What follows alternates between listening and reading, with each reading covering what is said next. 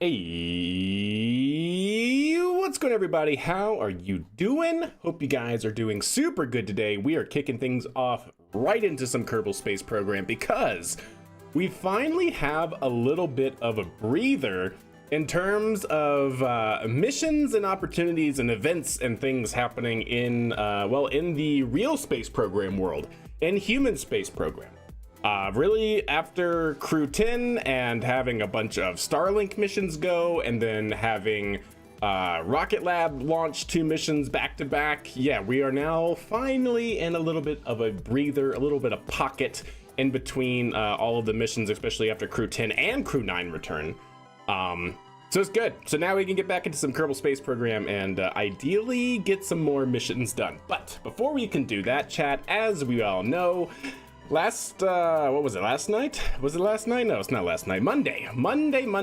We were working in KSP in Kerbal Space Program, and well, this happened. A thing happened, chat. A thing did in fact happen. And it wasn't necessarily a bad thing, but it was certainly not a great thing. Let me tell you what. If KSP decides to load, that'd be good. Uh-oh. Things are already breaking. Okay, there we go. Yeah, so this happened. This happened. Yeah. So, things could stand to be improved upon. So first and foremost, right, the mission went off pretty much without hitch. This thing launched our space shuttle, right? We can bring that up over here in terms of our mission log screenshots. This is what we ended up launching. There it is.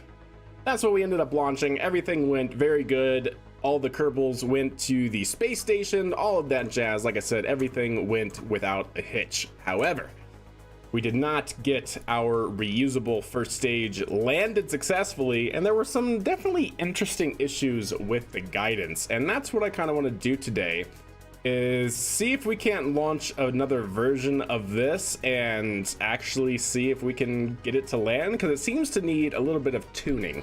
Because remember, when we developed our guidance, navigation, and control system that we use on this vehicle, we basically developed it and tested it on a subscale demonstrator. And then we did do some tests with it integrated into this vehicle, but not a lot. And I think that showed on Monday when, yes, it did land, but not great. Not great. It could be improved upon. Why not use 2 different profiles for a range of speed? What do you mean? What's up, Graham? How are you doing, by the way? I don't know what you mean by that. So we're going to go ahead and recover this. I need to recover that pad because there's a few things I need to make. There's a few changes I need to make to that pad as well. And maybe, you know what, we'll probably leave the crane out there. The crane can actually probably stay around, but we'll recover these 2 vehicles. I need to make an update to that pad. I need to make a couple of updates to the craft file here because we have some notes from our last mission. Let's see, we did in fact make some notes here. If I scroll down, we need to confirm the latitude, longitude. Second stage decoupler needs to be added to the action groups, and we need to move the RCS blocks out radially. So that's some things that we have to work on. We are actually using that, Graham, by the way. Yeah, we are using a velocity form and a positional form of PIDs in a cascade controller architecture. Okay, so let's go ahead and recover and see what we can do. Hey, what's up, Remington? How are you? Have you tried turning your rocket off and on again? We have indeed tried that. So we're now going the next level deeper in our troubleshooting, which is completely ripping out the guts and adding something new. That's where we are now, yeah. No, it's not that drastic. But yes, we have in fact tried to turn it off and turn it on. Yes, that is a thing we did try multiple times, actually. We even waited like the whole 10 seconds, you know? So yeah. Doing good, glad to hear it. Just using solid numbers. Nope. We are using a velocity form, using the rate of change of error for our. So the way, okay. So we can unload it right here, right now, briefly. Anyways, VS Code. At least unless I'm misremembering our architecture, because it has been a minute since we've actually looked at the code, right? It's probably been about 2 months since we last looked at this, because we've been doing missions and other things, a whole bunch of space news and whatnot. And so if I recall correctly, we have our compass heading, current heading, our heading error. We define our pitch input. There we go. So we do have a pad targeting PID. And that pad targeting PID is a cascading controller with our distance controller, which is a velocity form to get our rate of change with respect to distance towards the pad. And then we have a horizontal velocity controller, which is a positional form of that PID. So, yeah. Maybe the delay might be lag based. Maybe a time sleep with Python's time library might work. I'm not sure. Yes, a whole bunch of testing the rocket sleazy and this Python code for controlling that rocket. Ideally, so we don't really need to test the launch. We need to test the landing. So we're going to probably F5 at some point in the vehicle's ascent profile so we can flip back to it. And then we're just going to test the landing code. I think that's what we're going to do. And ideally get some sort of repeatability. There are things that we needed to fix. One is our constant rate of descent controller. Which is down here. We need to tune probably our altitude controller, or maybe even our vertical velocity controller, probably our vertical velocity controller. But we do need to update that.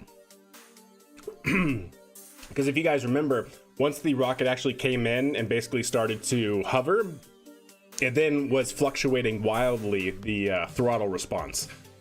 That should not happen. So we definitely need to fix that so that way once it does kind of get into a hover, it just sets its throttle to a single speed and just should slowly, very, very slowly descend down to the surface. So that's one thing that we definitely need to figure out. Do you get back data from the landing burn and how you go about fixing it better on other flights? Yes, so we can plot all of the data here, yes. And I do need to probably re-implement that, Sleazy. I don't think this code has that. Otherwise, I print out basically everything that we need anyways, but it might as well just put all of that information into some plots. So we do need to do that. This can probably just go away. I don't know why I have this, but compute line of sight, angle to the pad. No, we don't need any of that. That's fine. Don't need that stuff smelling up our code, chat. It's all about clean code. We want to get rid of all that code odors.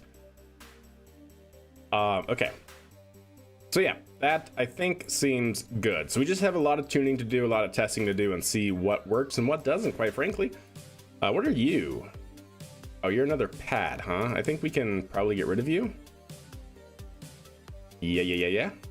And then speaking of money, not that I was speaking about money, but where are we at with missions? We have 1, 2, 3, 4, 5, 6, 7 missions. Okay. We could technically have unlimited, but I think the game limits the number of contracts that will basically be generated based on how many you have open. So you can technically have unlimited contracts, I think. Yeah, I only have 7 right now. Technically, I think we can have unlimited, but it limits how many actually get generated. Hey, Arlon, how are you? What problem are you having with the landing attempt? A couple things. One, it seems like the controller is either being saturated or it's not. It doesn't have a fast enough response. I'm not exactly sure which it is. It either doesn't have enough control authority or it's being saturated and not resetting the error like it should. Because essentially what's happening is we were targeting, to my knowledge, that's one of the things on our to-do list to check, in fact, is we were targeting this pad over here, right? This one right here. And the rocket was coming in like this, and then it was overshooting, but instead of like trying to come back to the pad, it was like coming this way, like this way and turning back. So it was like basically gimbal locking, but it shouldn't have been gimbal locking because it shouldn't have been a thing at the attitude that it was trying to achieve. It should not have been gimbal locking, but it kind of was behaving that way. So I'm not sure if that was because of our roll controller. Our roll is set to be proportional to our yaw angle error. So I want to try zeroing out the roll control, and then yeah. So that was the big one, is that instead of just like coming back to land at the pad, it was like coming back but diverting this way and not just straight back. So it was weird. Some weird behaviors. Coders, yes, exactly, 100%. Yes. But anyways, first things first, chat. Let's get into our space plane hangar and let's start working on the vehicles that we need to work on here. All right, so first things first, open it up. So I want to get out our vehicle here. We're gonna have to do this twice. One on the Minerva 2R FR and then one on the Minerva 2R Mercury Shuttle FR. Because I want to make sure the two craft files are essentially the exact same. Does it have thrust vector control? Oh yes, for sure. So that's engine 2, so those are all set. That's good. One thing I want to check is just how far away are the upper stage. Yeah, see? I think I moved these in too far, and that's why they exploded. But something to definitely check. I can also do something like this, maybe. Because where is the... Oh yeah, okay. I was going to say, where exactly is the collider on this piece? Because we can essentially move it to be there. Yeah, I think that's fine. Make sure those are moved out. And then I think we need to move these in a little bit, if my memory serves.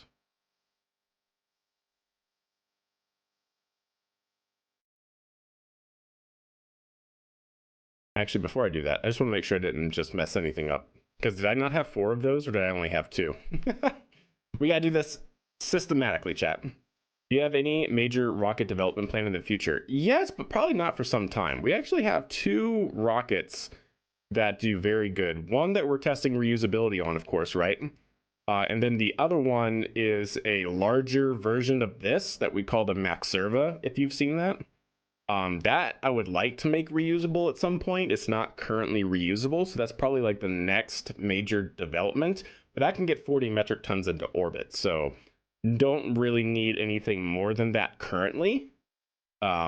Maybe in the not so distant future, I would like to, if we can especially start working on our code again, start working on like a Starship and getting Starship operational and actually landing Starship, that would be pretty sick. Okay, I did only have 2 of them. Perfect. I just want to make sure I wasn't messing up symmetry or anything by doing this.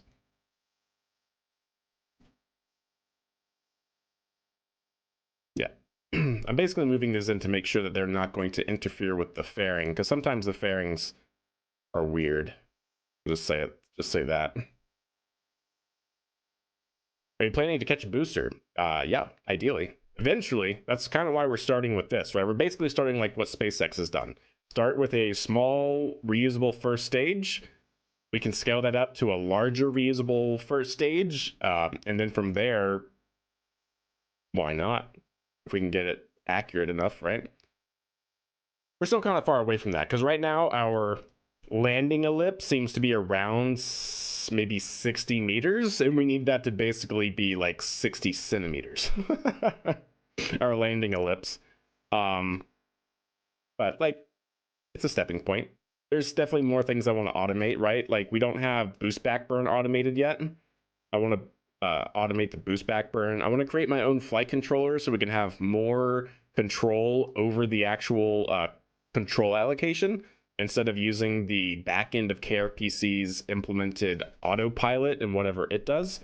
Not saying that the autopilot in KRPC is bad, just I would like to implement like quaternions and things like that, so we can actually control the rocket perhaps in a more straightforward or a more direct way, I guess I should say.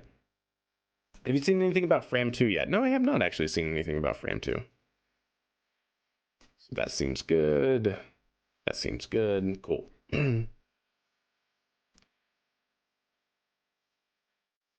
It's decent, but you get a lot more ability with the non-autopilot. Yeah, because you can basically create your own flight controller to, I don't know, do any sort of target other than the autopilot, which just allows you to set pitch heading and roll.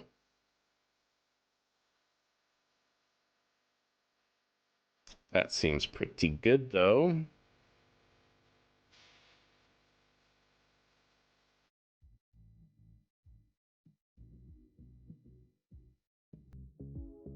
Should be launching April 1st. It's a polar war. Yeah, I know about Fram 2, but I haven't heard anything about it.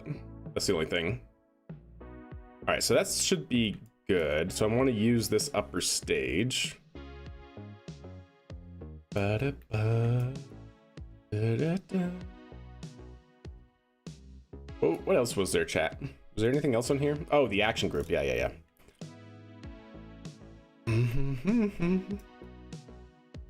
Action groups. Action group 2. Okay, there we go. Action group 1. Oh, we do have a decoupler here. So on this one, we have the decoupler set, but not on the other one, yeah? Yeah, so we do have the decoupler set on that. So that's good. So this one's just fine, but it's the other one that doesn't, apparently.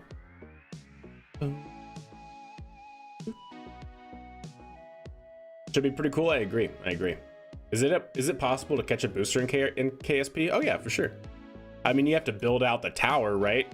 Kind of like what we have here, but with the control Mechzilla arms or something simpler maybe. But yeah, for sure. There's no reason why you can't.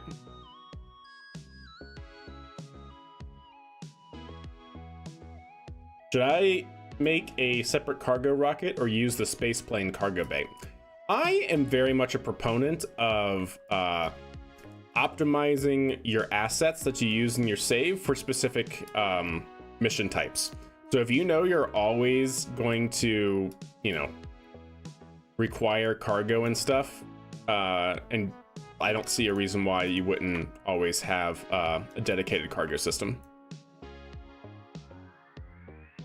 Depending on what your space plane is, of course. Like, I don't know what your space plane is. And don't get me wrong, I love the space shuttle, but also at the same time, for what it ever did was, after the ISS, it didn't really make too much sense.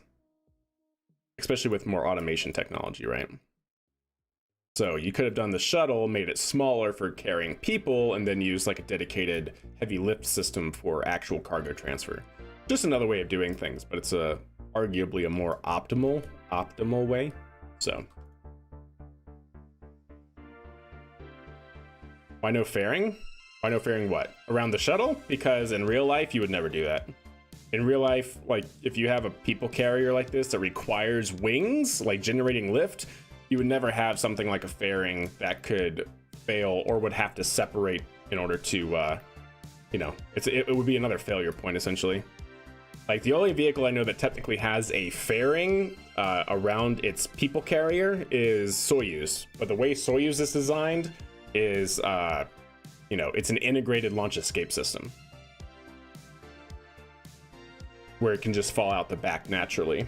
So with that, it's fine. But with like a shuttle like this, you would never ever want to, in my opinion, encapsulate the shuttle, requiring that encapsulation to completely separate for your shuttle to then actually be able to fly.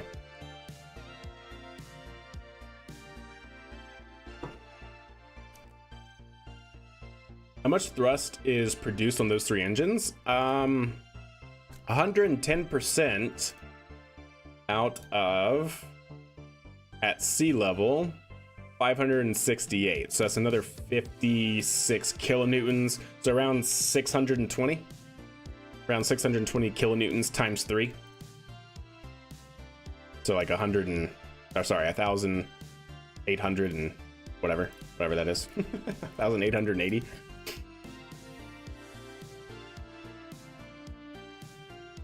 Yeah, because I overclocked them to be 110%. Hey, Cheeseburger, how are you? All right, let's see what we can do, yeah? Also, why did my chat break? Refresh. And my chat broke.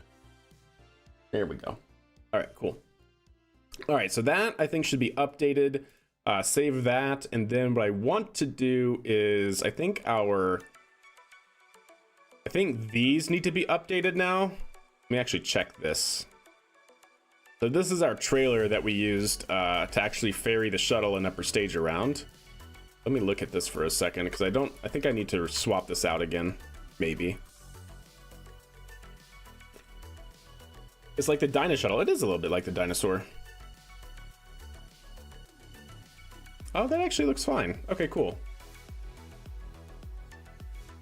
Maybe these are a little bit too far. I think that's might be the problem here. Maybe that's the problem.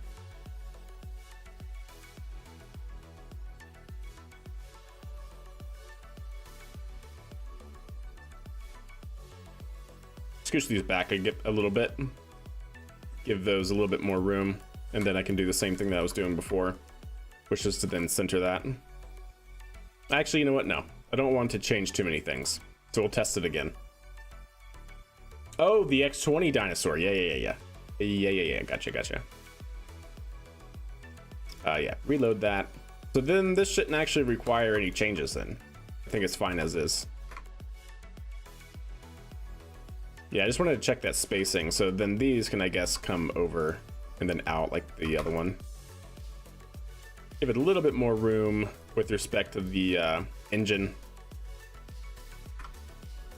Go ahead and save that. Okay, save it.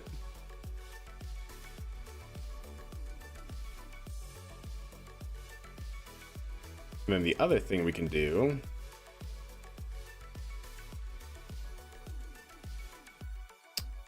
part, configure vessel naming. Oh no, that's fine. Okay, cool. Cancel. Yep, that's good. One though, we definitely want to change that to not be control point. That was the one thing I wanted to make sure I got there, because the control point's actually going to be this guy. Actually, I'm gonna go ahead and do that. Why not? So this guy needs to have a control point. There we go. That one's already set. Cool. Very good. Might just download mods of cargo rockets. There you go. All right, so save that. Let me load up the other one just to make sure it's good to go, and then we can get into some rocket testing. Figure out what we need to do for that. All right, so how's this looking? Yeah, see how that one's farther out than the other one? So I did actually move those in. That's good to know. That's good to know. Okay, well, we'll have to see though. Oh, and then also, how is this one on spacing? Yep, I think that's fine. Was the other one good on spacing? Actually, cancel. Swap that down. I want to make sure everything is solidified. Like everything is going to be exactly how we need it to launch. What landing are you automating? The first stage of the vehicle that you saw previously. How's the spacing on this one? Yep, spacing looks good on that one. Cool. All right. So now we have that.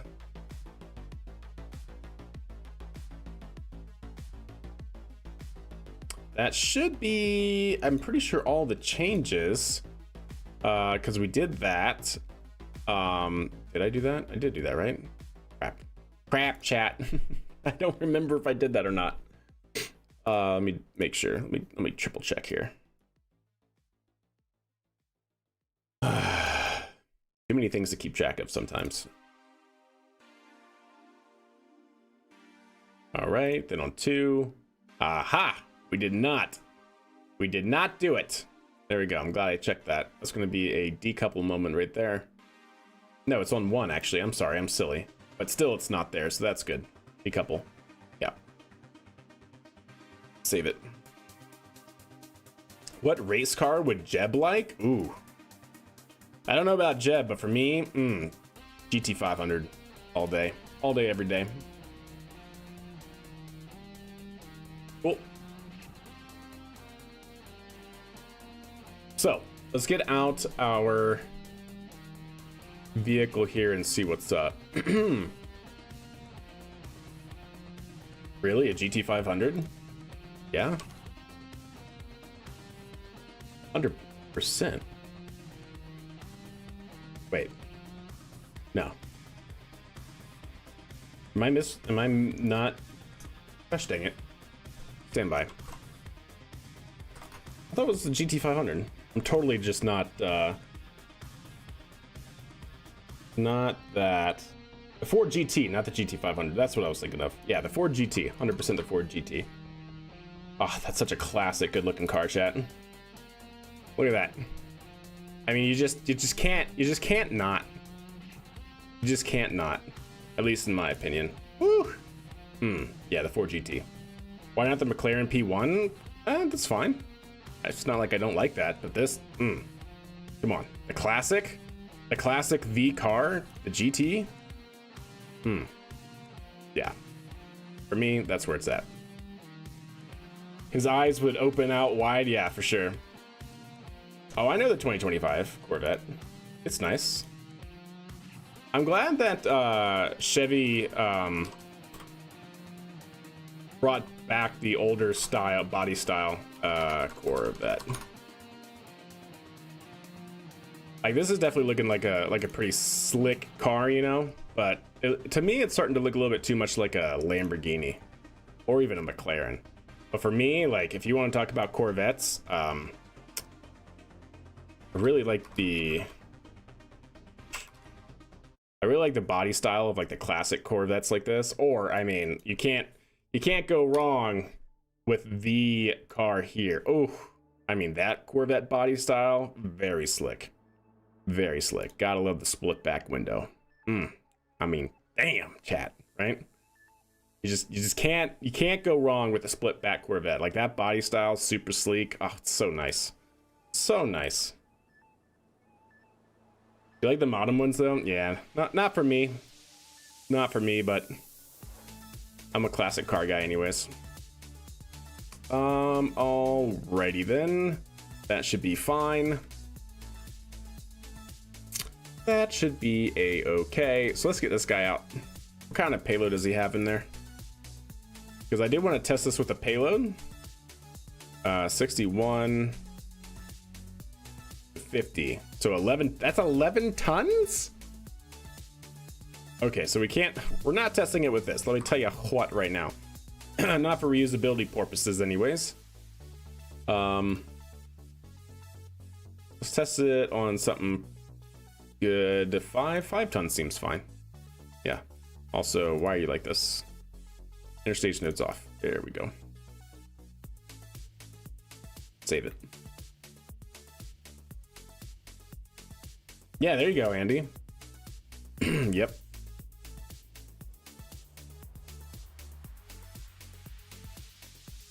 I guess what I don't like about the Corvette, like I said, is they seem like they're trying to emulate like a McLaren. Like, when I see that, I just see McLaren, and I love McLarens. Like, don't get me wrong, that's my racing team. Like, I really dig McLarens, but for Corvettes, they just seem like the newer ones, or just looking like too much like a McLaren. Is it a McLaren? I think it's yeah, they look too much like a McLaren. It's like they've lost their identity. All right, let's go ahead and save that. That seems fine. Is it empty? It is in fact empty. I do need to change that to be 405. So we are launching a new one here. 405 is going to be our amount. Here we go. Payload 405. Liquid fuel. There we go. Cool. That should do it. Staging looks fine. All that looks good. Save it. So now we can go ahead and go new switch editor. There we go. We're going to load up our new vehicle, which will launch from pad 1B.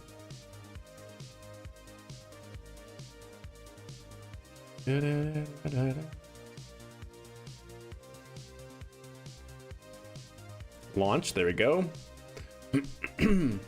Ooh, real quick though, actually. Yeah, load this. Load that. Switch editor. This is the other thing that I forgot to take a note on, but we need to actually do this as well. I need some I-beams, probably the Pocket Edition. We're going to integrate 2 of them here. Ideally in... No, what? Please. There we go.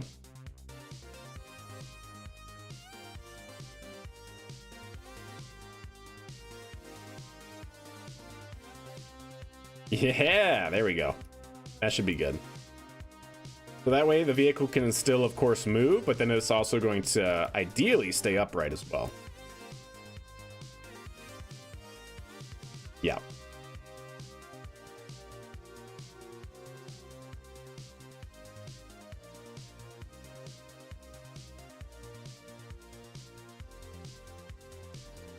We'll have to test that, but I think that should be okay.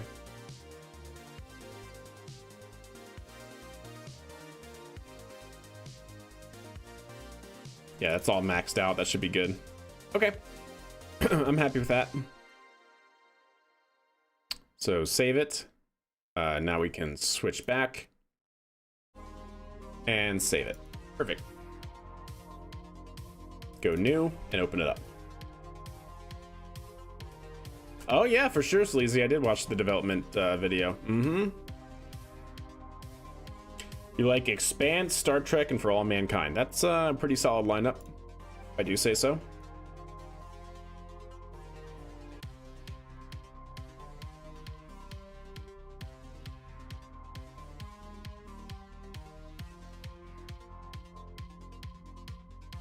What's the root node here?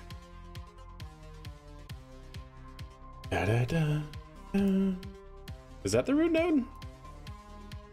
That is the root node. Okay. There. How did I do this though? If that's not the root node. How did I do that? It doesn't have the same problem that it did before, where the docking port would be offset. I don't know.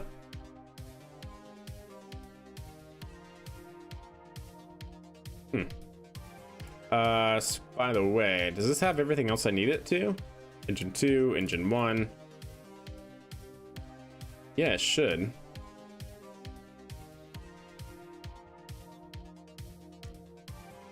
Okay. Except for that. Yeah, let's get a new version out. Can SpaceX Starship create the same gravity from the Expanse continuously reverse burn to the other planet? Oh, continuously reverse burn. So what you're talking about is known as a bang bang maneuver. Essentially, it means that you thrust to your destination going a constant rate of acceleration, and then once you get to the 50%, the halfway mark, you spin around and you thrust in the exact opposite direction for the same amount of time. Is that doable? Yeah. Does SpaceX and Starship have that amount of fuel? No. How many parts does this have? 534. 534. Okay. Delete that. Open. Don't save.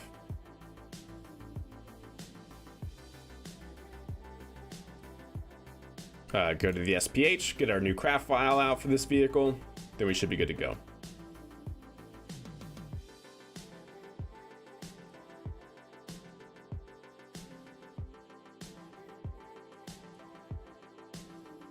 So yeah, 2 flight ready, okay. So we should do this one. There we go.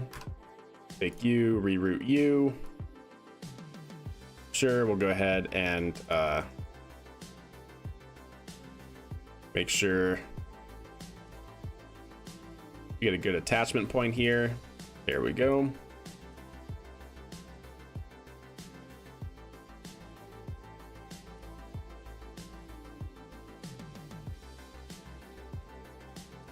There we go. That should be good. Are you building a transport vehicle? No, we already have a transport vehicle. We have all of that already developed, I think. You guys want to see said transport vehicle? It looks a little something like, oh, there it was. There it is. There's a transport vehicle. Yeah. Oh, that's our second stage. And that's it integrated. I thought I had another picture of it during the process of integration. maybe it was further back. A short answer, yep, we already have our transporter vehicles and stuff. Oh, there it is. See, we have an arm that integrates into it and is able to verticate it. See, the chunky truck, the SPMT. That's right. All right. The self-propelled mobile transporter, the SPMT. All right, so what I'm going to do here is save that. That seems fine. Make sure, let's see, what is this set to? Configure vessel naming. Bring that down to like 5 and accept, save, good. Yes, perfect. Dun, dun.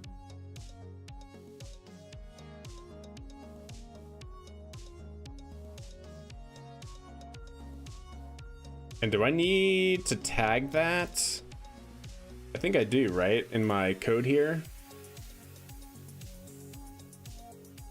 For pad separation, it's looking for pad separator, yep.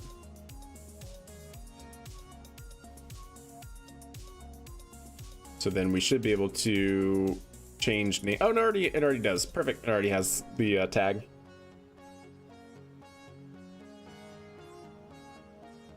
Yep, I control the loading on the pad using Kerbal Constructs, a mod that allows you to fuel up rockets on the pad. Yep. Makes life a little bit easier when you want to do something like that. Kerbal Constructs. Okay. I think we're good to start testing, chat.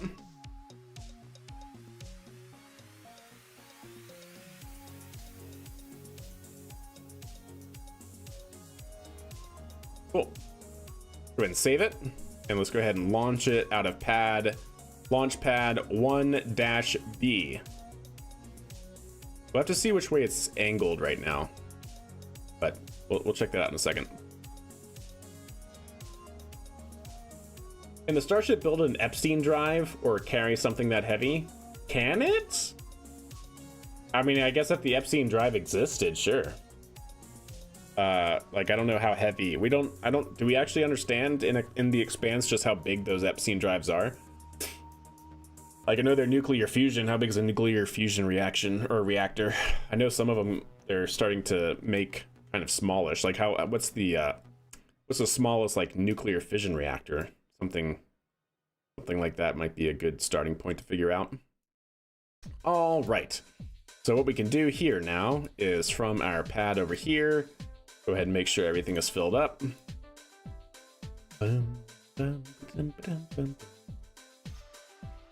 There's that. Make sure we're full on everything. Yes. Good. And then from our other pad, there we go. Fill up our last bit. Yep, that's exactly right, Sleazy. That's exactly right. Is this a Falcon 9? This is more of a cross between a New Glenn from Blue Origin and an Atlas Centaur vehicle from the 1960s. Because Atlas Centaur had a 3-engine configuration like this, and then we added wings to give this more controllability. Yeah, my pleasure, Robin. Hey, good evening, Cobra. How are you doing? So, let's see what happens, chat. So we have this Python code. Let's see if we can actually make this thing fly, yeah? Have it go over here. All right, and hitting the go button. Actually, let me just check our values up here. Don't need that one. Minerva R, that seems fine. Are we going into a 0 inclined? We are going to 0 inclined. All right, let's see what happens. Well, thank you, Robin. I'm glad you like it. All right, so we're now going to invoke our Python script. Stand by, actually, because I want to just make sure I F5 here. So that way we get to essentially this point again after we've refueled. And then let's go again. 8, 7, 6, 5, 4, 3, 2, 1.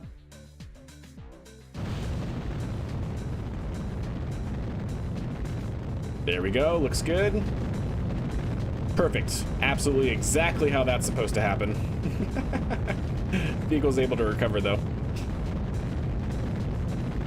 Ooh, nice Blanca. That's awesome. Hell yeah.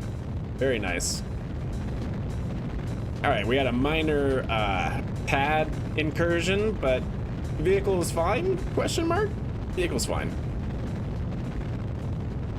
We are entering our pitch over maneuver, and vehicle is continuing to pitch down range. The Gravity Ring Hotel? Yep.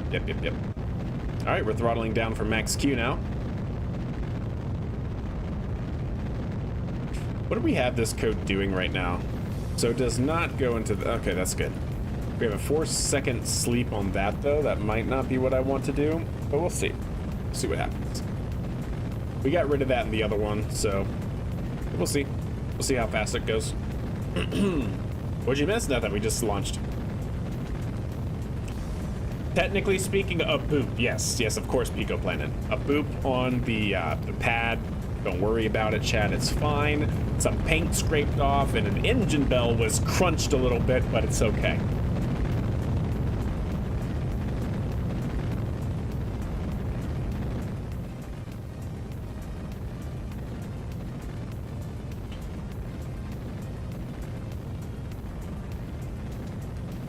So parachute deploy. Oh, that's always a bummer. Yeah, Block. I've definitely seen footage of rockets like that, you know, failing to deploy, lawn dart back to Earth. How do you get good stage separation when using the fairings? I use them, but my second stage always gets hung up. Oops. Maybe I need to have a weight on that ignition. Yeah. Maybe I need to have a weight on the ignition, yeah? Yeah, chat, don't you think so? Might need a weight on that. Yeah, we got no controllability. So we need second stage ignition. Right. Second stage ignition should probably take a second. You know what? Let's actually just get rid of the fairing deployment, because I can do that manually if I want to. And then this, let's wait 2 seconds, probably would be good. And let's run that back. Yeah, chat, let's run that back. So Dylan, how do you have your second stage designed with respect to your fairing interstage? And what I mean by that, I'll show you here in a second. Because mine, I've had those problems as well. And it's because when you have a fairing interstage, the collider box that goes around the fairing is actually thicker than the visual representation of the fairing. So if I, for example, aim camera here on my second stage, you'll notice that for the most part, I give my fairing adequate room all the way around. Like, my biggest problem with this vehicle, I remember when we were designing it, is that these monoprop balls would get stuck in the fairing because I had them too far out. I had them like another tick out. So you just have to make sure everything is squished in enough to where they don't get hung up. At least that's what fixed it for me. You might also want to try... KSP, in terms of the editor, hates Control-Z for fairings. If you ever do Control-Z in the editor, your fairing can go from an open hollow fairing to a closed one. I've noticed that being a bug as well. So maybe it would help to redraw your fairing if the making sure you have adequate room doesn't fix that. Hey, Halengar, how are you doing? Did you watch a movie called Young Sheldon? I didn't watch a show. I watched a show. Are you talking about the show? I didn't. If you're not talking about the show, but talking about the movie, I have not seen a Young Sheldon movie. But the show, yes. Oh, and Cobra. Was that you, Cobra? Was that? It doesn't tell me who. Wait, what the heck? Ah, there we go. Okay, yes. Redeemed Kerbalize me. Cobra. Do you want to be? Okay. I'll do male pilot 4951. Okay, so you know I can't be that precise, so I hope like 50-50 is okay. I'll try my best to hit 4951. Do you want your name to be Cobra Kerman, Cobra Bubbles Kerman, or Bubbles Kerman? Yeah, my pleasure, Dylan. Absolutely. The show, yes, I definitely have seen the show. Yeah, 100%. Yeah, do you want to be Cobra Kerman? You want to be Chubbs? Okay, fine. Hey, a null reference, awesome. Gotta love it. So stand by, chat. We got to do Kerbals, create, Chubbs. Oh, C-Bubs. Oh, see, okay, that's, you know, hey, fair enough. C-Bubs. C-Bubs Kerman. Got it. C-Bubs Kerman. You said pilot, level 0, courage. All right, so courage, you said is going to be 49. So I'm going to guess that that's 50 and then go 49. And then I'm going to start at 50, or sorry, 49 and go 2 up. Ah, there we go. I think I got it, yeah? 51, yeah. There we go. All right, perfect. Brilliant. C-Bubs, got it. C-Bubs, not Chubbs. Maybe that's your nickname. C-Bubs, Chubbs, Kermit. Ah, yeah, there we go. Done. Yeah, it does exactly, Sawyer. Indeed. All right, that'll be your nickname, Chubbs. It's your call sign. Since you are a pilot, you were in the Kerbal Navy. You got your call sign. That angled to you, chat? Looks angled to me. Well, it looks like it's listing a little bit. Just how much? We could find out. Ah, 2 degrees. 2 solid degrees pitched over. Yes, of course. Probably means I need an auto strut, actually. Do I have any auto struts on this? I don't, actually. Okay. I should maybe auto strut from the outer rings to the root part, or to the heaviest part. That might help.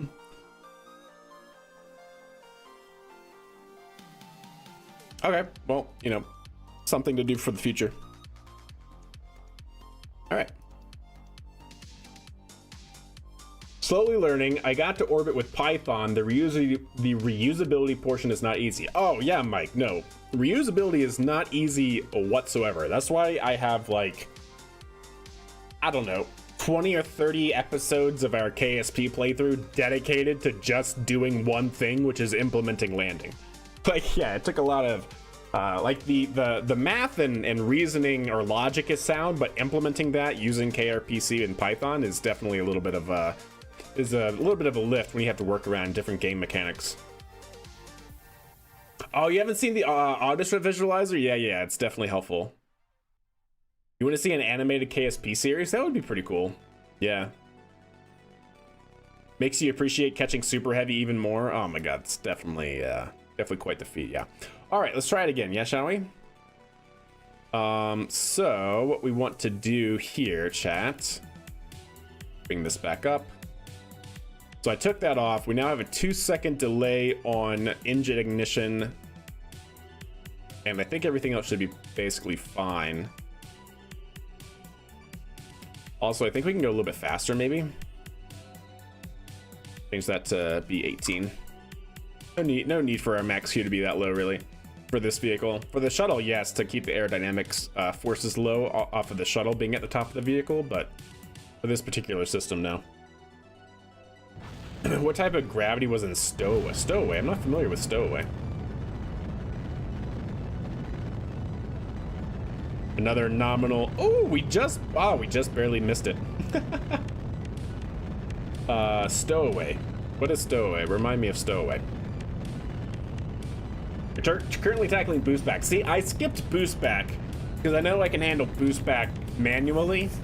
But that is the next thing on my checklist to automate is the boost back. Time to see how bad your rockets are strutted. Yeah, there you go. There you go. Or how well they're strutted. Why not look on the bright side, right, Deke? Right? Look how well they're strutted, in fact.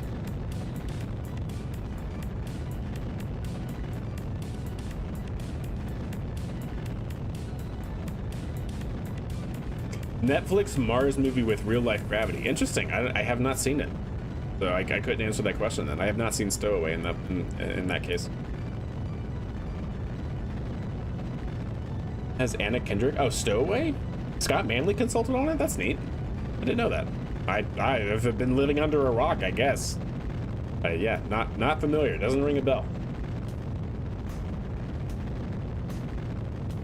Definitely a must-watch. Okay. Let me bring it up over here on the other Stowaway movie. The movie, yeah? Oh, I have seen this, but like totally not enough to I guess have it catch the front of my mind to watch. But yeah, I do know of it now that I see the what do you call it, the poster. What is your favorite space film of all time? Ooh. It kind of depends on like the category you're looking for. Like for me, like that classic like B movie or cult movie following, Starship Troopers, 100%. Starship Troopers, awesome. Definitely Interstellar gets a lot of stuff very, very, very good. Like I have, is it on this shelf? Might be in the living room bookshelf, but I have the book that actually explains all of the actual science that was consulted on for the movie Interstellar, and that it's all actually based in theoretical physics and like near future technology. Absolutely awesome. So like for me, probably Interstellar is like the best because of all that.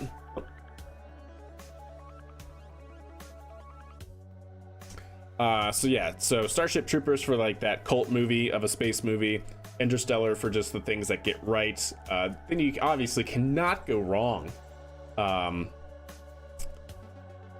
with wow, why am I blanking? Man, am I tired or something? Totally blanking on Mark Watney's movie name. Like I know it's the name of the book, but why? Totally like just white sheet blank. Ooh, Apollo 13. Apollo 13 is very, very well done. Probably my number 2. Mark Watney, probably 3. Gravity, probably at the very bottom of the list, like below no, I'm just kidding. Gravity is horrible. The Martian, yes, of course, The Martian, duh. Yeah, Gravity's horrible. Hate that movie. Yeah, The Martian, yeah. Yeah, 2001 Odyssey. You know, I haven't seen that movie in a long time. I wouldn't mind watching that one again. But yeah, my top 2 are probably Interstellar, Apollo 13, actually. And then, well, top 3 would be Interstellar, Apollo 13, and then The Martian, probably. Ad Astra wasn't bad. It didn't really focus too much on the space aspect, though. And there was definitely some things that were a little wild. But Ad Astra, maybe slightly higher than mid-tier. Moonfall, get the fudge out of here, Ben. I mean, actually, I kind of liked Moonfall, but you just had to completely look away from the absolute ridiculousness. There were certain parts of the movie that I just closed my eyes to because it was just like, nope, I can't watch Moonfall with the space shuttle with the off-axis symmetry of thrust just going into, yeah, no, that's not how that works. Ooh, October Sky. Thank you for that one, Sawyer. October Sky, probably 3 for me. Probably, so yeah, it probably goes Interstellar, Apollo 13, October Sky, then The Martian.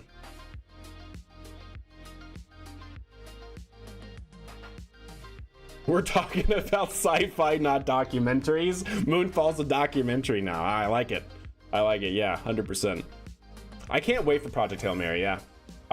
Project Hail Mary, I really hope they do Rocky justice in that movie, you know? And it'll be interesting to see how they actually make that happen, right? Because Rocky, this is a little bit of a spoiler, not really a spoiler.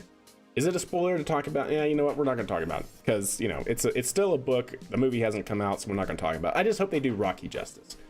That's all I'm going to say. Yeah, jazz hands. Yeah, exactly. Fist me? Is that right? Isn't that what he says? He says fist me. Oh God, yeah, that movie though. All right, so that worked very well, chat.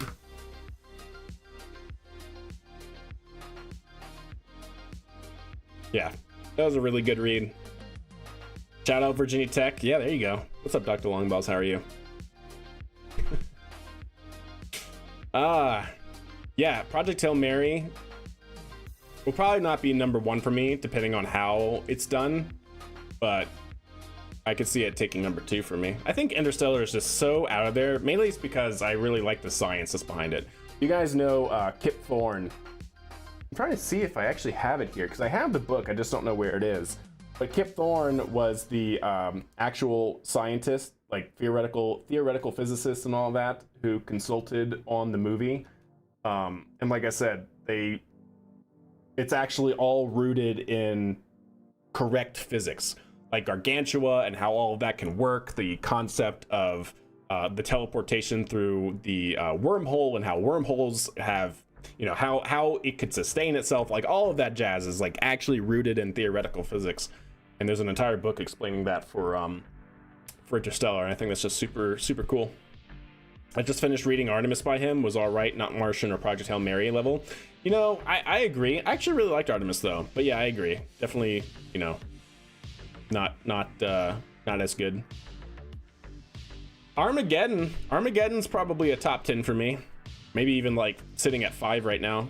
Yeah, Armageddon, I actually really like that movie. That's kind of similar to Starship. It's like a cult movie. Like, yeah, you don't watch it for like the accuracy, but there's certain things about it that's just, it's cool, you know? All right, so let's go ahead and start looking at doing a boost back burn. Make sure we're controlling from the right spot as well. There that goes, that's good. Boost back burn has begun.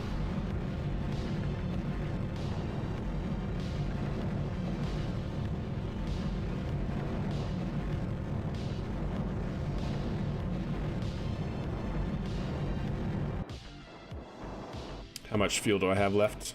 Should have enough. What the heck is that?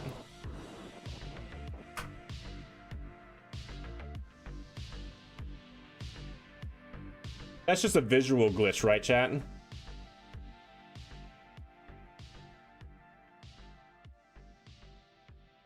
Oh, wait.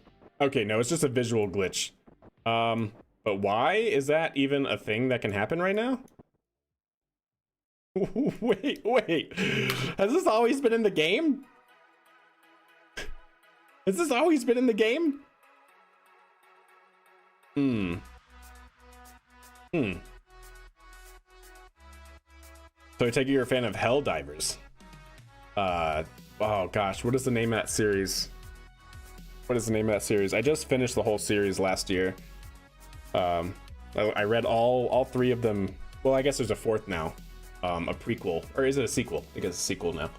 But yeah, I read the original 3 back to back. That was a super good one. Yeah, Helldivers. How are you doing that? You've never noticed it? Please, somebody try this if you have the game loaded. It doesn't actually do anything, but it completely messes up the visuals, and I don't know why that's a thing. So, yeah. Developing new tech. Yeah, we're in infinite fuel glitching.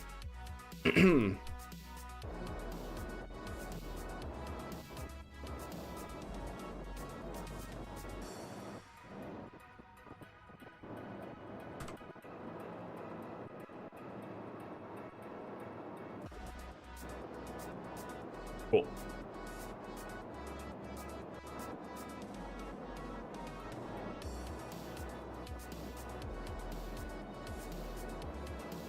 All right, we'll try that, chat.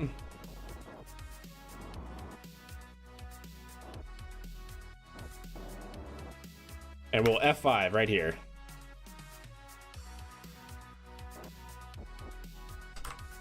And then, like I said, we're just testing the landing, so I don't care about the upper stage. So let's go to our landing script and start that up.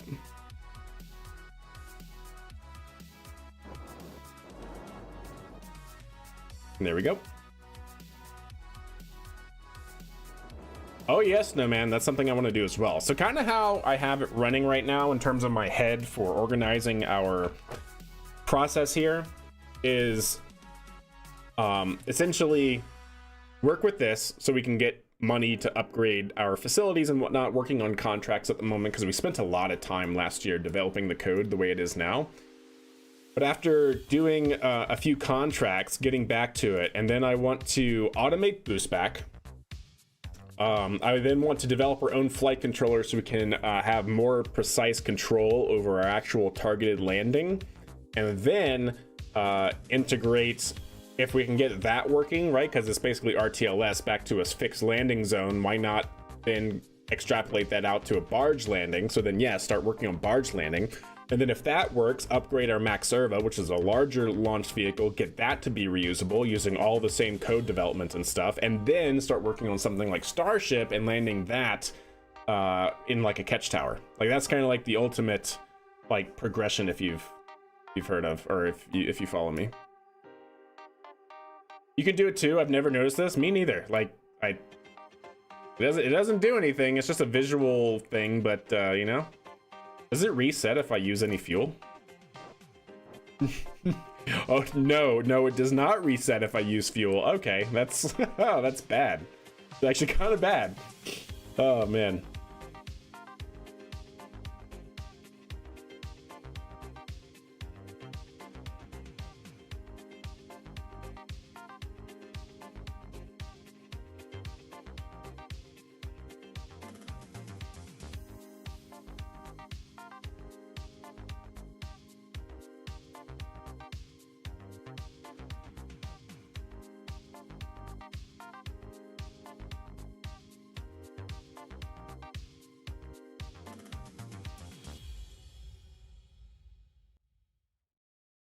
What is the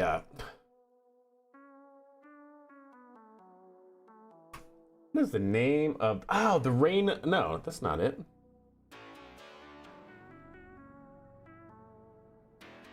What is the name of the series? Is it Iron and Rain? No, it's not Iron and Rain. The series that takes place in like futuristic space, but it's Iron. They talk about Iron, the gosh dang it, where society basically enslaved a certain like status of people, and that status of people have somebody that is able to infiltrate the elites and basically, you know, wage war. Not The Expanse, no.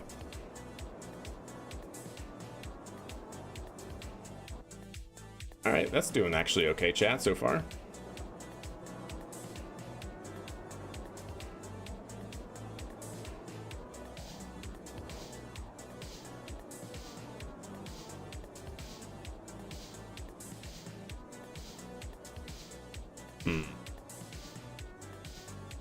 See, this is what I was talking about before. It's not able to roll, and I don't know why. I don't know why it's not able to roll. Iron Sky? Is that what it is? I have the series in my other bookshelf, but... Oh, I forgot to reset the, You see that throttle response, though? It's not good. I want to improve that throttle response. That's not bad. That was better than before. And I forgot to reset the... Forgot to reset those. Let me roll it back here real quick. And reset that so that way it works. Is it called Iron Sky? It might be called Iron Sky. No, it's not Iron Sky, right? It's a book series. Wait, did they make a show about it? No, certainly not.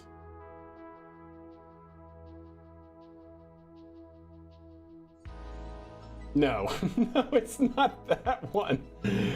No, it's not that one. Terrace. No, it's not that one. It is Iron something, though, if I'm not mistaken. Unbelievable. Does it have any gyros to help force it to roll? No, and that's kind of on purpose. Like, I don't want to give it gyros, because it's kind of like not how things work, you know? Realistically. I do have a separate set of, I'll show you the control. I'll show you the control system here, the control architecture. So we have these set to roll only, right? Roll only. And then these, so I thought that would actually maybe be enough. But maybe it's, I mean, clearly maybe not. so that these would be set to pitch and yaw, but then these would be set strictly to roll. I'm hesitant to give these any sort of roll authority, because what I'm trying to do here is decouple our control actuation, right? Pitch and yaw is our primary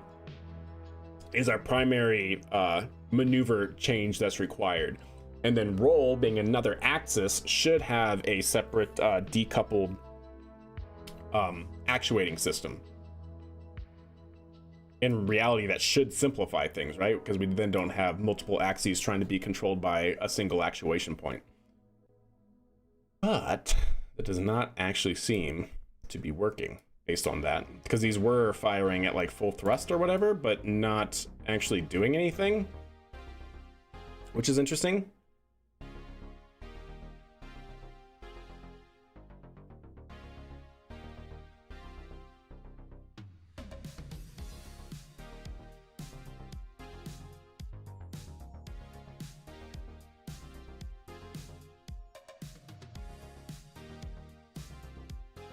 I wonder what would happen if I did this.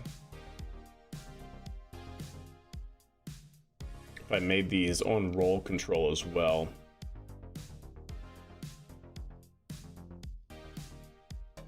Are they along the center of mass?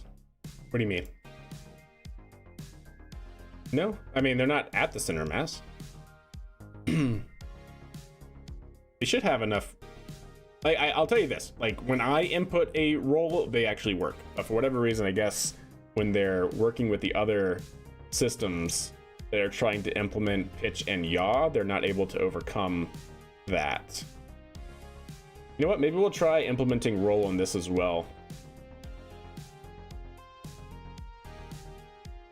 Maybe we'll try that and see what happens. Okay. So in that case, let me go here.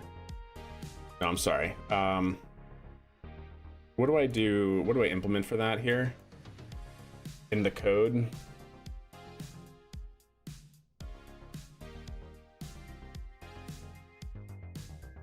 Yeah.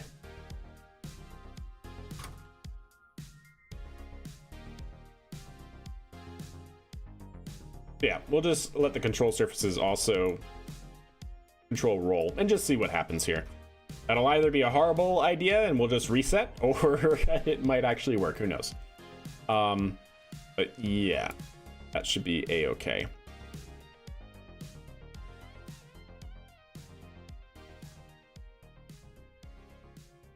Was there a reason, chat, that I reverted here?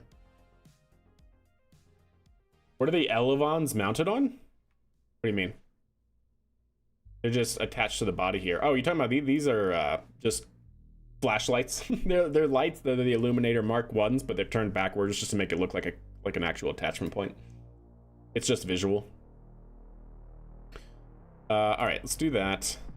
There wasn't actually something that I needed to change, right? I think I was just looking at that to make sure that they were actuating correctly. I don't think there was an... Oh, that's right, the struts. And we did do the struts. We fixed the struts. Yeah. We reran the struts and those should be good now. All right. Let's try it again.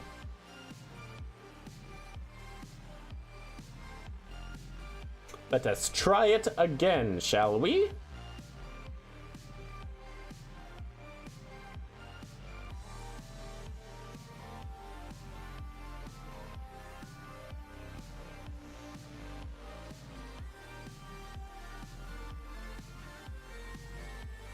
All right, let's go ahead and fill it up again.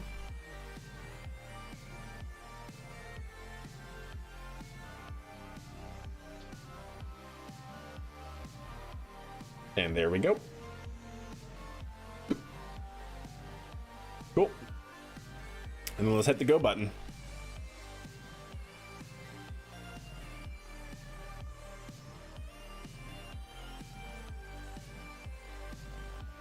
You didn't recognize the light. Yeah, turned it around just to make it look like an actuation point. Oh, that seemed much better, much more stable than before. Like, what's different, right, chat? Like truly, what's different? I don't know.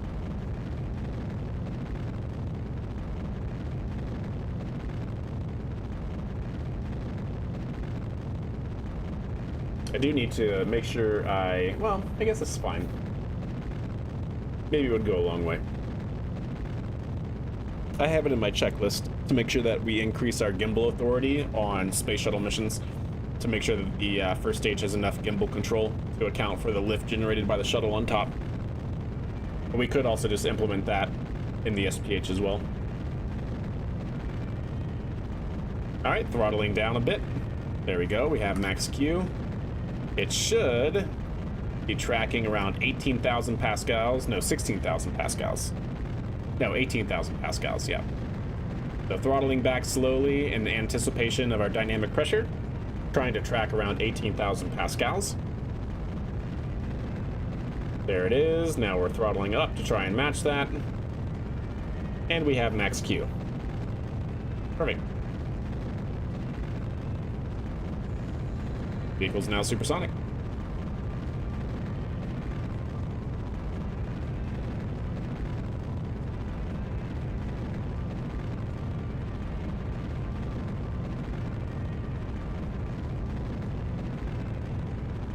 So if you, it does take a second to reset, but yeah, I can still do it. Funny enough. All right, we should have Miko here momentarily. In about 5, 4, 3, 2, 1. Miko. Engine ignition. Perfect. Go ahead and switch back. Hit that button. Let's bring it over this way.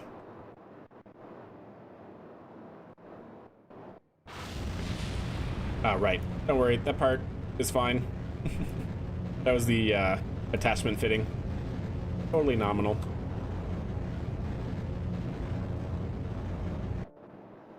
Oops, I did not mean to cut the engines there. My bad, I just meant to throttle down.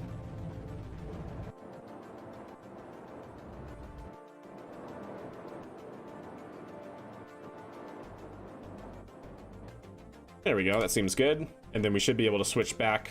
Can I switch back? I sure can. Get rid of that. Get rid of that. Awesome. Yeah, so not a problem.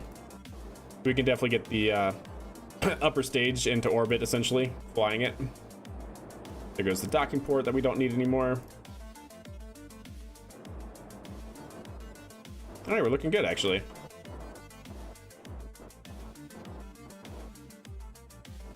So yeah, this test is to see how this behaves if these are also controlling roll. So we'll see. See how it behaves. And let's go ahead and go rotate.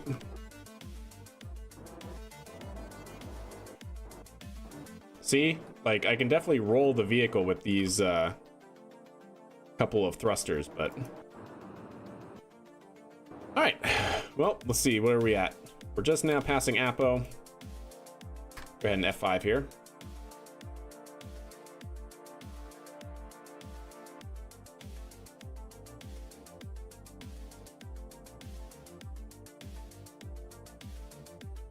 And let's go ahead and start our landing.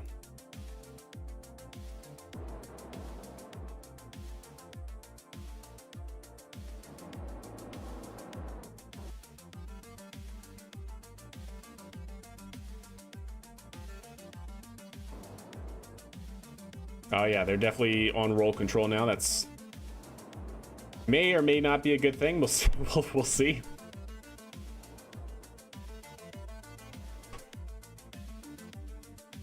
I'll just let it stabilize out for now. They don't need to be rocking back and forth. There's no aerodynamics here.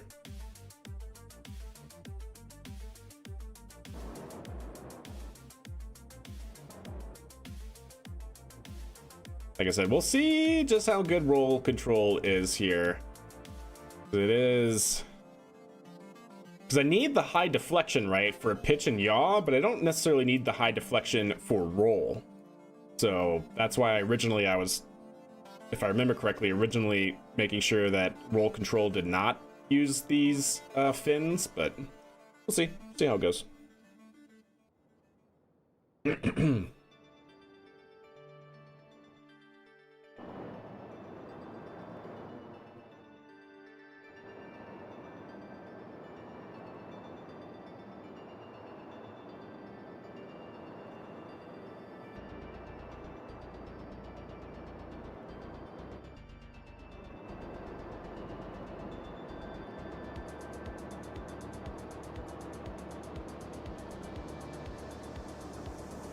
Why isn't it turning vertical?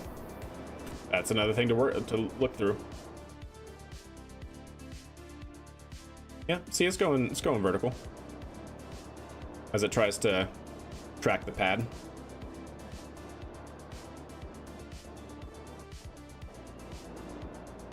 See, then I don't know why it does that. It completely maxes out like it's gimbal locking, and it makes no sense to me.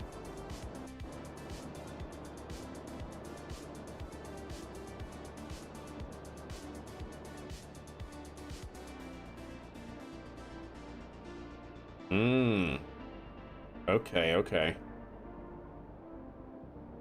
Interesting, actually. I do see something here.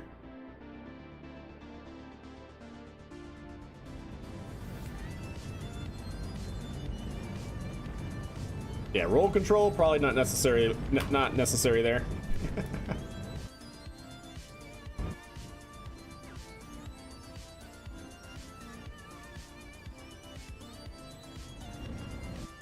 Oops, that's me. I took manual control for a second.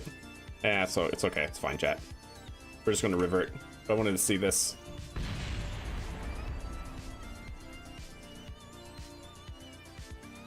Did I stop it in time? I did.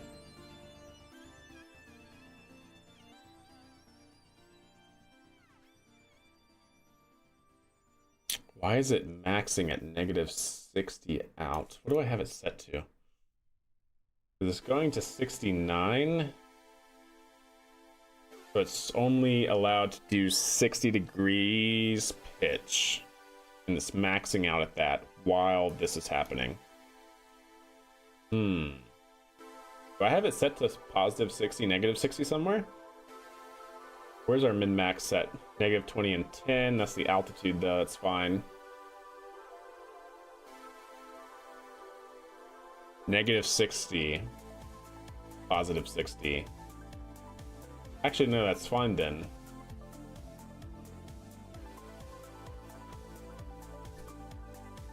$650 meters away, and we're targeting maximum angle.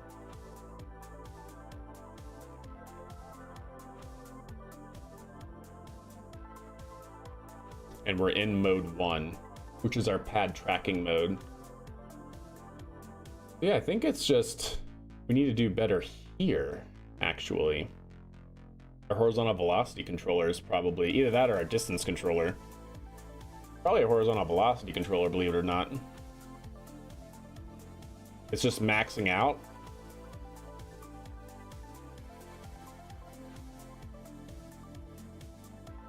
Actually, no, that's fine, because it's saying that this, our outer loop, which is our distance controller, is trying to max it out.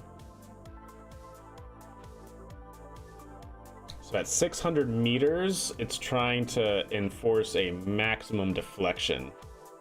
That's interesting.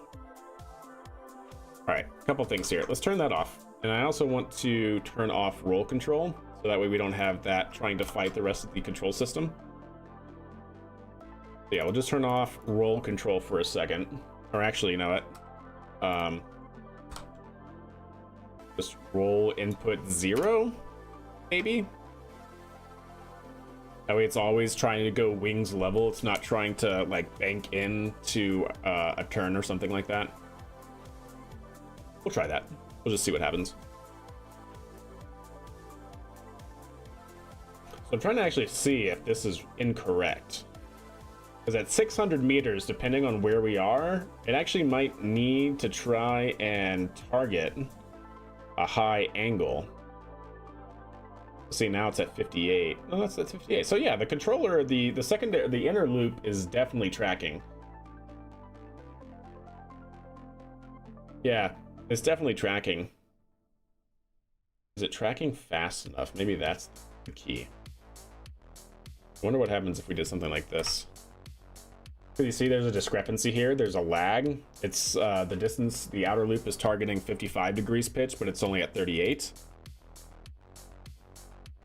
Oh wait, how quickly is it changing though? Maybe that's the thing. See, it's at -60 here. -60, -60, -60.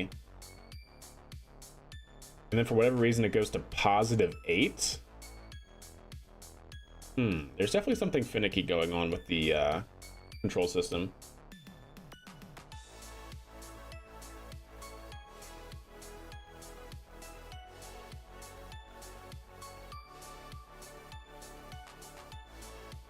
Because why does it bounce to 8 there? What's going on with that controller? Oh, because the sign changed. Why did the sign change?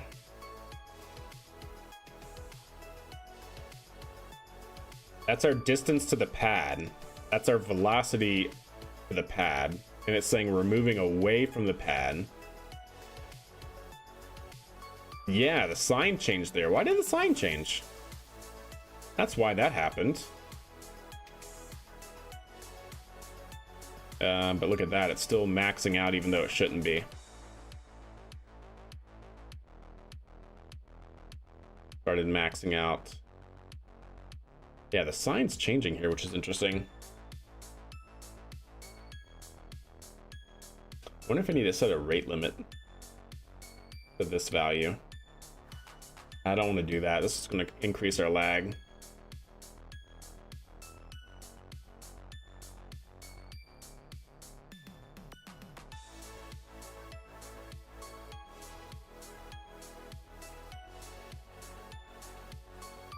Thinking, chat, thinking.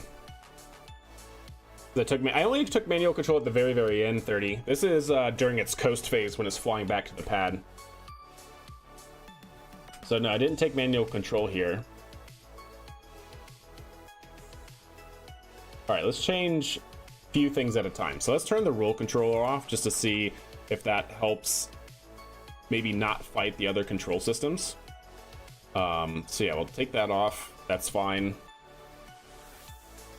And then we'll set target roll to be 0. So that way it's always trying to remain basically level.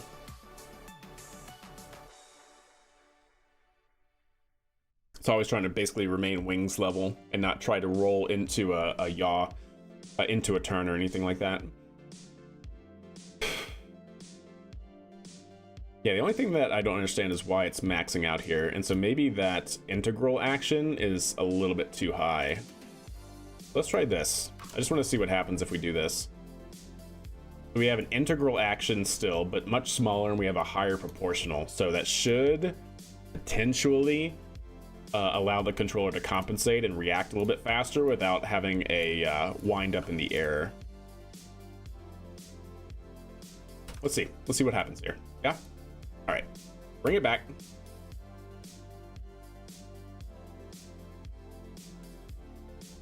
Where is it doing it? Yeah, I don't know why it would suddenly. I guess because it doesn't have a big change in the direction, because how I'm calculating that trig is actually not even trig. It's just a very simple, what is my current linear distance to the pad and what is the previous linear distance to the pad?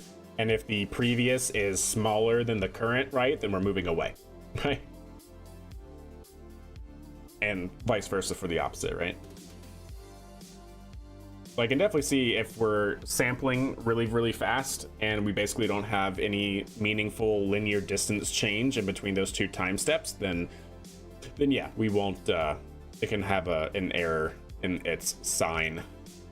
But ideally, that shouldn't really matter because it'd only be for one time step. And it would cause a momentary flick, but it should come back. But it didn't, I don't know. I don't think that was the problem. All right, so we're falling, right? We're lined up and everything. Yeah, essentially.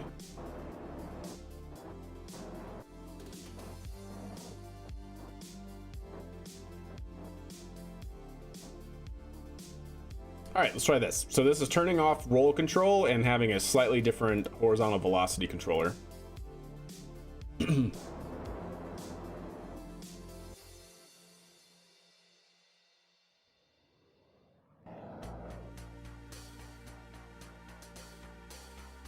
As you can see, we're basically targeting maximum velocity towards the pad, and we're matching our output to meet that maximum.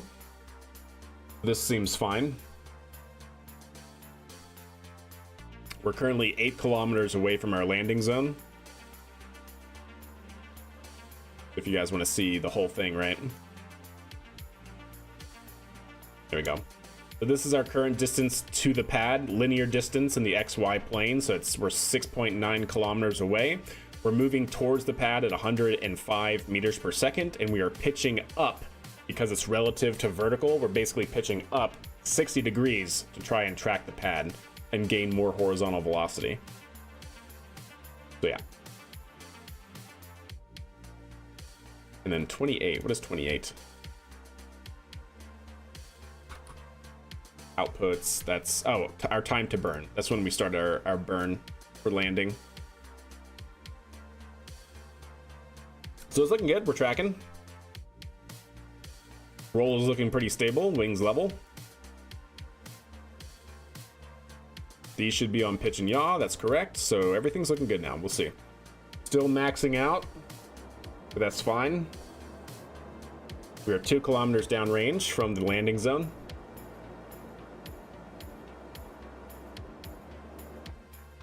Yeah, that's what we're trying to figure out, Sleazy. There's a lag in the controller, I can only imagine.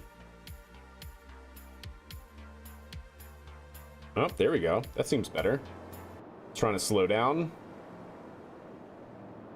We're now 800 meters, 700 meters. We're still trying to slow down. 600 meters. 500. This is linear distance to the pad. Ooh, that's actually looking kind of good. It's actually looking really good for targeting that pad. Targeting 40 meters per second.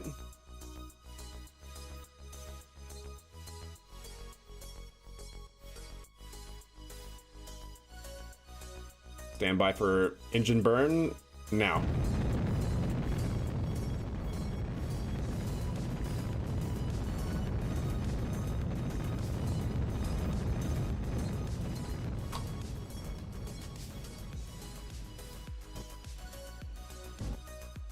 I gotta fix that though.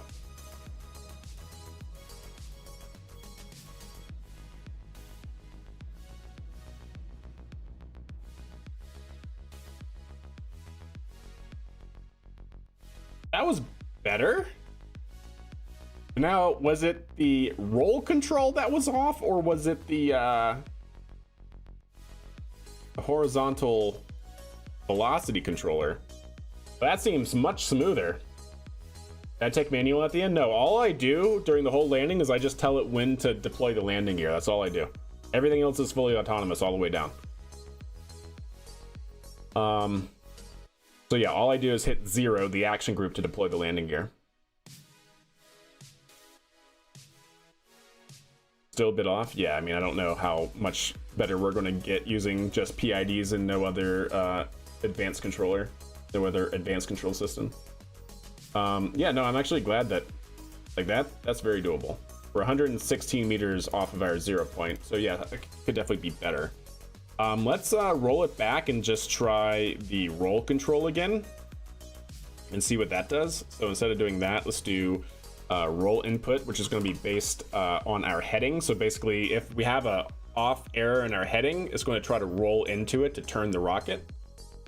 So I need to do this as roll input. So we'll see if that does anything now. If that completely messes things up, then we'll know.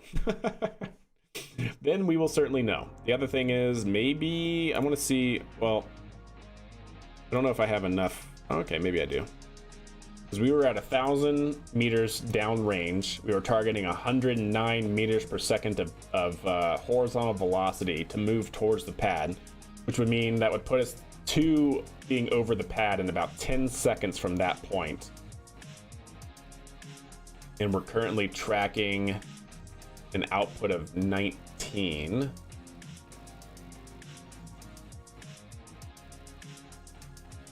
Because we're coming in for, yeah. Okay. Oh, that's actually really good. Look at that, chat. You see that? So this is our desired horizontal velocity, and this is our actual horizontal velocity. So our desired is 109, we're at 106. Scroll down here, at 100, we're at 100. Ooh.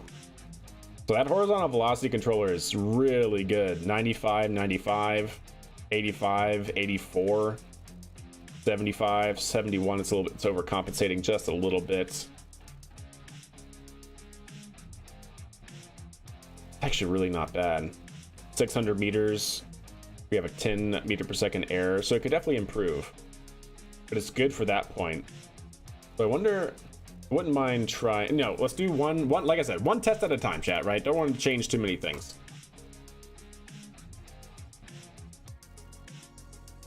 Yeah, I do, Graham. I do want to do that. Probably use like a quaternion controller or something like that. And instead of just using linear distance from the pad, using something a little bit more robust. Because right now we're just computing our angle to the pad, right? That's it. But in reality, we could do way better things with like a actual flight controller implementation, right?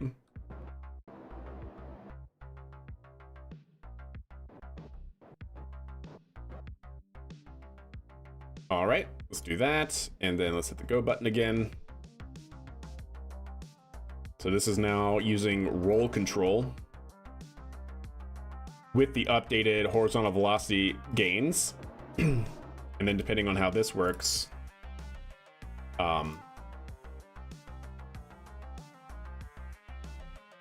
yep, see how it's turned? Yep, it's turning. Yeah, so it's actually rolling into the yaw. So basically exactly how a airplane flies, right? When an airplane flies, if they want to turn right, not only do they bank, they also might put in some yaw in the tail to actually turn into that and bank. So we're kind of trying to do the same thing. Because if you wanted to turn in a plane, you could theoretically just put the tail in, right? But then you might have some adverse roll and everything like that. But theoretically, you could just turn with the tail. But to prevent other bad dynamics from happening, you would also want to bank into that and pull into the turn. So that's what we're trying to do with this roll controller. We're trying to use the body lift generated from the vehicle to orient our lift vector into the turn that we want to do. It's not going to do anything up here because we're in a vacuum, but lower down it might.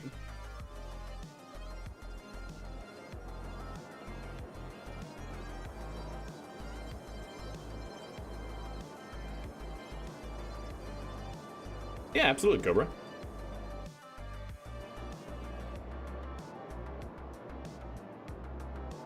Okay, it's looking decent.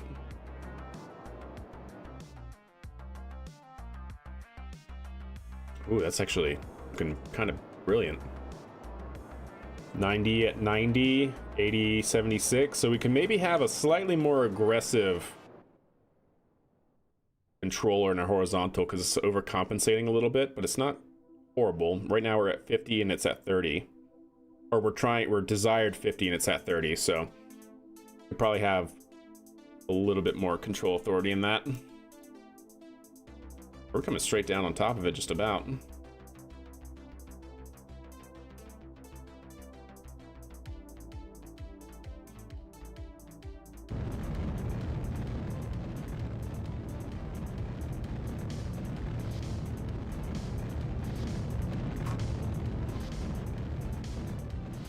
Yeah, I gotta fix that right there.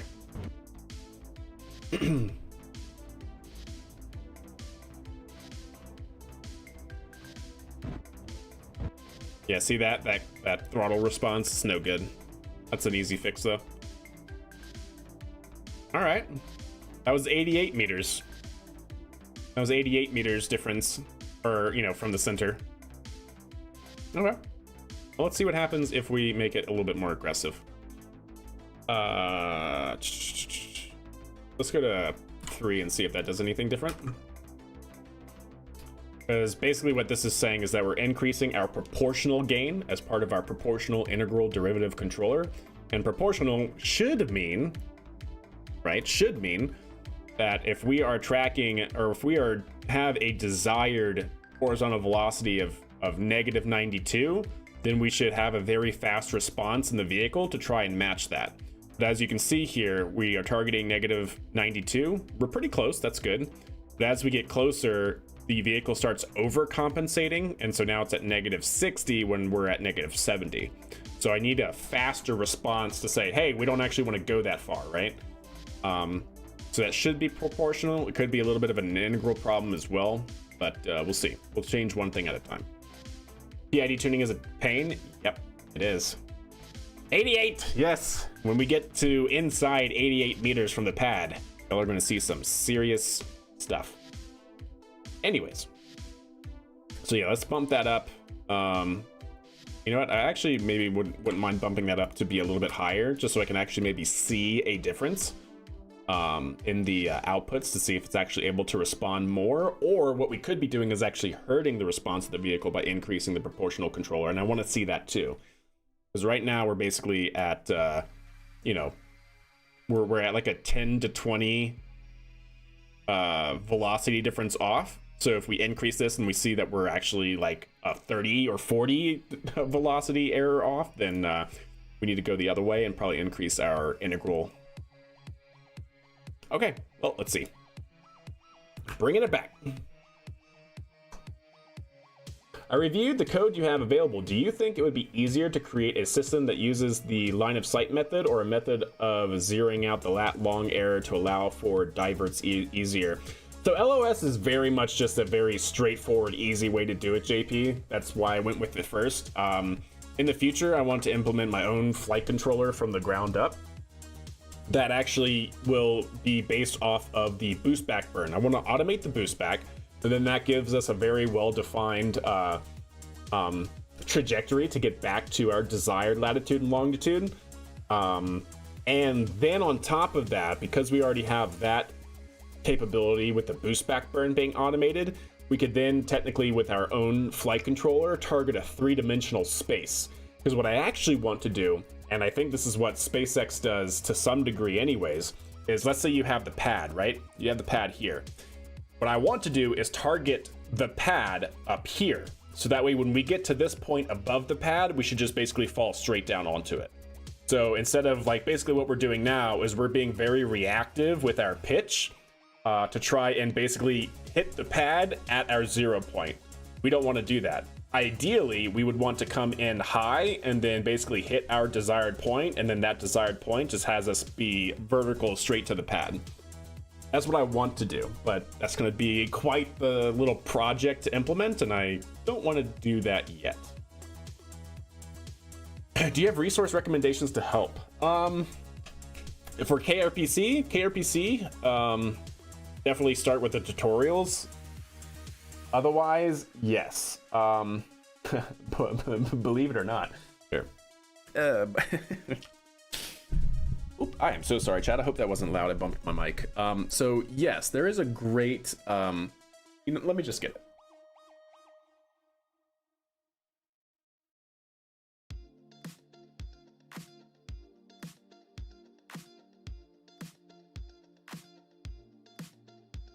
Now you might think I'm kidding. You might think I'm kidding here, but I'm definitely not. This is a great book for these things. It's called Tactical and Strategic Missile Guidance. It's an AIAA book. See that there? There you go. Like I said, you might think I'm kidding, but what is a launch vehicle other than a guided missile without ordnance? Yeah, this book has pretty much everything you would need to do for closed form solutions for this type of problem. Now, it's not exactly right because a missile is actually designed to like intercept something, but we just want to intercept a pad and we want to hit it with a certain amount of velocity, ideally 0, right? But yeah, I actually really like this book, and one of the things I want to implement from it probably first before we get into like the full flight controller stuff is proportional integral navigation. So right now we're using line of sight calculations and we have PIDs trying to like manage our angle to the pad and our horizontal velocity towards the pad. But proportional navigation or proportional integral navigation, right, is actually a whole step further, where you're actually targeting your accelerations, trying to match your accelerations to intercept the pad. So it's a little bit different, kind of like the same theoretical background, but you're using different control parameters. So that's something I want to do. What did that book cost? $134. But but it was for class, so why not, right? All right, let's see what we can do here. Yeah, like I said, you might think I'm kidding, but actually, it seems to be a pretty good reference for this. But there are other ones as well. But unfortunately, to my knowledge, there's no reference that I have that directly speaks to like landing a launch vehicle. It's a new problem, like quite literally. It's new. Like the only references I know of are like papers, like like journal papers and stuff. Yeah, absolutely, JP. There is an art, it says, or rather a knack to flying. The knack lies in learning how to throw yourself out the ground and miss. Yeah, I think that's fair, totally. Oops, not controlling, there we go. Had to do it for my model rocket thrust vector control, still have nightmares of the PID tuning. Yeah, it can be a mess for sure, 100%.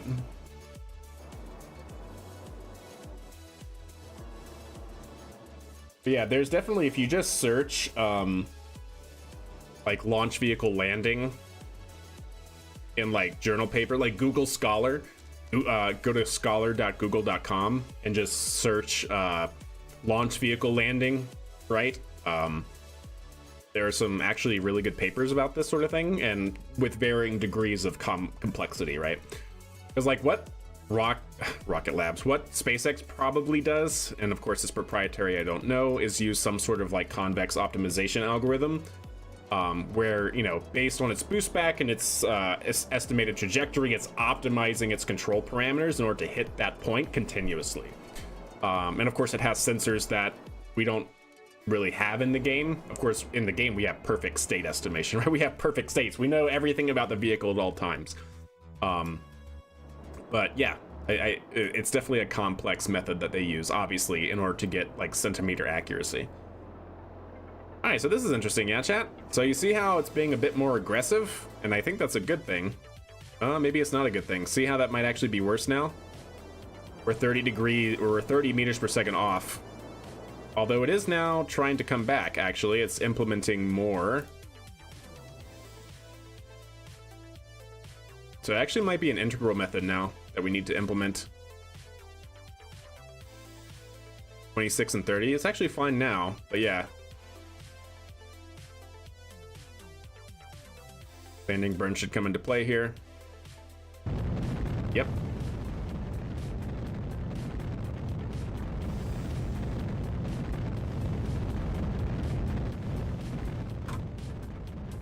Yeah, see?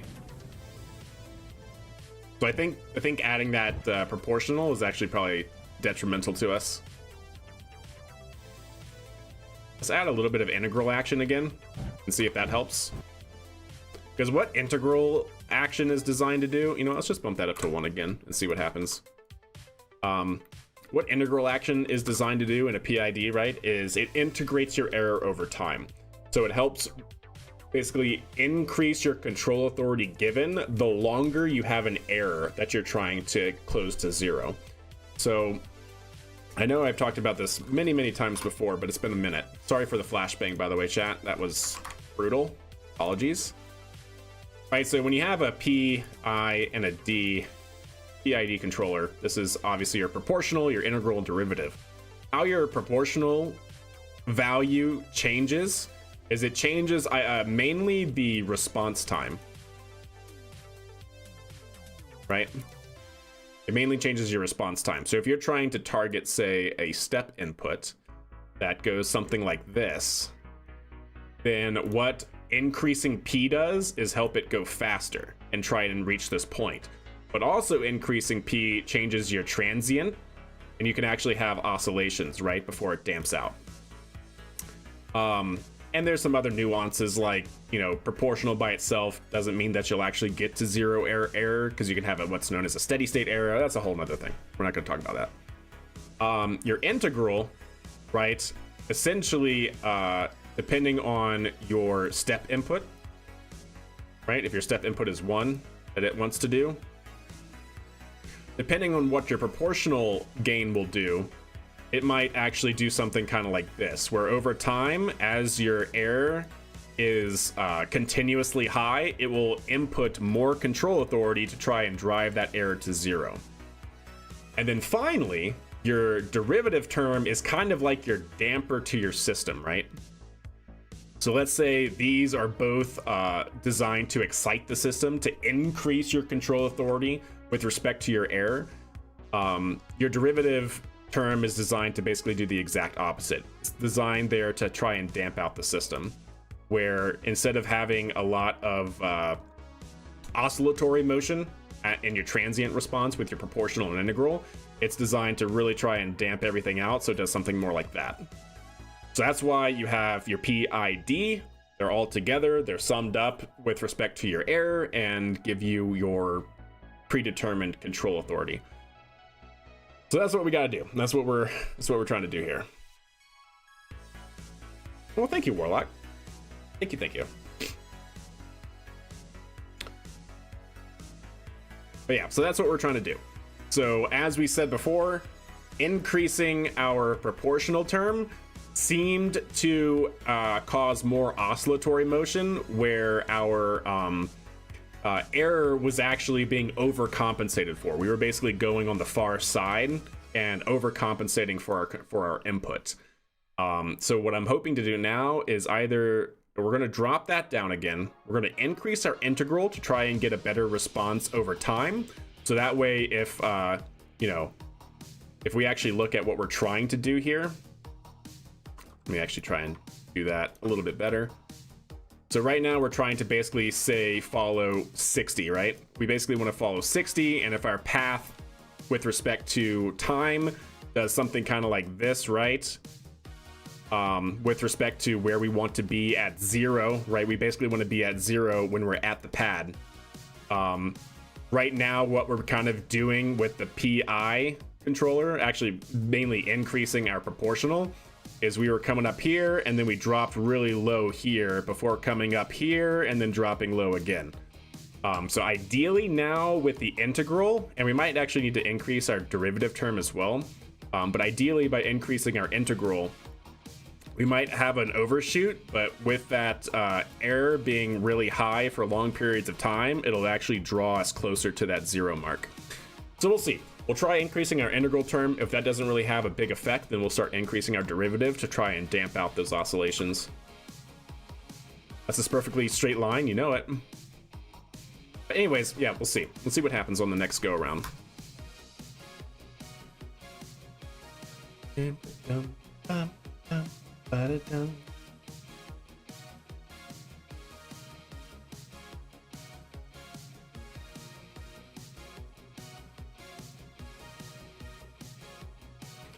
All right. Cool.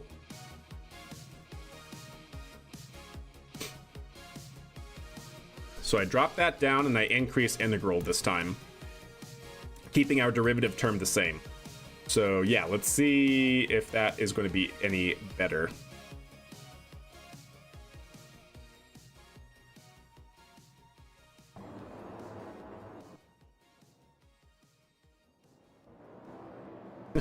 Warlock. Yes, only the best for Twitch chat and YouTube chat. Only the best for y'all.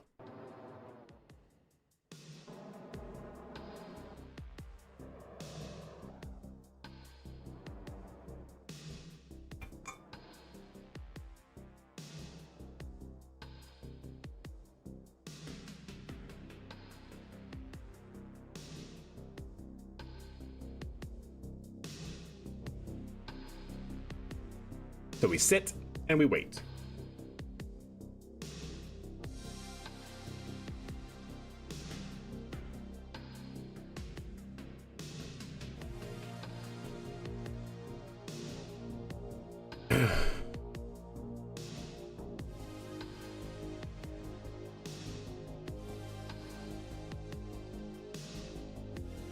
What is that? Oh, that's the that's the docking port that we ejected earlier. That's funny. Oh, and there's our upper stage up there. Just that little speck of light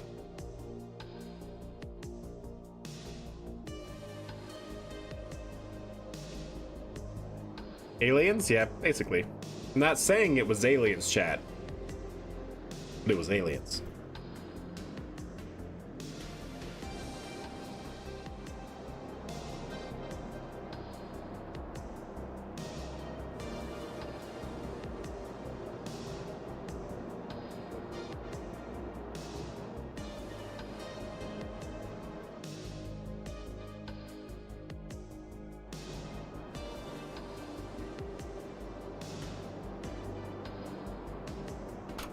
I'm gonna try that roll in the opposite direction. I think our roll control is off. I don't think that's helping.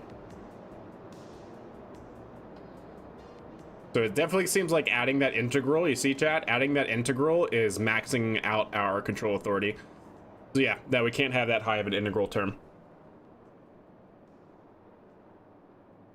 That's why we're maxing out and having a huge delay in our control. Yeah, okay. We're gonna land on our tower? No, we're not.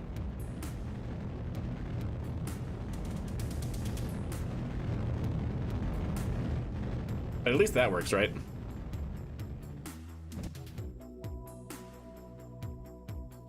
Oh no!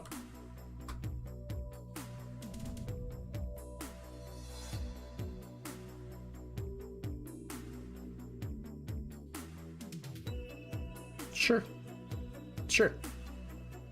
Yeah, of course.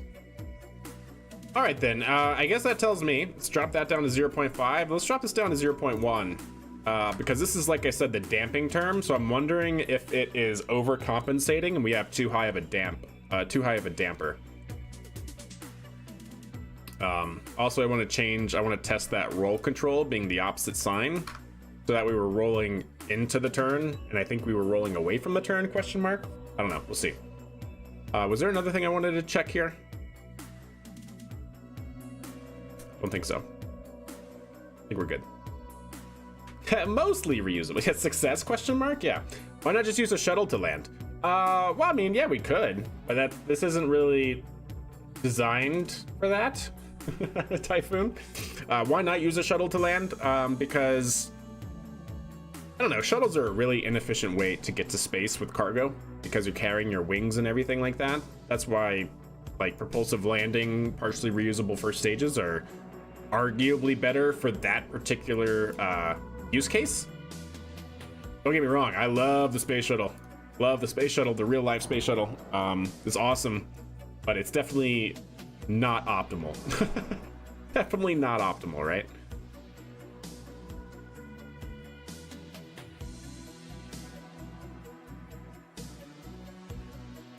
The pseudo panspermia theory. Nice, Captain Crash. Did we wait? Who was that in response to? Who was that in response to, Captain? Oh, the aliens. I see. Yes, of course, the aliens. Yeah. Dry mass go burr. Yeah. Yeah, I think this might be correct, right? Are we turning into our yaw air? I think we are. Or maybe not. Maybe? I think we are, maybe. I think we are. Yeah.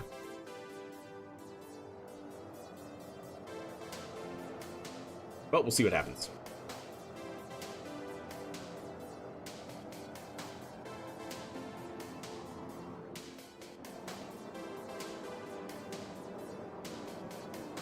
Why are we yawing this way? Or so we're not. Did I have it right the first time? Because we're definitely yawing and we're not rolling into the yaw. Either that or we don't have enough roll control.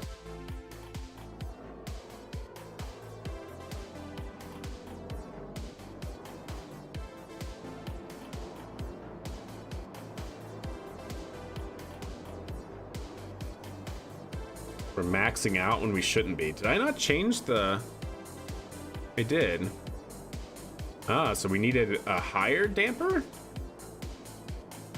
That was the change there. Either that or the roll control. Well, you know what? Like, let's change one thing at a time, yeah?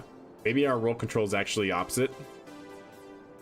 Because we're definitely yawing this way. And I don't see our roll control trying to compensate for that. All right. Seems smoother. It does seem smoother, but also worse. It seems smoother, sure, but it also seems super not good. All right, let's put the roll control back just to see. Hi, Mr. Gamer, how are you? Yeah, we're testing things. We're testing the control. Less accurate, but smoother. Yeah, I mean, I guess something could be said about that, yeah. All right, let's try again.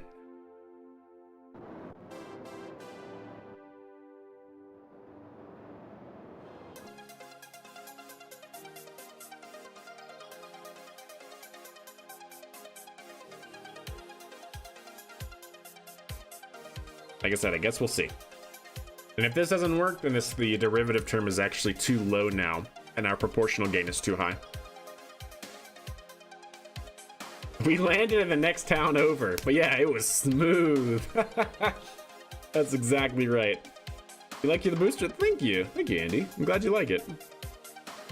How do you make a neutron? Well, which version of neutron, right? Because neutron, the little fat squat rocket, was the old design, and they've now made a more Falcon 9 style of vehicle with like deployable landing gear and whatnot. Which version of Neutron? Right, because if we actually look at Neutron,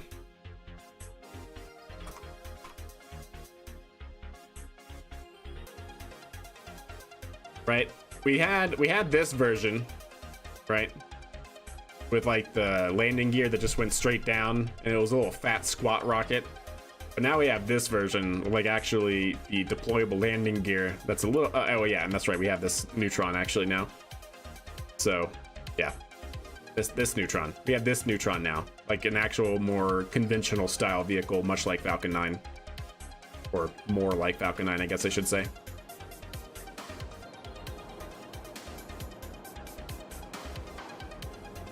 With the Blue Origin flaps. Well, I think they all have... Wait, didn't they? Maybe not. Maybe the newest version actually doesn't have the Blue Origin style of flaps. But anyways, yeah, if you're talking about the older version, I don't know. I've never made one in this.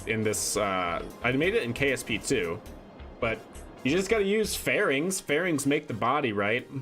I think fairings probably make the best body style of. Yeah. What in the heck is going on here, chat? Let me tell you what. We're maxing out for some reason. -6 even where it shouldn't be. Yeah, that's the problem. Well, okay, now we are maxing out, and we should be, but not in the correct direction beforehand.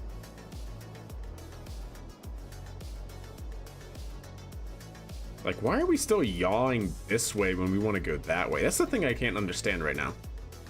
And then it resets the error. So our error is definitely wrong there. All right, let's just go back to what was working before and test it again. Make sure that what we had before is actually not a fluke, right? Because the gains that we had before should be 3.5.5.05 rather. That should be what we had before when we got within 88 meters. So let's try that. Try that and see. Make sure something else isn't screwed up now. You think Archaean will get to a place like Kerbal one day? In its own space, of course. Such a nice game for engineering and development. Beanbop? I'm not gonna lie, I've never heard of that game. Am I just completely out of the loop?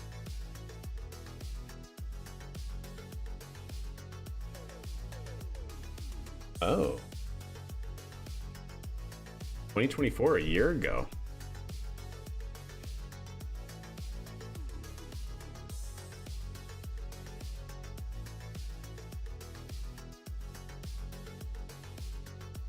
Well, maybe it will with people like you telling people that have never heard of it. Huh. Is this kind of like Stormworks? Oh, it's early access right now? Only $15. Huh. I mean, it looks actually really cool.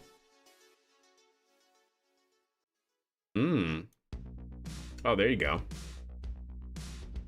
I'll keep that open and check it out. Like I said, I've never heard of it before. So maybe it will grow when you have people like you pitching up to it.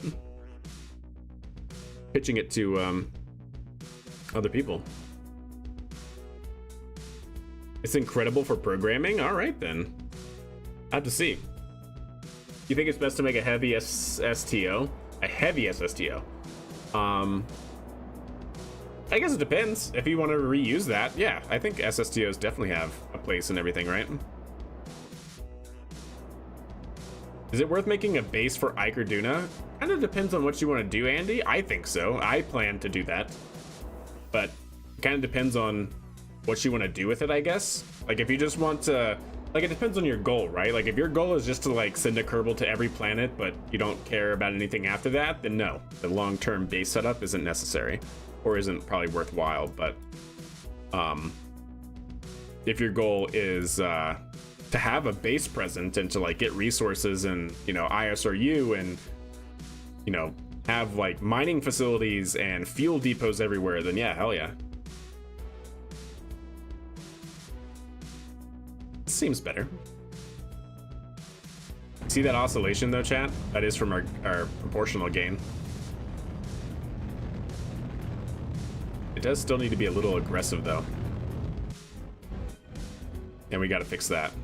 All right, so yes, going back to our original gain schedule. I just deployed those landing gear just in time. Yeah, so that did work. So how are our values looking, right? That's fine. Yeah, that's not actually its fault.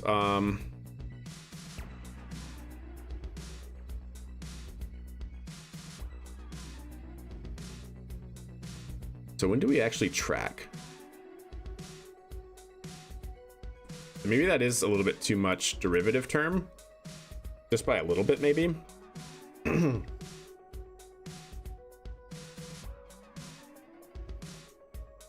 wouldn't mind trying to get rid of our integral term, because integral can make things very unstable very quickly, as we've seen, saturating our control authority.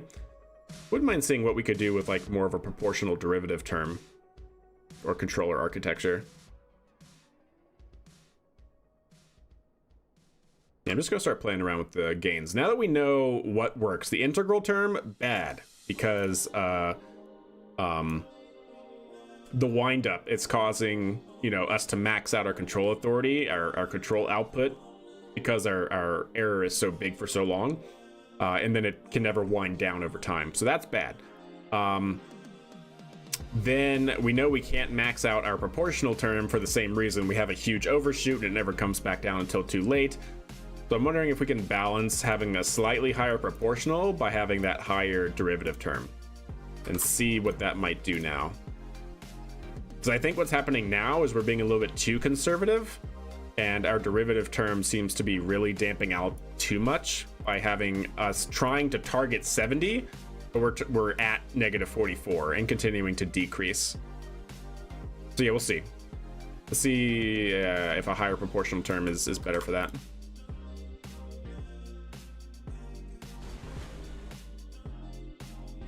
You cannot. What is that, Bally? Have been playing Estrella. Estrella. Ooh, nice. Look at this, chat. This is from Snackless. Yeah. Oh, that looks really good. What's your lift capacity with this vehicle? What the heck is that? Why? What was that? Imager. What the heck was that? I don't want to see that. All right. Ooh. Oh, smart reuse. Ooh, okay. I like it. That's really clean too. Yeah, that's actually super clean. Nice. That's awesome. That's actually really, really cool.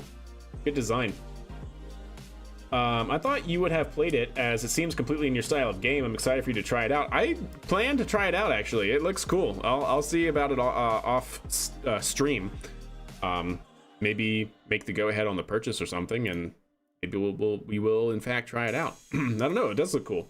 I've never heard of it, which is, I don't know, maybe a bad sign from the PR perspective of the publisher, but but maybe that's just me. Maybe I'm living under a rock. What the heck is going on here?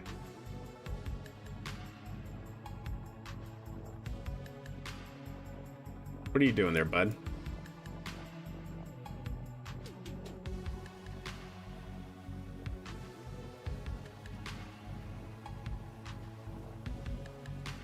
I won't worry about that yet. Can you bring back Cygnus to Earth? Oh yeah, for sure. Yeah, you could definitely do that, Andy. There are actually concepts of doing that as well, bringing back Cygnus on with a inflatable decelerator like that. What you got?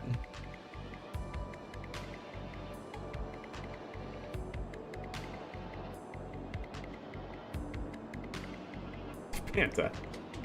35 metric tons to transmuter injection. Nice. What do you use on the heavy? Like, does it use SRBs? Liquid boosters?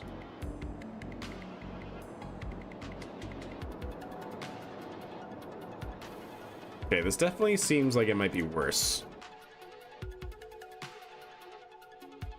Yeah, it definitely seems like it's worse. And now it's trying to overcompensate here. Interesting. I don't know. Maybe the integral term is necessary. Maybe having a higher integral term. Because the integral term, right, would actually account for this. We have a huge steady state error right now. Okay, good to know. Run it back, chat. Just gotta run it back. Like I said, what we were testing there was a higher E gain and the same derivative gain. But clearly not enough. Not enough integral for that.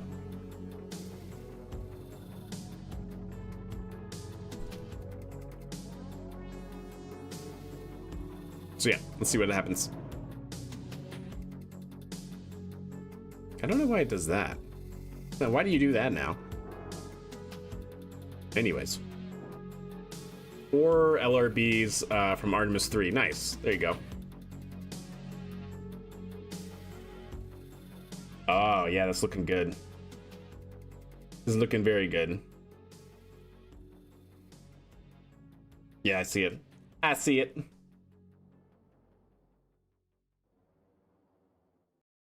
You know the other thing we haven't changed again, chat? Just to check. Well, no, because it did actually improve with the roll control over the other version. May have been a fluke, though. Would Cygnus land on Mars with that tech? No, it would not. Landing on Mars is extremely difficult. I mean, to land something like Cygnus on the surface of Mars, you have to implement some sort of propulsive landing. Parachutes won't do it. I don't think you want to airbag bounce Cygnus.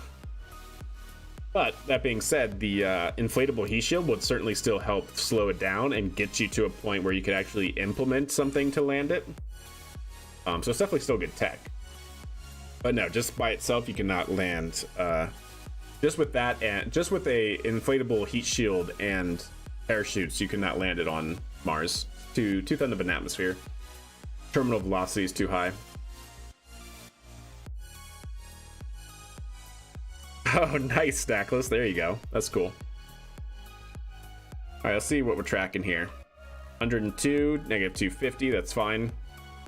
Because we're maxing out, and yeah, that's totally fine right now.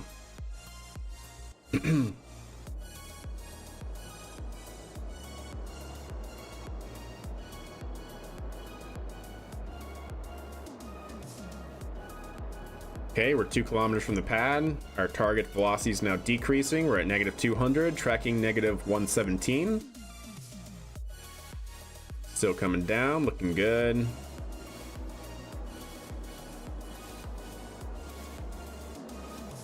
Negative 100, negative 70. Why is it overcompensating there? I find that so interesting.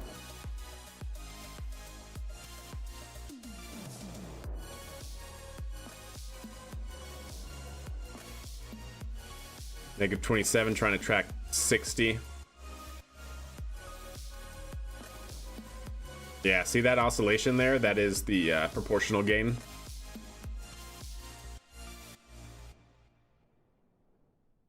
That is definitely the proportional.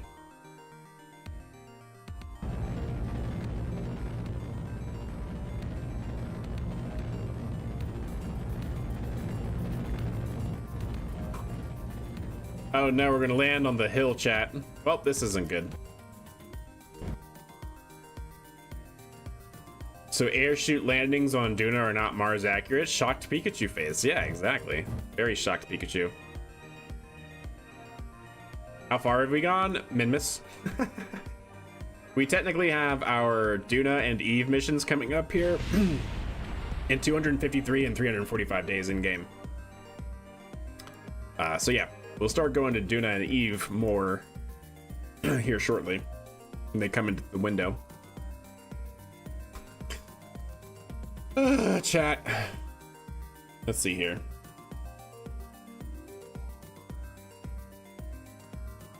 So drop that.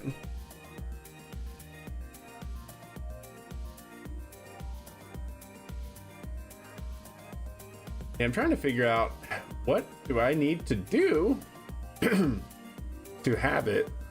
Damn, something stuck in my throat. What do I need to do to get it to actually track the value? Because it still has a steady state error that it's not responding to, which is interesting, no matter what we do for the horizontal velocity controller. So it seems anyways. I wonder what increasing our derivative term would be, but that might actually damp it out too much. We can actually see what that does, I guess. Yeah, exactly. Exactly, Admiral. Yeah, 100%. 100%. And we're kind of taking an off day to see if we can't zero in our landing code to improve it.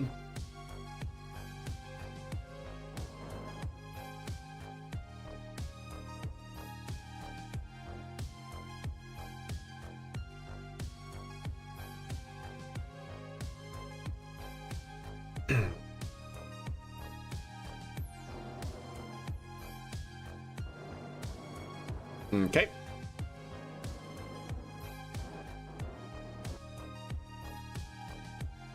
We'll let it have its fun for a second.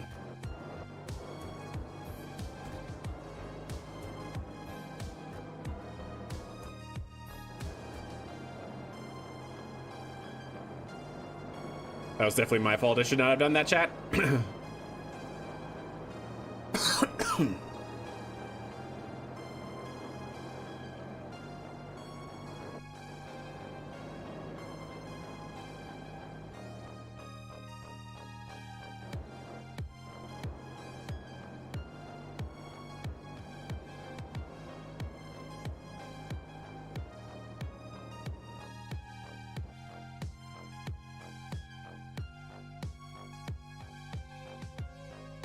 Yeah, doesn't want to track it that much, which I find very interesting.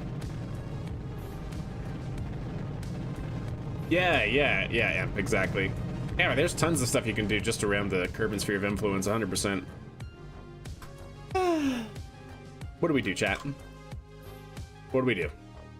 We can increase our derivative term and see, yeah, you know what? That's the one thing that we haven't exactly done. So let's increase our derivative term. And then it actually might allow us to increase these other terms beyond what we have right now to get a better response, right? If we increase them across the board. But anyways, let's see. See what happens.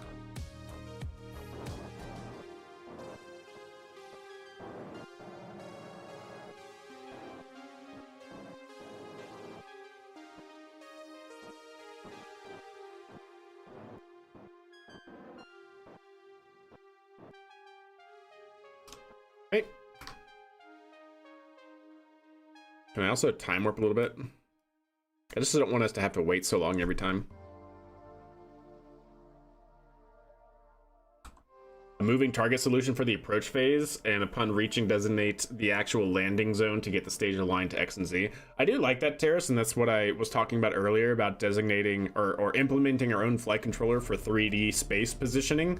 So that way we could basically say, hey, I want you to target a space, but a space that, or a target that's like up here, right? Like say 10 kilometers above the pad. So that way we really try to get up there sooner and then just able to drop straight down onto the pad. So I do want to implement that at some point. I just don't know if I want to take all that time to implement like a change in code now, you know, that's gonna take some development time.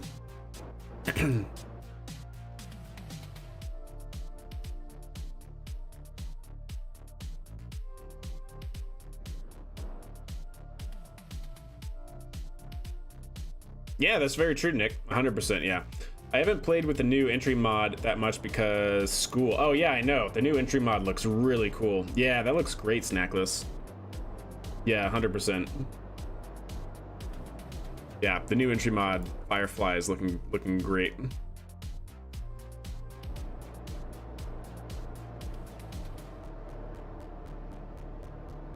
See, I feel like it's being too conservative with that.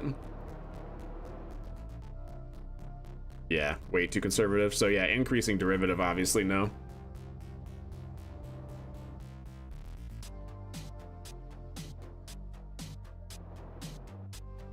There is an optimum here. Just finding that optimum.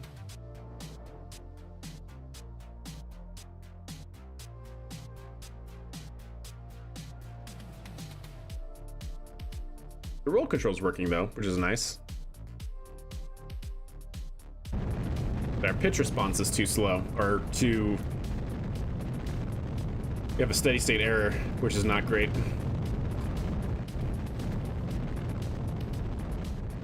So if we increase that, and let's say we increase this a little bit, then we can increase this to be higher, I'm thinking. Because if we increase them all, then they're all going to have a larger effect with respect to the error. Even if they're proportionally similar, it won't be exactly similar.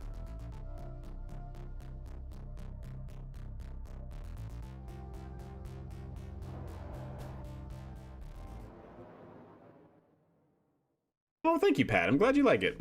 Pad, imp Admiral. I see Pad in the middle of your name when I say that.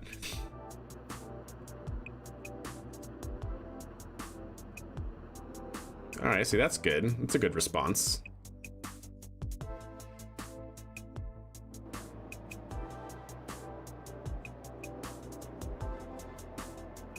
I mean, that's fine still. Trying to, well, it's doing that too quickly. 42 and 96.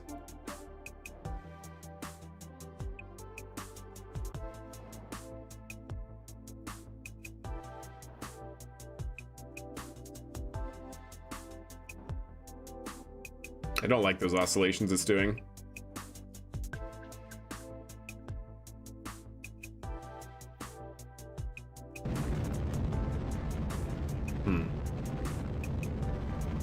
So a little bit more derivative and higher integral probably. Let's see what that does. Chat, we're getting there, I think.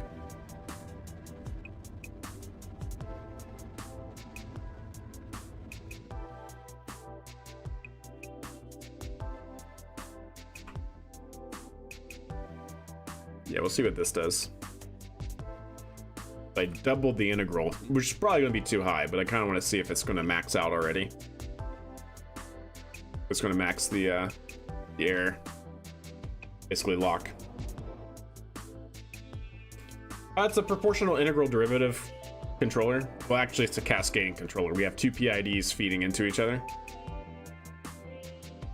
So we have one controlling the downrange distance, linear distance to the pad. And then based off of the output of that, we are controlling our horizontal velocity through pitch and yaw. We have two PIDs. controlling that.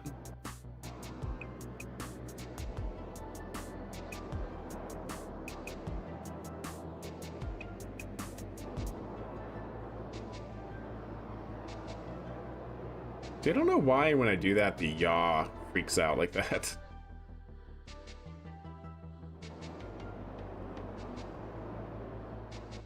Oh, there we go. Seems a little, is that a little bit better? I don't know, I'm trying to tell.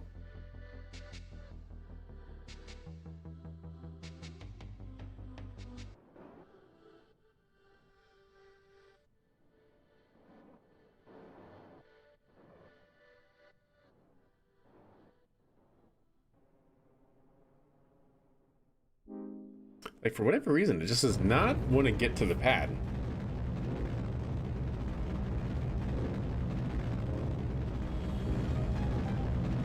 I find that so strange.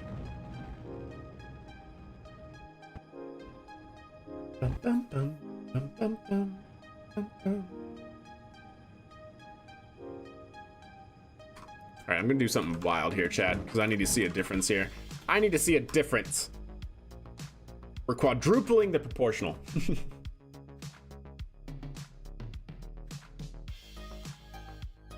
You implement the multi-altitude hitbox, you'll learn multiple times per drop. What do you mean? What do you mean, Miss Colored?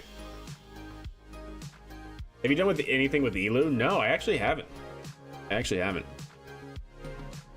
Yep, PID, proportional integral derivative.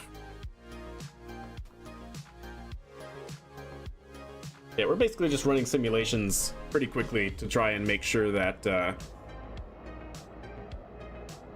we can get this controller figured out. Oops, I forgot to actually start the controller. My bad, chat. That was on me. There it goes.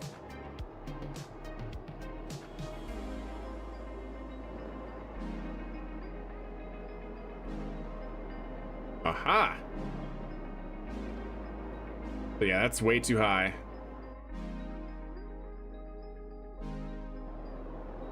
Maybe. It is getting a faster response, but we're about 50 meters per second off right now, and it's oscillating. The oscillations are definitely the excitation from the proportional.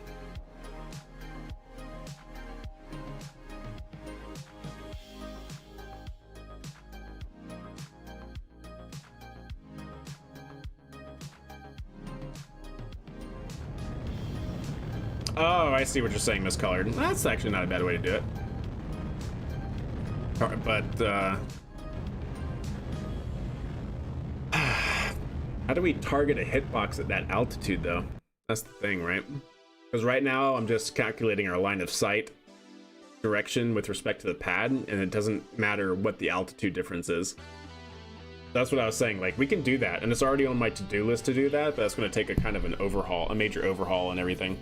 Because I need to develop a flight controller to develop to target a 3-dimensional point and not just a 2-dimensional point. So yeah, that's on our to-do list, Miscolored. But unless there's an easy way to implement that, just using our LOS calculation, then I don't know if I want to spend time doing that. I just kind of want to get close enough, which we've already gotten close enough. Oops, I forgot to change the thing I wanted to change.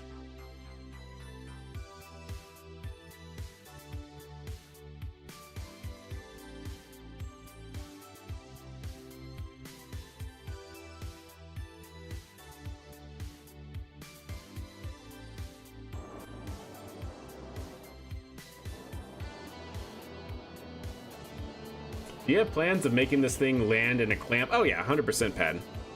Could it be boost backburn related? It technically could be astronaut, but I kind of want it to be a little bit like, yes, obviously a better boost backburn would give us a more direct descent and whatnot, but I don't want to have to rely on that. Right now I have enough data for us to be able to track, right? So right now, from our hour loop controller, we're designated based on our downrange distance to the pad, 95 meters per second, meaning that we want to be traveling to the pad at 95 meters per second horizontal velocity in the X and Y plane, right?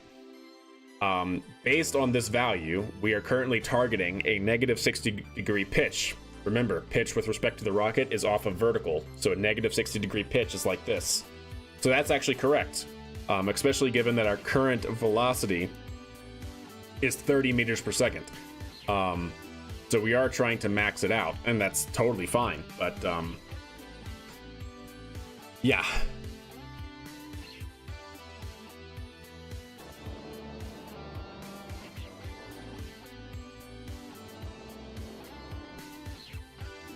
So I think it's actually more controller related, because our controller is not actually targeting our desired velocity. And I don't know why it's not, because no matter how I change our control input, it never can. If I give it more integral control, less proportional, more proportional, I'm not exactly sure what the reasoning for that is.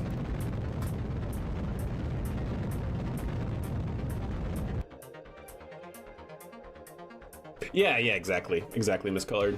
Yep, I know. Like I said, we've been doing this kind of incrementally, right? We started like just very simply just trying to get to the pad at target 0, and then implementing PID based on that, then implementing a cascading controller so we can manage both our downrange distance and our horizontal velocity, so we can actually basically get over the pad and then drop down without having to target a 3-dimensional space. But yeah, all in good time, we will increase this more and more until it is perfect. That's what I'm saying. So let's go ahead and drop that. Drop that. Try and bring that up.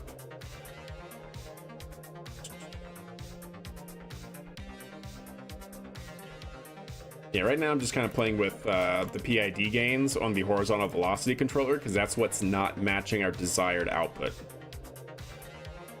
I'm just trying to kind of do some wild changes here to see what could be the issue for the gains. Perfect-ish, yeah. Yeah, thank you, Miscolored. Yeah, that should be pretty straightforward. Yeah, the landing, the suicide burn or the hover slam, definitely implemented. I gotta change the throttle response on our constant rate of descent motion, but it's not bad.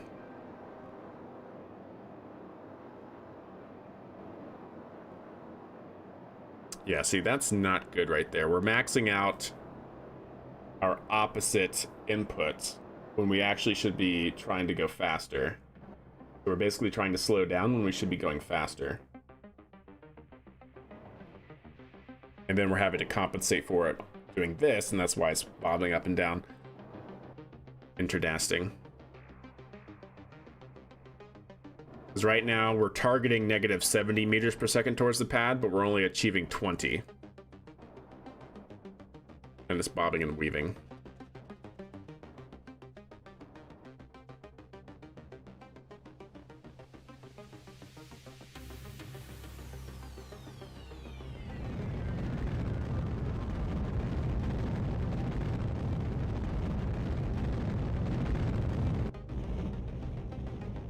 And then we would put the landing gear down and blah, blah, blah, blah, blah.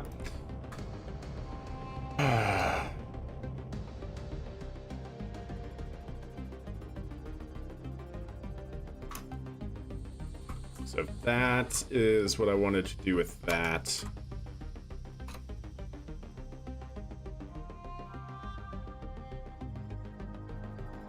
Interdasting. We'll see. Trying to get to the landing pad. Yeah, trying to get it there. Like I said, maybe just good enough with this very simple architecture is like roughly an 80-meter error.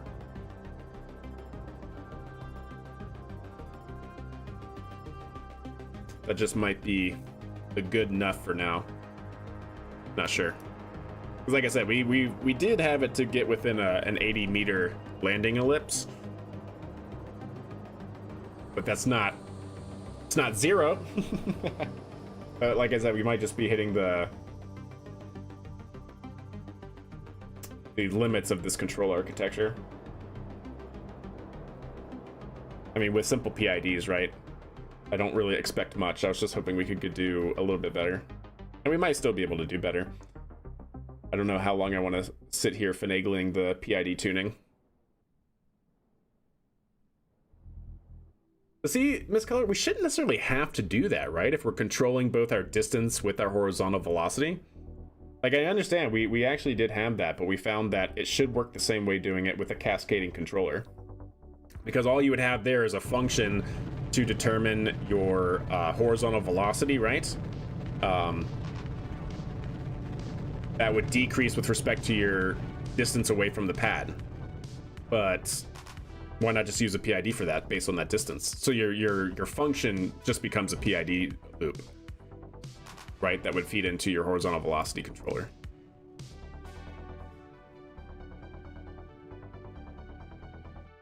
That's what I'm thinking anyways, I guess I should say. Like, we did do that. We did test that. But then we were like, why not just use a cascading PID to control architecture?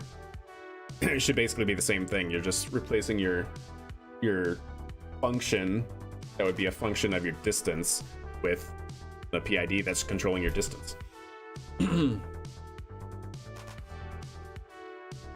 Need another PID for the PID? Yeah. No, I'm saying I didn't, not hand waving it, just saying that we've already tried that, tested that. And it didn't seem to, it seemed to do the same thing.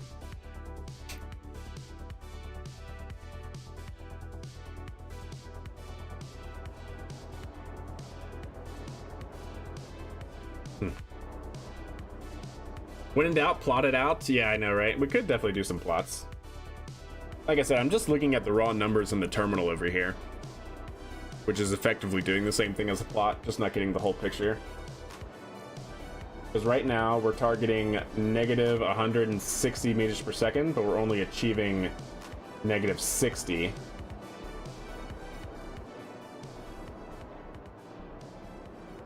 That might not be the fault of the rocket, but a fault with the aerodynamics here.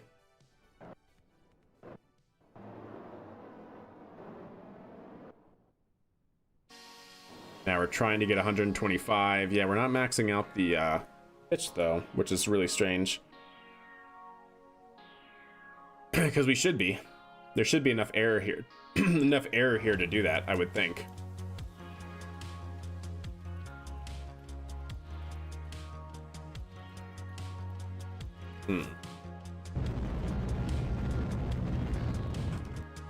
Yeah, I'm just not sure why there's not a big change in the difference here. Like, am I changing the correct thing? Like, is that an issue? Am I not changing the correct PID value? Or have it set somewhere else? No, not that I see.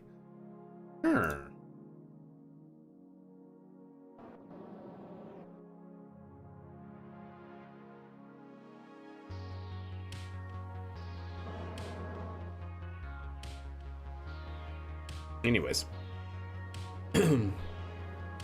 The control inputs don't seem to be doing much. Yeah, I know, exactly. That's what I'm saying. That's why I was like, am I not actually implementing the correct change? But I think, as far as I can tell, I'm changing the horizontal velocity PID gain within the cascading controller architecture, like we have been.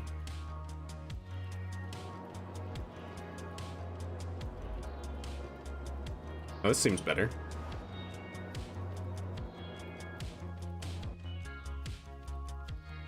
Okay. Roll, baby. There you go. Seems better. I feel like the roll control is definitely too slow, and I'm wondering if that's part of the issue. But I don't want to make roll control part of the fins, because the fins have way too much control authority for that.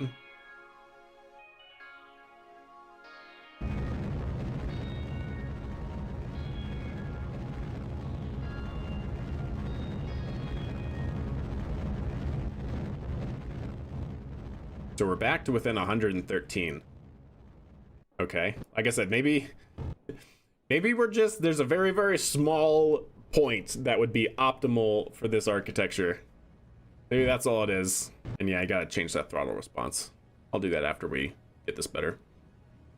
You should test fly just manually and see if you yourself can maneuver it. Yeah, sure, we can test that. I know I can, we've done it before. The only thing that's hard to try and get right is the hover slam, right? The hover slam maneuver. I know I can get this back. It's just about testing the hover slam maneuver with this little tiny bit of fuel that we have. I don't think I could do it very well. Did it land on engines? No. I have deployable landing gear. I have deployables. All right, let's try this again. So that was interesting. So now back to the original gain set that we had, and I'm changing them very, very small in the integral term to try and zero out that error.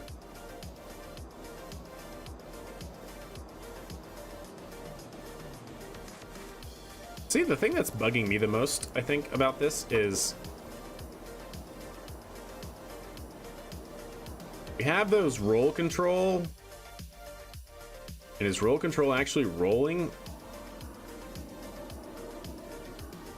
Like, not very much. Up there it goes for roll control. Okay, that's not bad. Yeah. That's good. So roll control is working.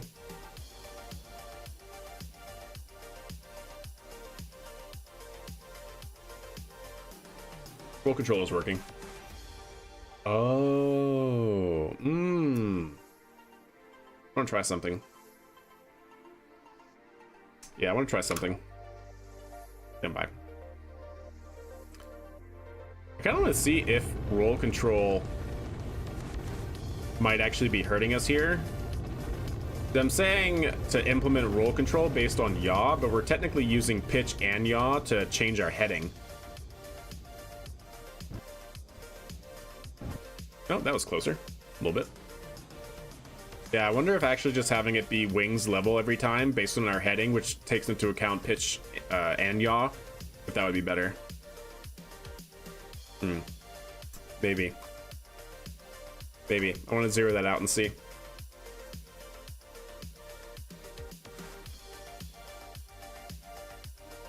No, I didn't deploy the landing gear last time. No, I'm just saying I have deployables. It doesn't just land on the engine bells.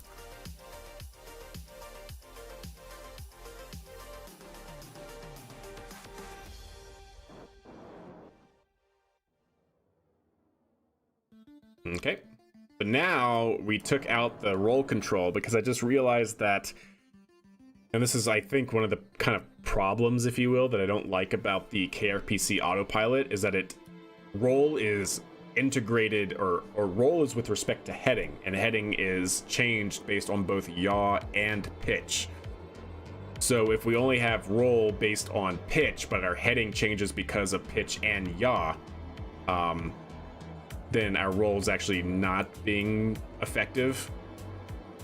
Whereas if we have it always set to wings level, then it should always roll with respect to our heading. But we'll see. We'll see if that does it here. Yep, see, it is rolling, so that's good.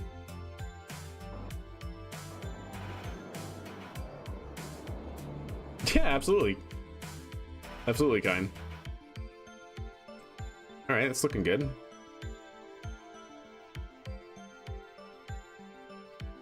Oh, we're doing so much better on the target. Negative 24, negative 22.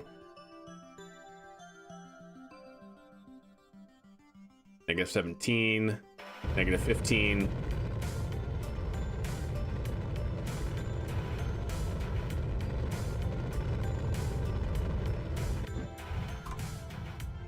All right, we're getting closer. We are getting closer, chat. We're on the pad. We're on the pad proper. We are 72 meters from pad center. That's our center point right there that we're targeting. All right, we're getting better. We are getting better. Increase that a little bit more. And can I increase that ever so slightly?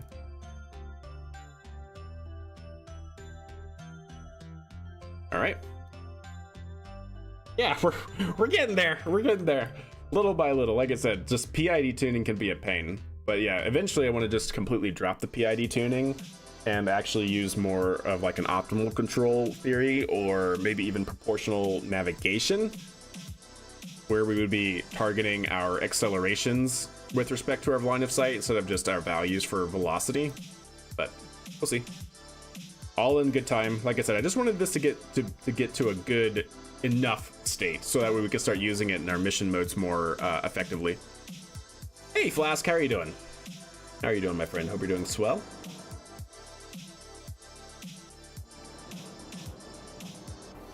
Get good mentality. Yeah, decent. Yeah, get good though. Yeah, I got it. Amazing to basically see a 3-story building land on chopsticks. Yeah, 100%. Yeah. Yeah, what is Starship? Well, that's Starship, but yeah, Booster. Booster's what, like 70 meters? It's pretty crazy.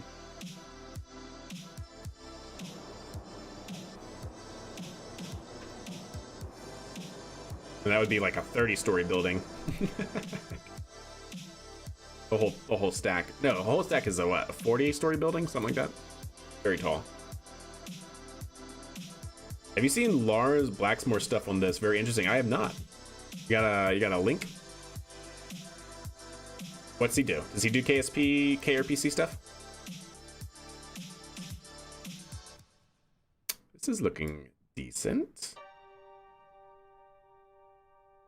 Looking pretty decent.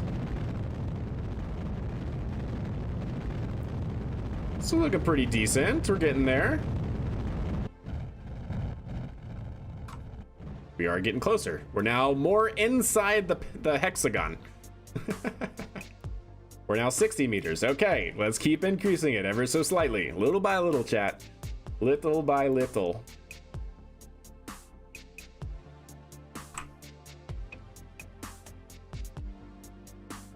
What you got?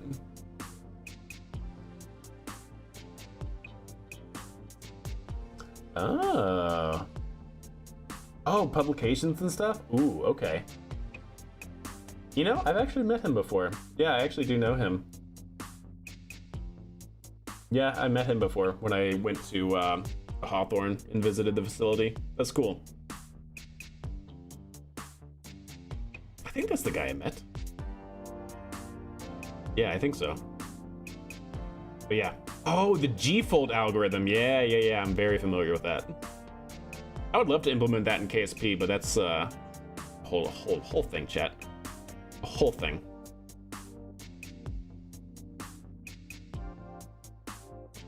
I feel like I'd want to figure out the velocity vector to hit the target, then compare velocity v and decide how to accelerate and in which direction, then recompute every so often. That's basically what I'm talking about, yeah. That's basically what I'm talking about. All right, so did I implement that? Yes. All right, let's wheel it back. Let's hit the bullseye. We'll see. We'll see. And see, the problem, though, is that we're going to have to test this all the way through Ascent again with a different flight, like on Revert. Because remember, PIDs are linear. And really, PIDs are only good for a very specific design point. So it could be that we're tuning this, right, only for this very specific point in flight, which is not good. It's not realistic, right? Because we could have so many different boost back burns from different, angles, going polar, who knows what. So I'm hoping that this will be a little bit robust, but I'm just saying, I'm hoping that we're not spending too much time tuning this for a very particular set of initial conditions.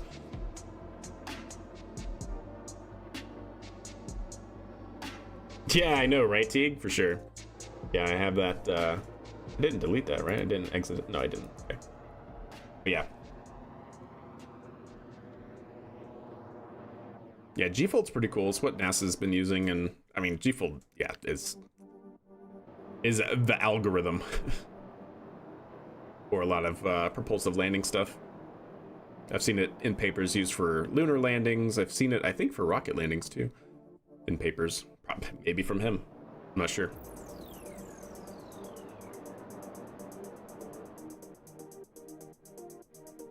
See, our roll control is still a little lacking, but there it goes, finally rolling.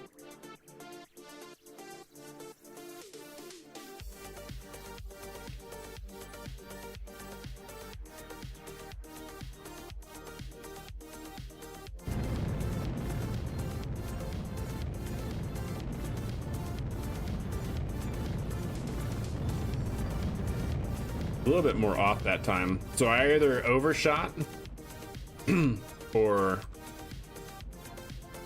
something happened with the roll control. I want to just replay that, try it, no changes, because I know exactly what I just changed, which was that gain right there, which might have been too much. A Velcro booster catch. I'd like to see that, Dalek, yeah. Yeah, I'd like to see that. Alright, wheel it back. No change, just to see if it does the same thing.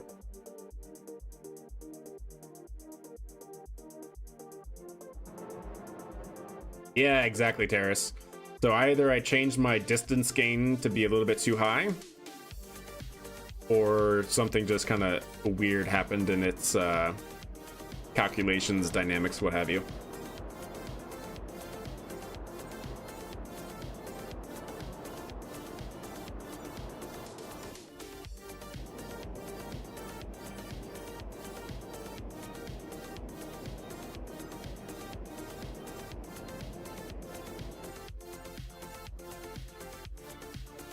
See, it should already be rolling, and it doesn't roll right now. I don't understand why. Why are you not rolling to be wings level? Because it's not trying to change its yaw? There it goes. Yeah, okay.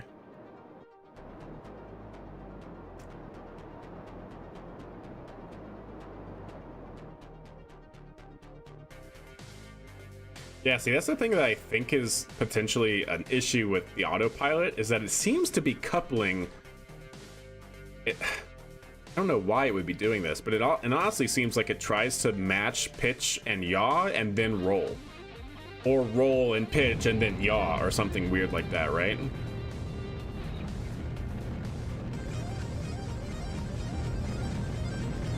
Like, you could see it coupling there just fine, but all right.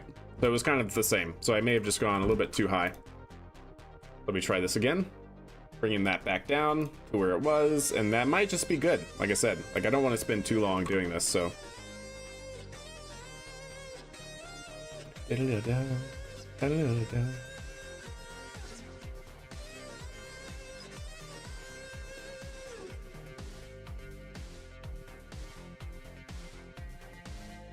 All right.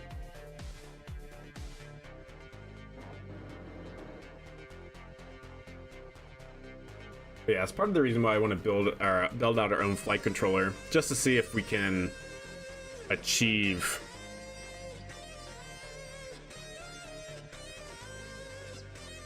oops. Ah, I changed the wrong value. I changed the wrong value, chat. Yeah, let's not do that. Yeah, let's not do that. That seems bad. Yeah, we're just gonna that didn't happen, chat. That didn't happen. Revert. Booster doesn't have heat tiles. Nope, doesn't have heat tiles. I think it has some like thermal coating or something like that where the engine bay is when for going through essentially the minor bits of reentry it does. But yeah, otherwise Booster does not have any tiles. It doesn't have any tiles, that's for sure. I want to say they do have some kind of thermal blanket at the bottom where the engines are, but maybe not even that. You like the pendulum effect? Yeah, I know, right? Just swinging back and forth.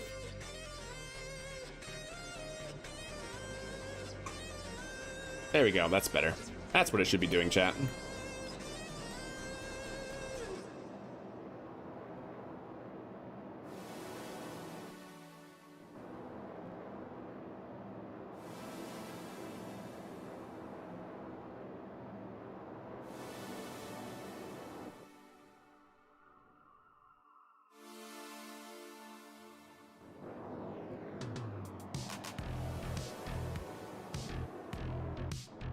I mean, it's definitely tracking the pad.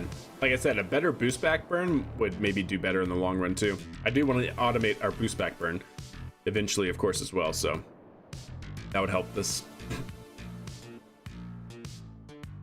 For landing on Duna? Yeah, sure. Yeah, absolutely, kind. There's like literally no end to the possibilities of what we can do with this sort of thing, right? That's tracking the pad, it looks like. Again, it's lagging in the roll control, which is interesting.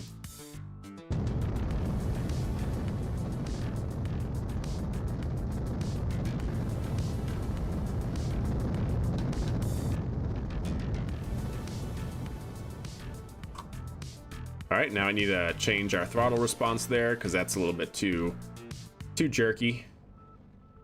Otherwise, it seems okay.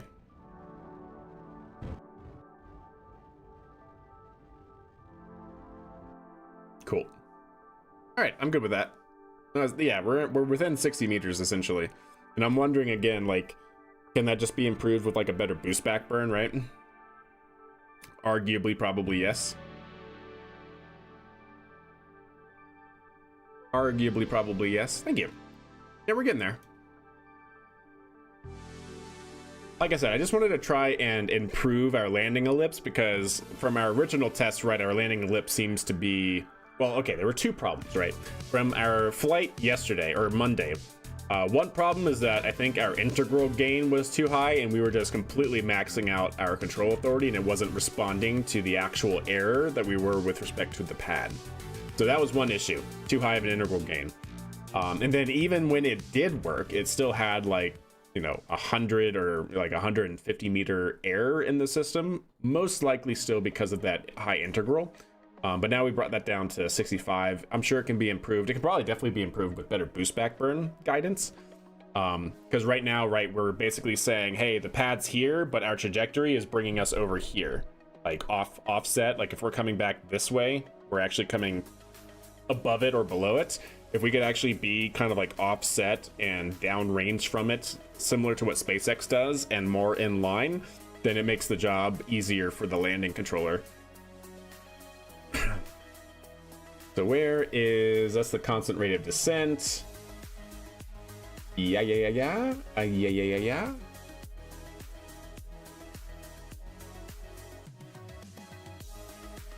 So that was mode 4 that we were seeing that. Yeah, mode 4 is where it gets jerky.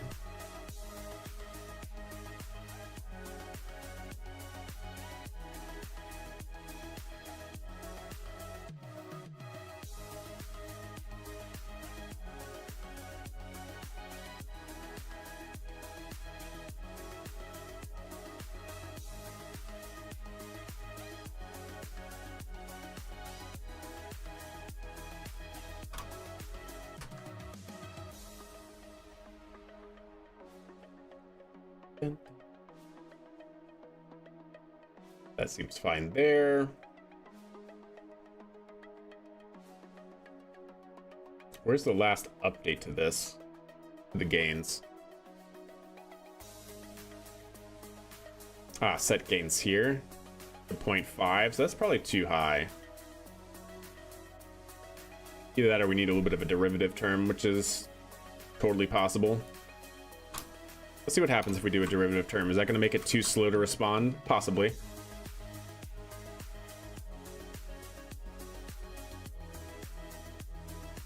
This might make it too slow to respond, but we'll see. It should at least dampen out the response a bit. Now, if it's too much, we'll find that out. If it's too much, we'll figure that out.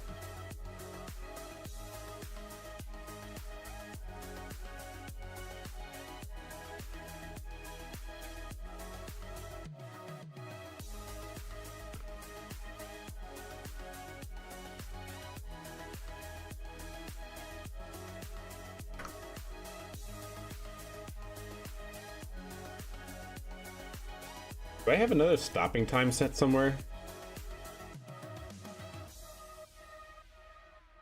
That's in mode 2. Stopping time. Okay, no, it's 0.5 all around. I can never remember, is a smaller number or a higher number better for faster response?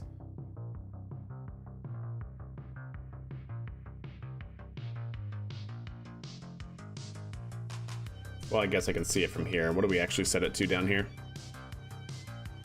0.8 during mode 2, so that should be a faster response.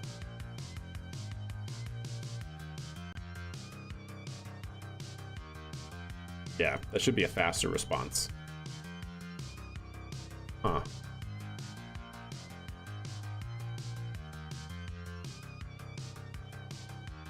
It should be pitch roll yaw, or is it pitch yaw roll? No, it should be pitch roll yaw. Let's see like what happens if I make that higher roll. Does that make it more controllable in our roll authority? You like the 80s audio? Yeah, the synth wave.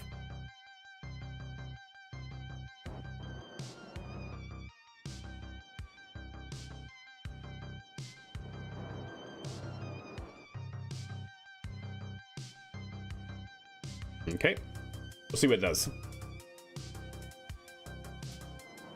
With such precision, yeah, right, Flask? Yeah, it's very nice. Very impeccable. Very, very awe-inspiring, quite frankly, yeah.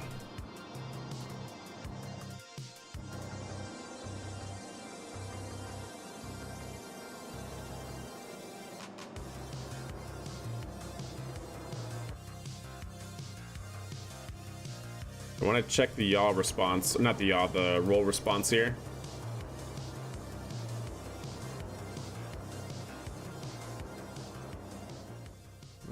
Okay. Keep rolling. Come on, keep rolling. There you go.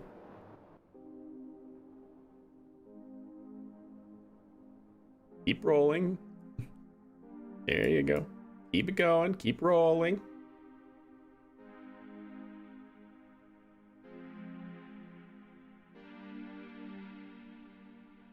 Is it a lower number, actually? I increased it.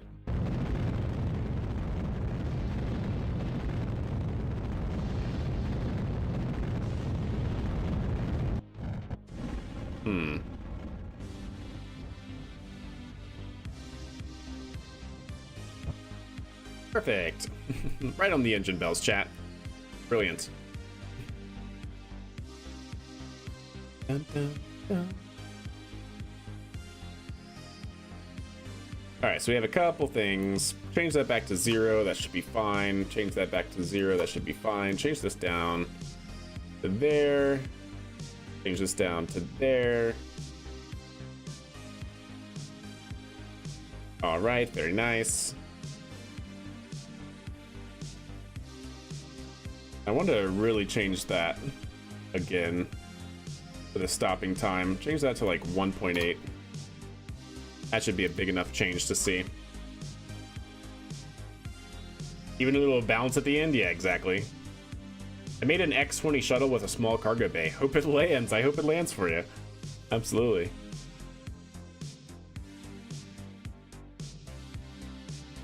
So yeah, let's see. Let us see. Yeah, I got rid of the damper. I got rid of the derivative on the altitude controller. I think that throttle response was a little too slow. It was still too bouncy, but it was also too slow. So now I'm just going to zero out derivative and decrease proportional. All right, we're also testing 1.8 roll control timing. So I don't know if higher or lower is better for response time. I think it's lower is actually better, but potentially, but we'll see.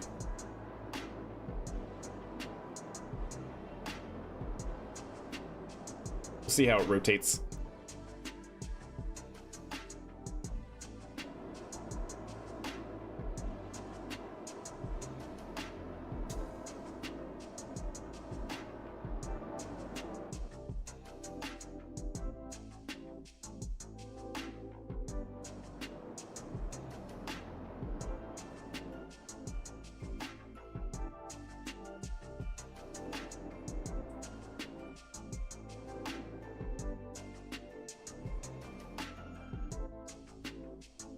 Yeah, I think that's right. I think higher for faster response. See how it rolls going back and forth?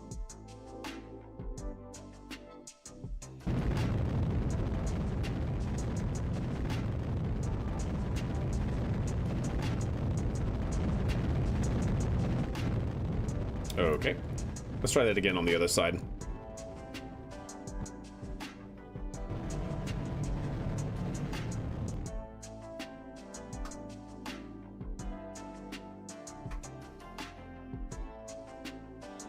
Try a faster stopping time on the pitch and yaw as well. It landed? Excellent, Andy. Congrats. Put a Kraken drive, there you go.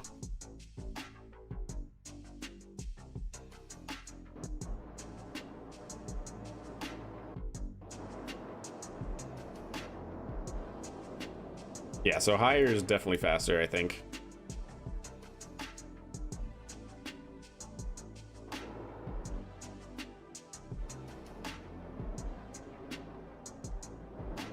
Six crew without unaliving them. I'm glad. That's awesome.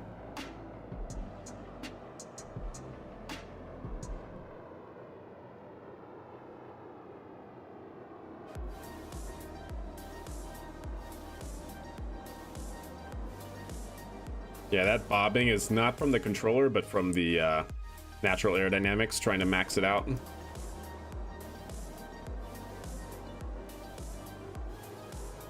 That looks good.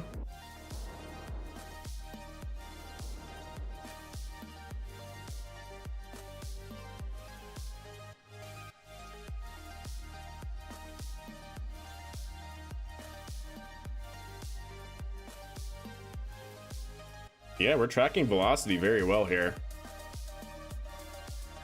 Yeah, like I said, I think it actually just might be better if we do a better boost back. That might actually be what's killing us here. Yeah, velocity track is on point.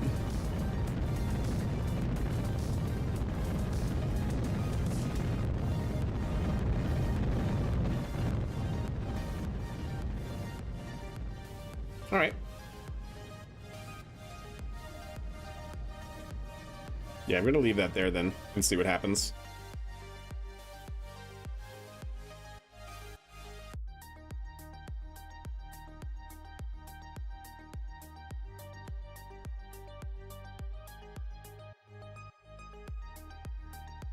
Oh, wow, Andy. You saw a real-life police chase and helicopter? That's exciting. So long as it wasn't you.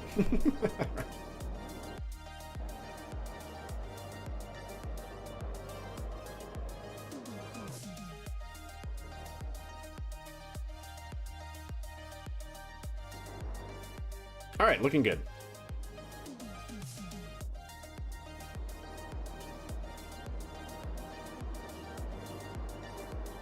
Jeb might have been the criminal. I like it. There you go. Yeah, just blame Jeb. I swear, Ossifer, it was Jeb. Jeb was driving.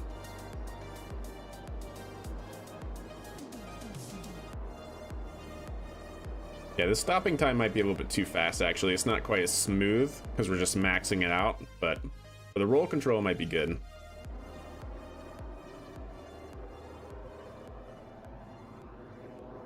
But we are tracking velocity very well, actually.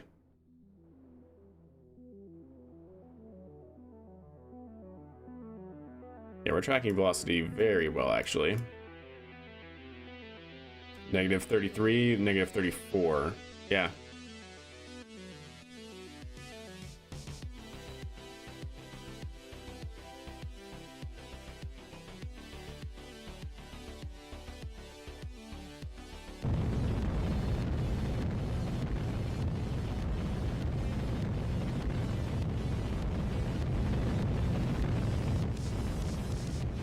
Let's see that throttle response here.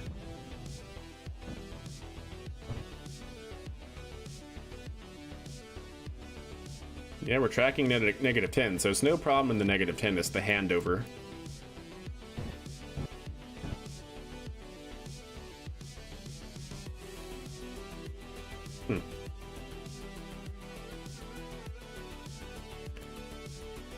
Yeah, a little bit too jerky on that. All right, so a couple things to do here. So this, I want to go back to 0.8. Roll control, I think is still fine being very high. All that looks fine. Yep, all that looks good.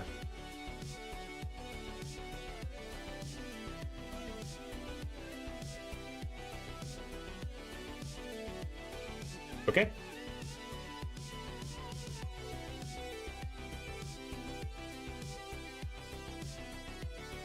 So this is our altitude controller right now.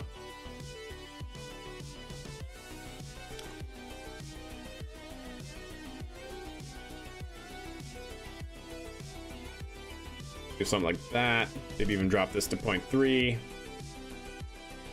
Because so far it's commanding -10 and it's tracking -10 very, very well. And it actually is maxing that out a little bit, so I think that is too high of a... Yeah. Maybe even be too high of an integral. We'll try it. This should be the last thing that we need to figure out, is just this last little landing bit. Because like I said, I think the boost back burn, if we can set up the boost back burn better, it might get us a better result, or it should. Yo, what's up, Dean? How are you? Lurk away, my friend. Lurk away for the public lurk announcement. That 80 synthwave would be perfect for that police chase. Yeah, especially at like night, going down the highway with just the lights on. All right, let's see. We brought the pitch and yaw controller down a little bit, so that way it's hopefully a little bit smoother and not just maxing. Your own personal mental PID controller keeps you from getting into police chases. Is that accurate? Yeah, accurate.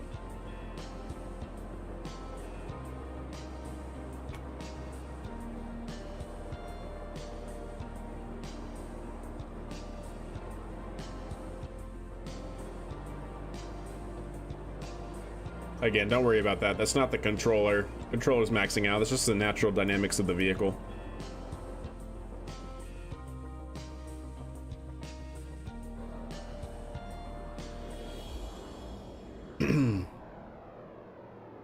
Yep, that seems good. We're trying to slow down. Should be rolling. There's the roll. Lining up for the pad.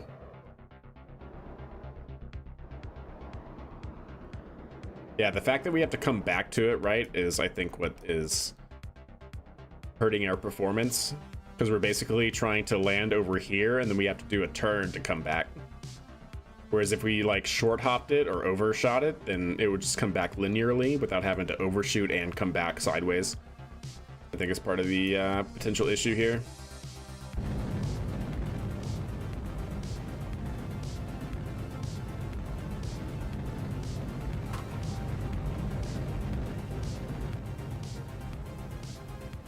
All right, let's see the hand over here. Yeah, that was actually, yeah, see that? That's not good. Oh, I know why. Oh my gosh, I'm so silly, chat. I'm supposed to be doing that. I'm supposed to be switching to a single engine. That's what it was tuned for. Oh my lord. Why? Why am I this way sometimes, chat? Why am I sometimes this way? Bring that back. Yeah, bring that all back. It's supposed to be tuned for a single engine landing burn.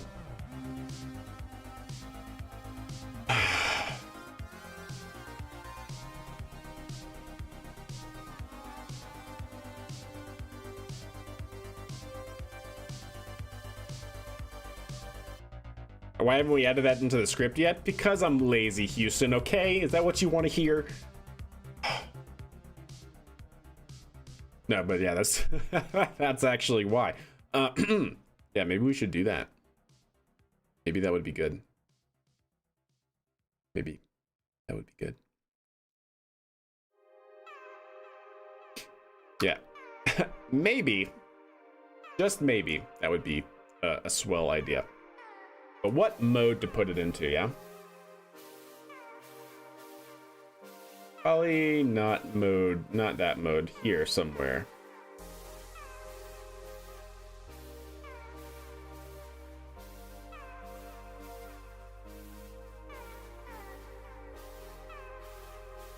Maybe here? Or when we... Oh, that's in mode 2, I'm sorry. Oh, we're landing. Oh, I see. And then mode 3 nulls out our lateral velocity and then we descend. Oh, okay. So it does need to be there. Yeah, it needs to be like right here. So if we go to here.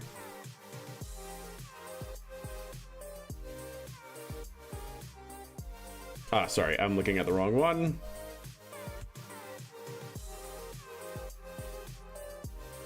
Copy this. Bring it into here.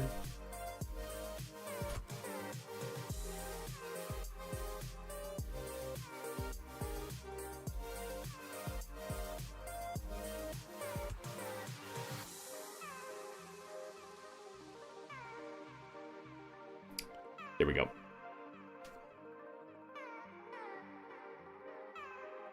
Yeah, let's try that. See if I did. Let's see if I put it in the right spot. Yeah.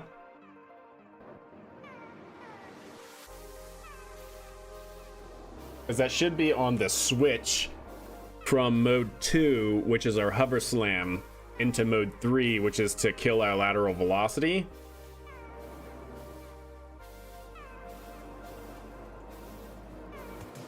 I hope that's enough, because it says vertical velocity should be...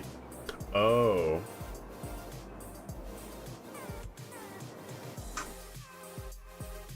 Bring that back. No, I did not put it in the right spot. I did not.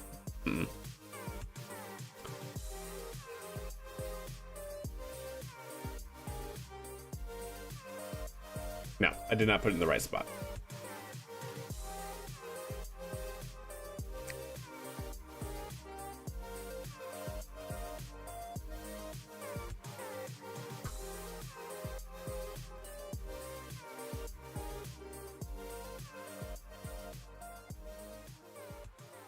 If we're less than 300 or that, we essentially need it to be and that, because we don't want to be switching to one engine just because we're less than 300 meters, but going like, you know, falling at like 60 meters per second. We don't want to do that.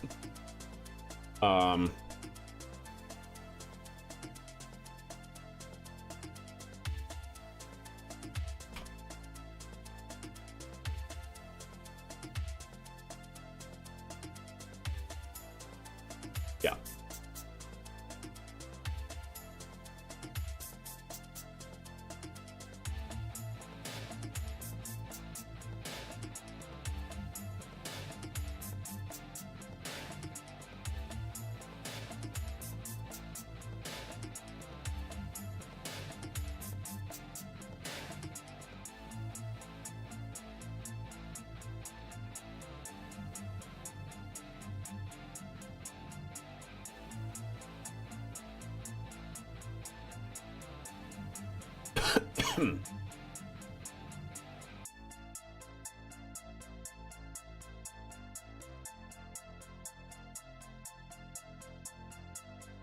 I think we just need another check here.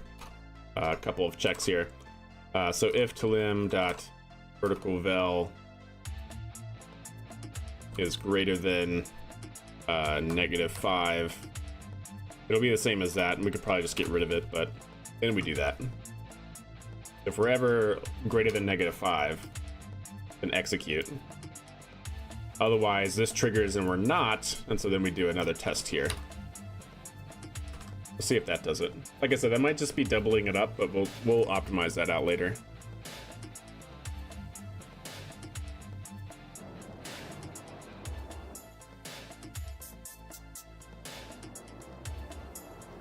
So now if we're ever greater than -5, we should switch. And that we can actually improve that even if we're greater than like -10 or 15. I don't know how much velocity we should have before we switch over.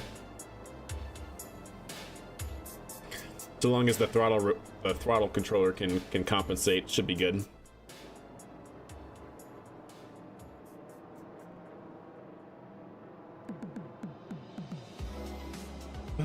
Oh yeah.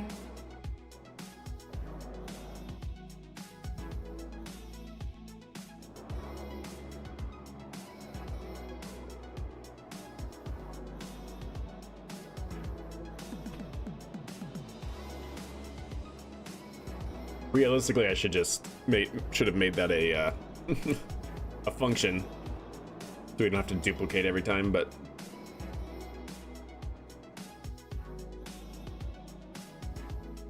hey, we're looking pretty good here.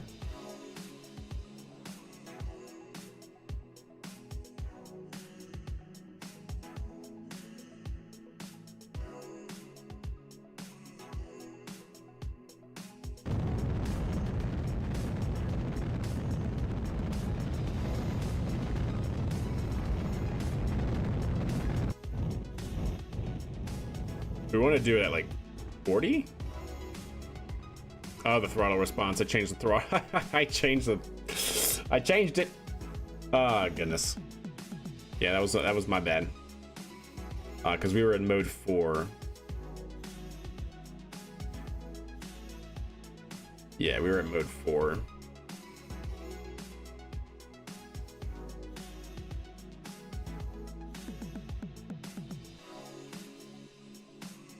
Wait, I thought those were the games that I had originally.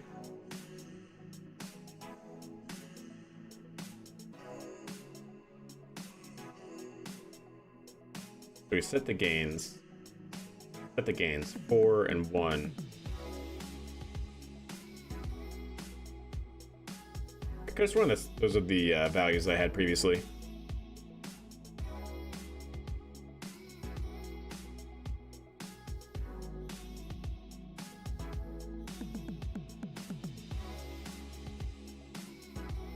What the heck? I could have sworn it was 4 and 1, 4 and 1. Those are fine.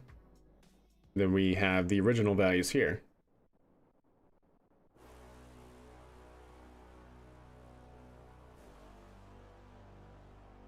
Did I? No, I did not stream that one. It was during work, unfortunately. You missed it? Yeah, it's a bummer.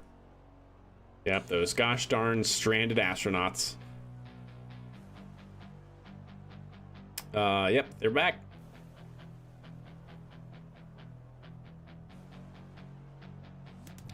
What did I have here, chat? I swear.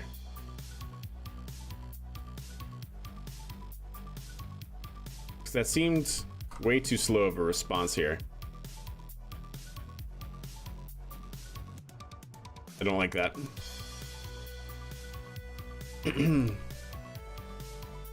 Happy was a success indeed. Yeah, 100%. Yep. Was quite good. And the dolphins on the recovery, though? My goodness. Yeah, that was a beautiful recovery zone.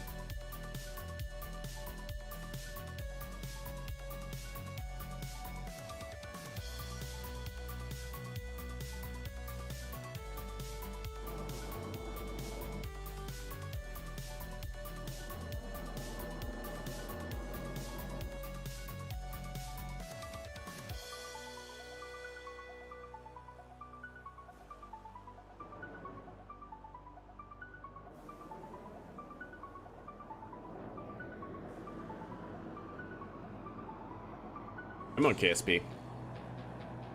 Come on, KRPC, you can do it. Tracking 112, 115 meters per second, looking good. Should ideally start turning to the pad here soon. 130, 125, 100, 110, 90, 90. There we go. We're tracking the velocity very well, actually, now. Targeting 58, 50.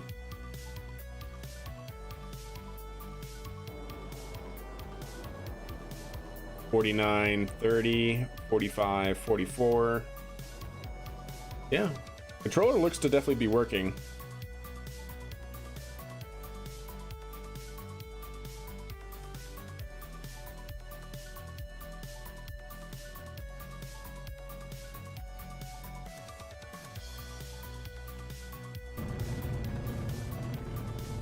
Let's see if it does the thing here.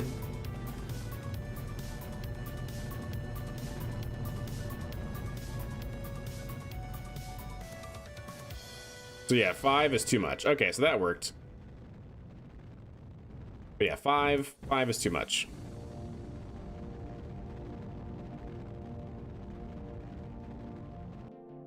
All right, good to know, chat. Good to know.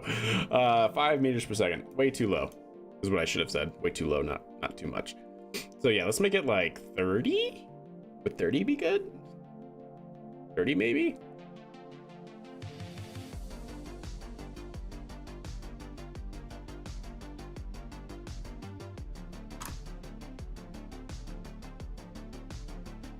Probably don't need that anymore.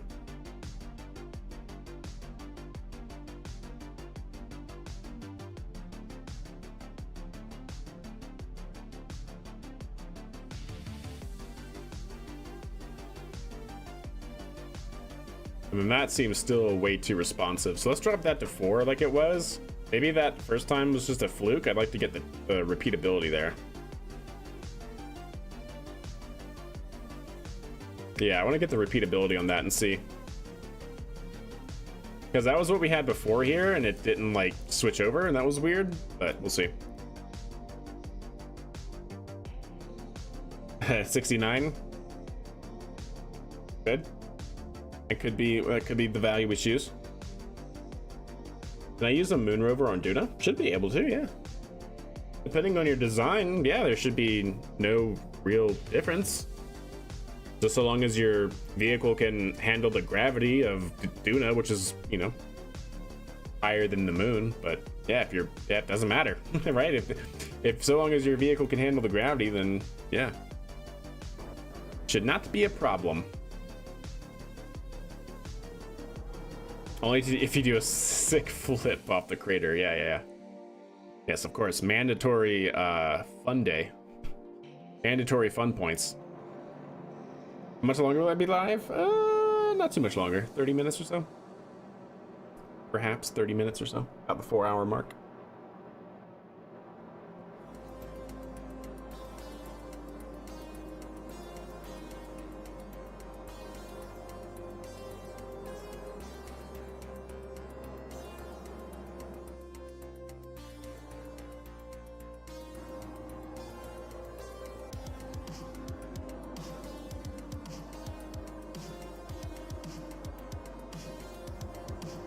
Okay, that's looking good.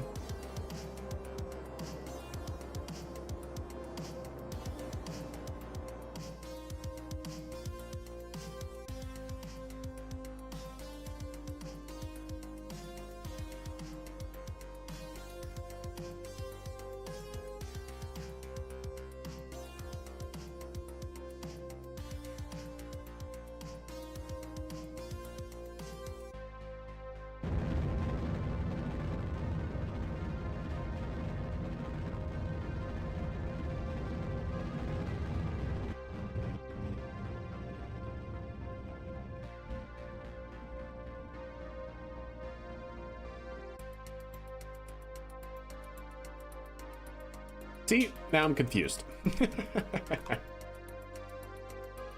Now I'm confused about that one, I'm not gonna lie.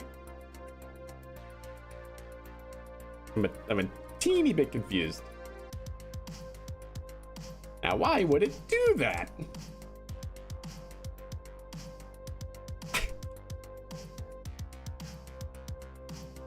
And it didn't switch over, right? It totally did not switch over to that. Why did, oh, because we never enter, no, yeah, we did enter mode 4. It's mode 3 that it happens at. Right? Oh, we switched over to mode 4 before, I see. That makes sense. I need that last, yeah, okay. Stand by, here we go. Now I know what happened, now I know why that happened. What's up, Zubdi, how are you doing? That should do it. We just need 3 of the same checks, chat, because that's efficient coding, right? Yeah.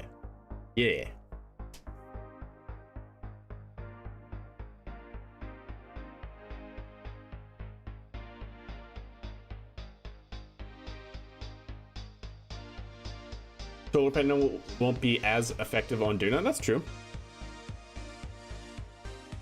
But not super noticeably, right? It's definitely something to keep in mind of, depending on how much electric charge your wheels have to provide. How big is your rover?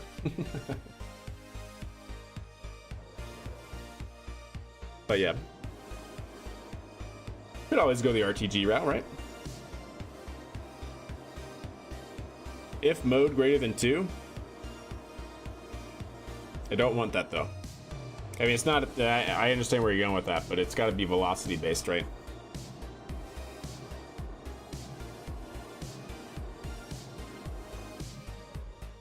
Not mode based.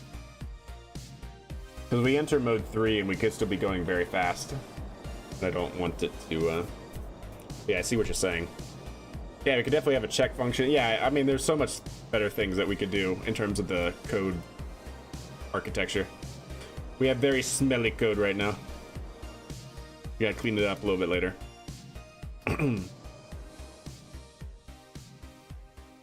YouTube chat and code is hard. Yeah, yes, I understand 100%. Yeah, it's like it wasn't meant for, you know.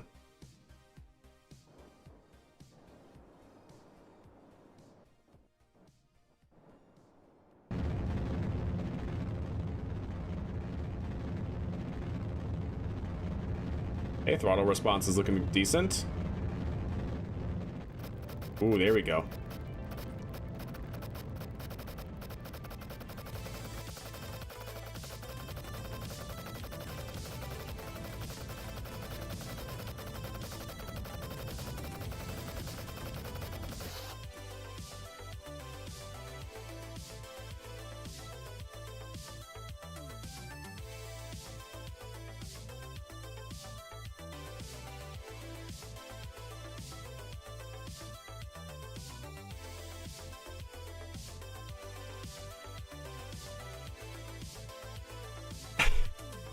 Why?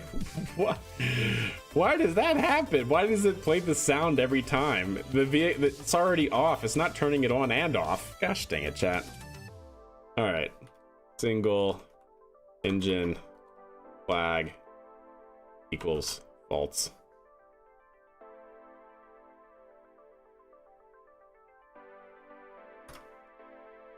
If that and not single engine flag. Single engine flag equals true. Right? Isn't that what we want?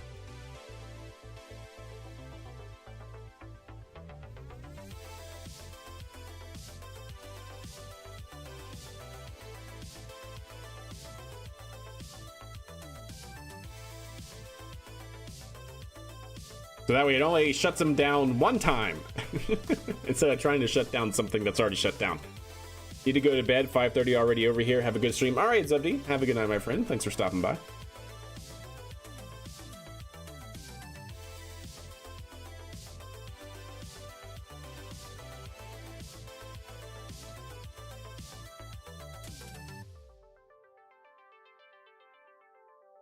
We're almost there, chat. We are almost there.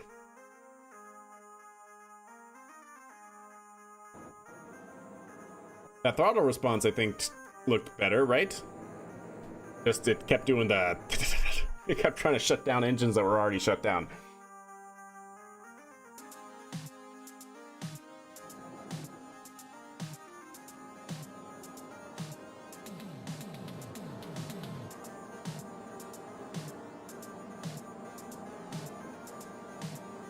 I'd agree with that, Andy, for sure. For sure.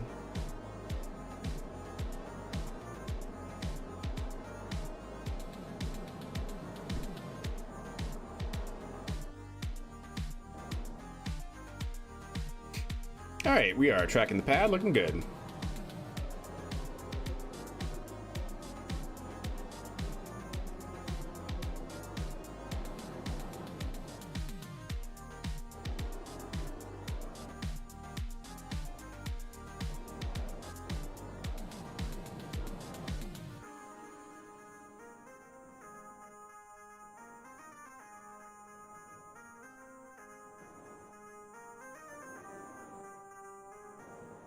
Why are you yawing so much? That doesn't make any sense. I swear, sometimes, chat, I have no idea why it's doing that.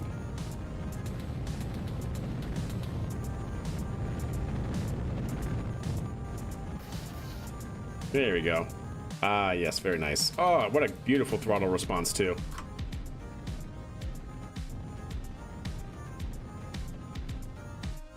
There we go. Easy peasy. What was that blip there? For whatever reason, it had a blip to shut the throttle response down. That was kind of weird. Not exactly sure why it had to do that, but whatever. See it? I'm not sure what's happening here. Because we're 90, that's fine. 98% throttle. What am I outputting here for the 4? So it's distance to pad. Yep, knew that. Horizontal velocity. Got it. Pitch holding 0. Vertical velocity set point. And then altitude controller set point. Yeah, it's all fine. Where does it go? Positive or negative? Like that? It goes positive here. Yeah, I wonder what happens at that point. Because vertical velocity set point.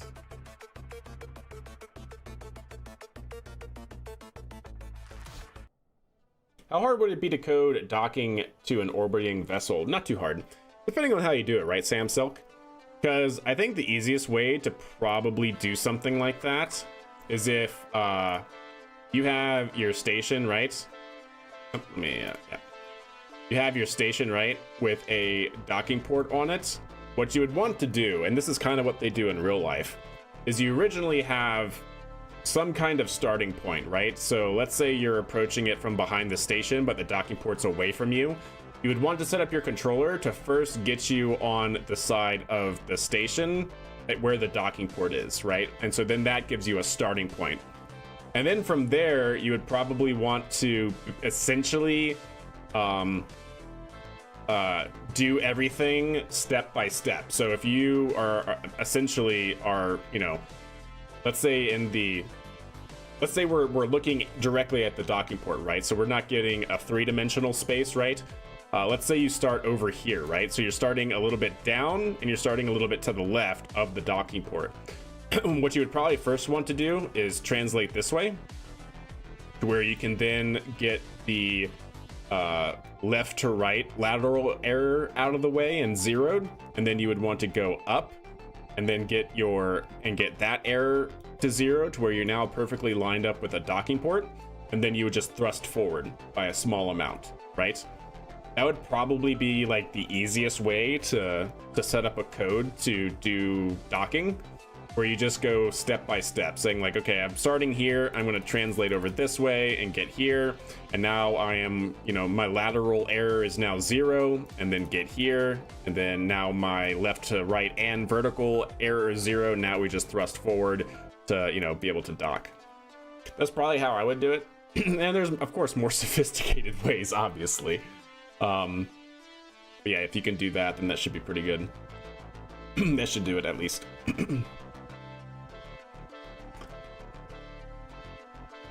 All right, so how are we calculating vertical set point? Because that's what's having this problem right here.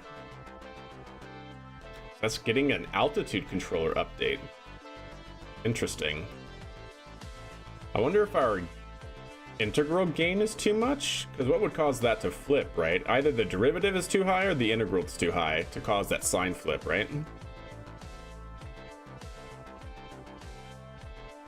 It's just interesting that it's only for that one. And then it gets back on track.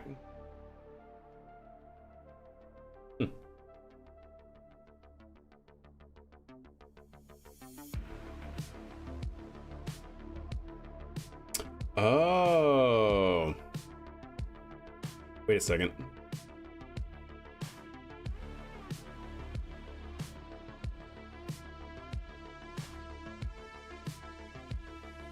Oh no, that's not a problem, is it? Right there. Yeah, that's why. Because I have discontinuity for whenever our horizontal speed is greater than 1.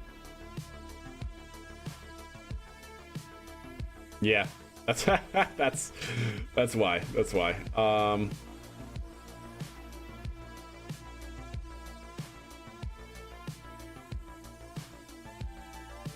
Yeah, that's probably not necessary.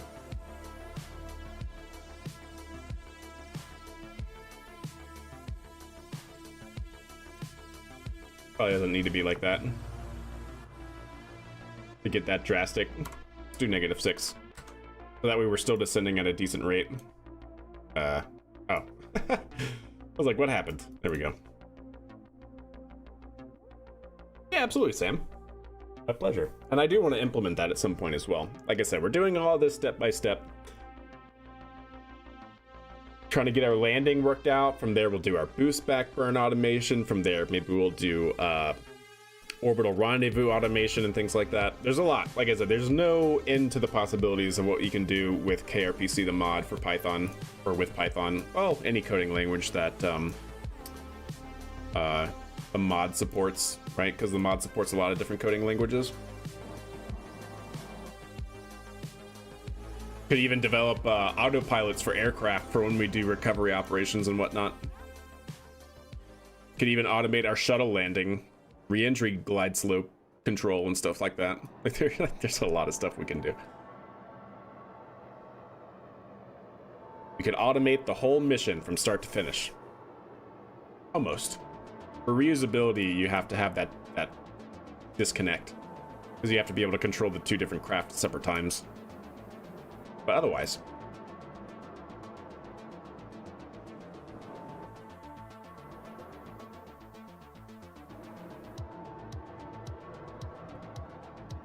okay, there we go. Coming almost straight down on it. And rotate.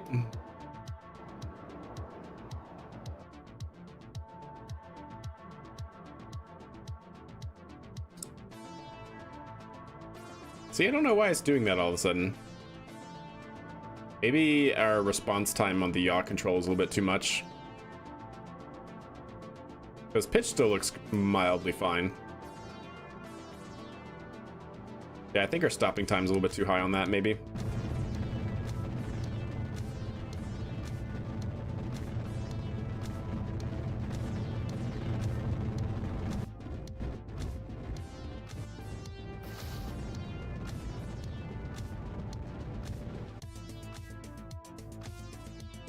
Oh, because I said -6, is that why?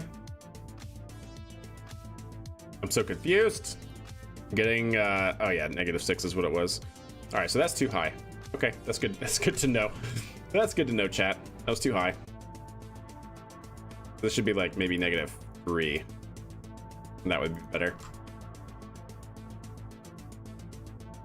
Yeah. -6 was way too much. Okay.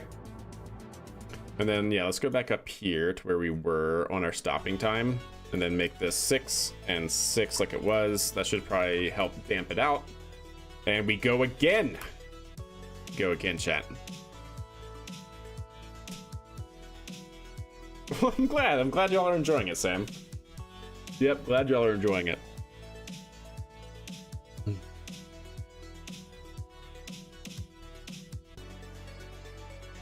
Yep, we're almost there. We are almost there. That time we were within 60 meters of our 0 point. It was not too bad.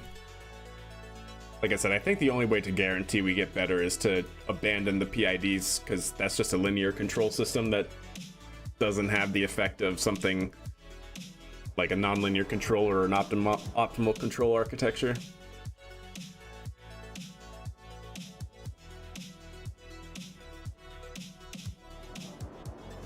Because we're basically trying to control a non-linear system with a linear controller. It's never super great. It can be done, certainly, but it's not super great.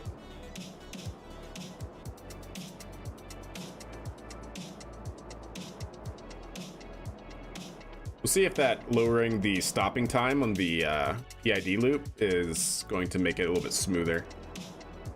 Hopefully.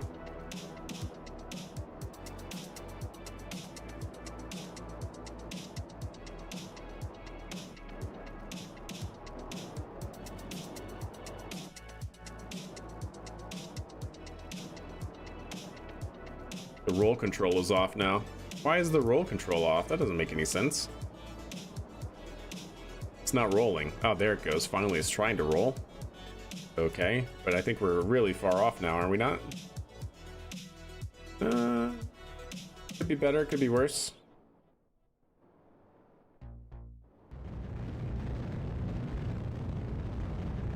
Yeah, it could be better.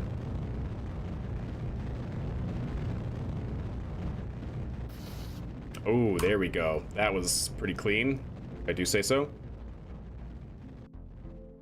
And then get into that horizontal or that constant rate of descent.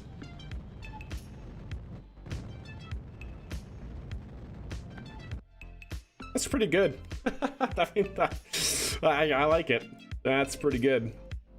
And like I said, I think the way we get it to be on the pad here is if we have a better boost back burn. Because right now, like I said earlier, instead of like either coming up short to where it just glides to the pad or overshooting to where it glides backwards to the pad, we're basically over here. So not only is it overshooting, but it has to do like it has to do like 100, like what is that, 145-degree turn to come back to the pad. So yeah, it's not great on that front. I think a better boost back burn could really clean that up a lot. But that also fixed, at least it seemed it fixed the yaw error that we were having before of it oscillating so much. All right, let's let's recover this and let's launch it again. Actually, can I revert? I cannot revert because we okay. Yeah, let's recover this and launch it again and try to do a better boost back and just kind of test it again. Okay, this rocket carried the orange tank. No. Right, the orange tank fully fueled is 32 metric tons, right? Fully fueled. No, this thing has lift capacity half that.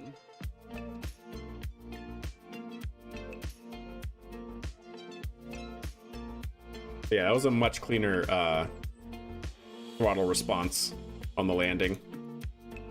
All right, let's go ahead and recover that. Good. Let's put it back. Put another one out there.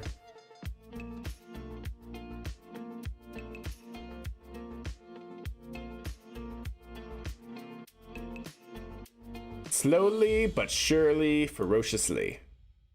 Something like that. Step by step, ferociously, right? Gradatum ferociter?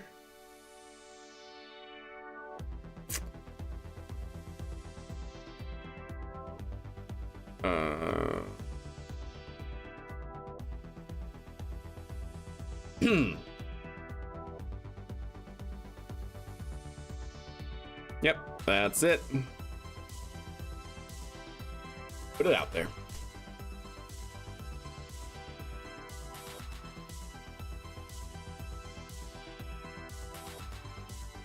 All right, so now we can test our ascent profile again with the code that we have for the ascent.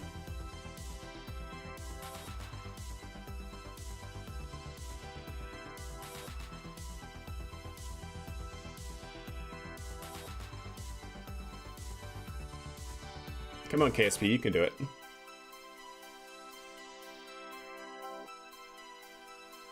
Any second now, KSP. There you go. All right. Go ahead and make sure. Huh. Okay, cool. That's not the pad I meant to put it on, but that'll work. Yep, that's fully fueled.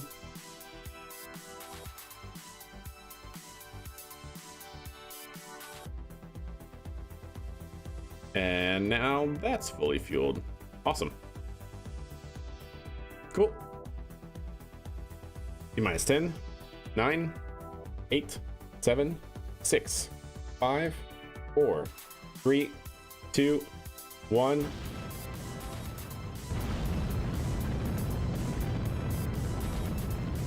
There we go. All systems looking nominal. And rotate. Good. Roll program is complete, or in progress. Now the roll program is complete, and we should be just pure pitching over now.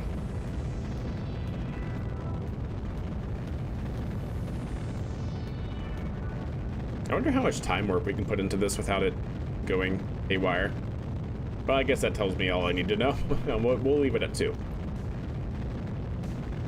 Throttle response is good, tracking the max Q, maximum dynamic pressure.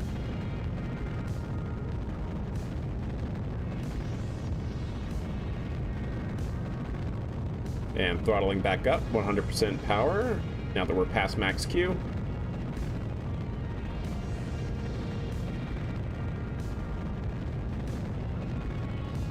All right. Coming up on Miko.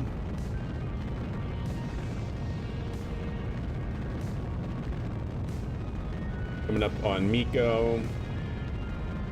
In about 5, 4, 3, 2, 1, Miko. Good set.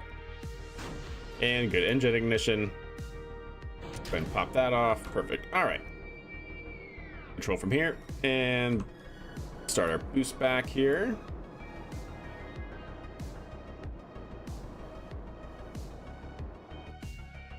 Take that, make sure that goes. And boost back burn has begun. Let's see if we can't kind of do a better boost back burn. Maybe a little bit. And shutdown. Trying to see exactly where that's going. It's so hard to judge, you know? Let's try that. And so, of course, if this were a real mission, I'd be able to switch back, control this while that goes into the atmosphere, coasting. But for now, I don't care about the first stage, or the second stage, rather. I only care about the first stage. And let's rotate and get in position for this fly back to the pad.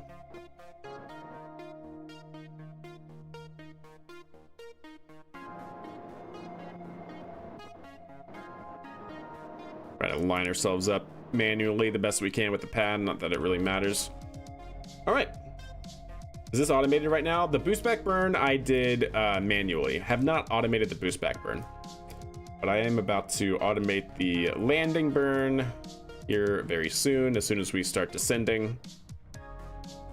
But yeah, ascent is all autonomous. Separation, second stage is all autonomous. Boost back burn I then take control of to manually do, because that's not automated right now. And then landing here in a second is going to be automated. No, not manual landing, automated landing.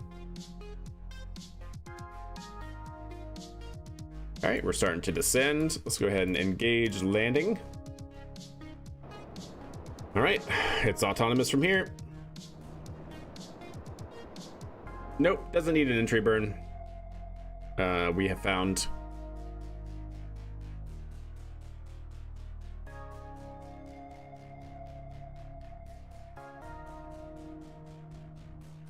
All right, it's in its at its attitude for essentially re-entry, if you will. But yeah, doesn't need one, which is good. Means we can just burn more to get more stuff into space.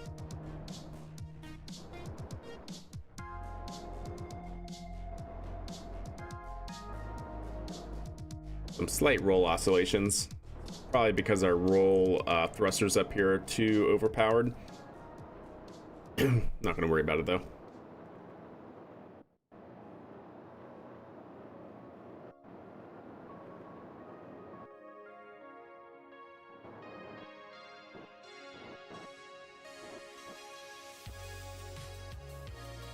Yeah, there you go. They damped out. All right, looking good so far. Natural dynamics are taking over now. Actually looking like a pretty good boost back. We're almost like right in line, it looks like. Slight deviation. Tracking 90. Maybe we're a little bit farther off than I anticipated. Where are you going?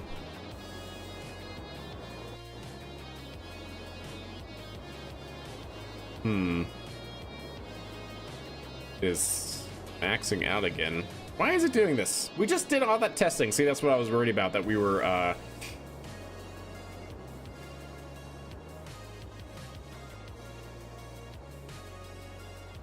yeah, I think our integral term is too high again. See, that's what I was worried about, that we were tuning for a very specific, case.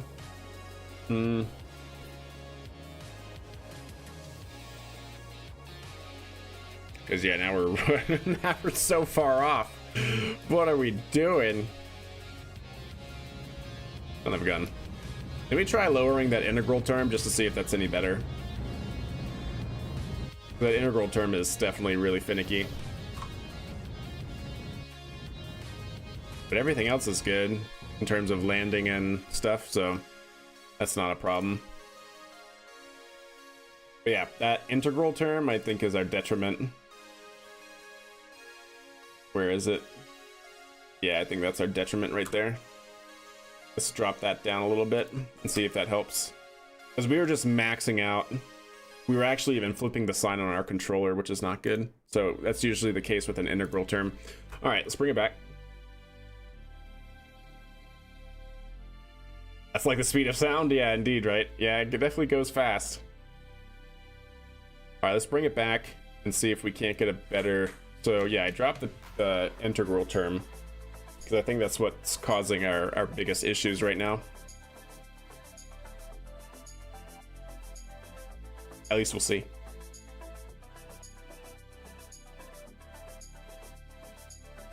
Okay. Back, you know what?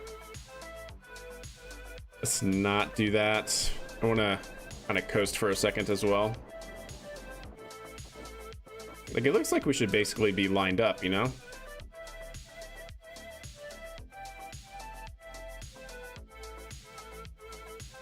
I'm not sure if that was just that doing it, making it go weird, the integral term. We'll see.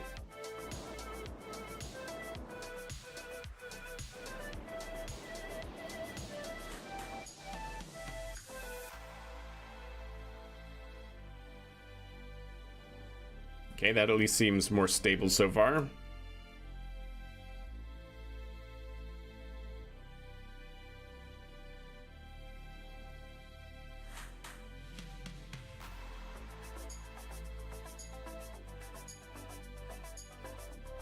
Yeah, it seems like our pitch stopping speed can actually be better as well with those oscillations.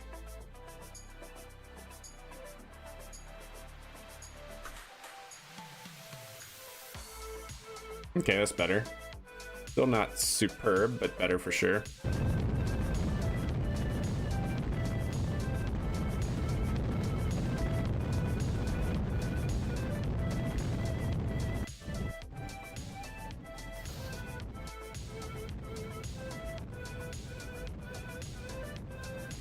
There we go.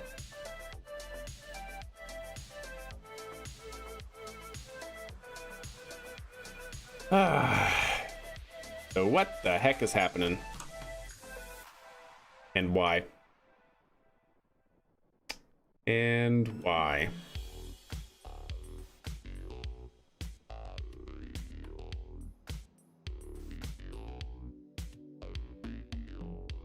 I think it just comes from testing. So that integral term was definitely the issue though. Because as soon as I dropped that, we were no longer flipping signs and it was much smoother. So let's run that back here. Yeah, let's run that back and see. One more, I want repeatability to see if that actually works. Oh, for sure, Tay. I do want to do drone landings, but we got to get RTLS, return to launch site landings, much more accurate first. So like I said, we're just trying to get this good enough so we can actually start reusing rockets in our save more conveniently or more consistently. And then over time, after we do more missions and get more cash money, we'll start working on other, yeah, probably a more sophisticated control architecture. Right now, we're just using PIDs, which is, well, the issues that we are having right now is most likely because of the PIDs. Trying to use a simple linear controller to actuate a nonlinear system like this.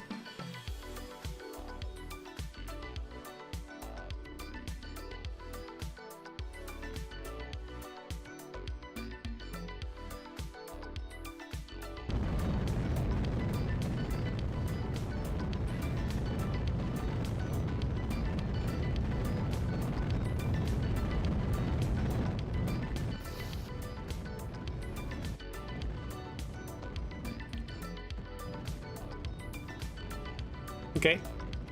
Yeah, throttle response is decent.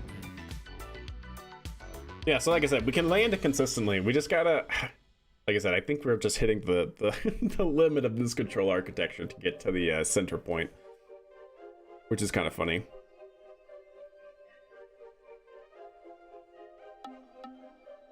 It's like if we look at it now, what we're tracking,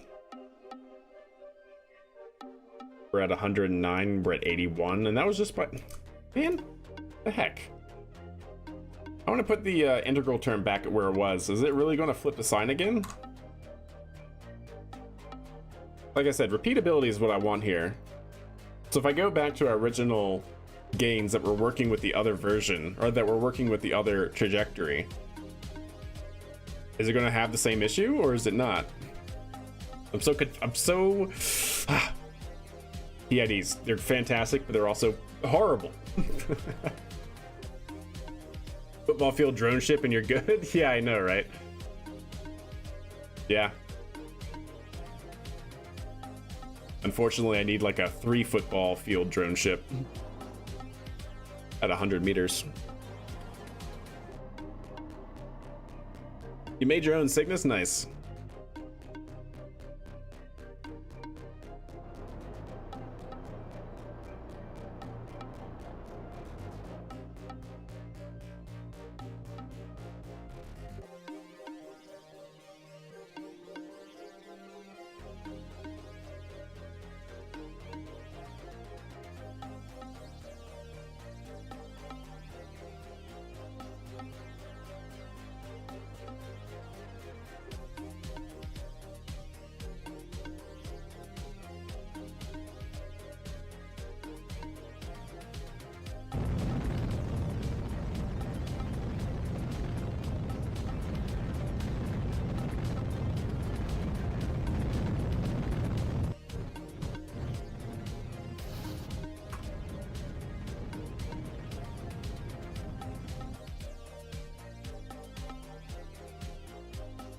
You know what I think it is, chat? I just realized. Yeah, that's actually really interesting.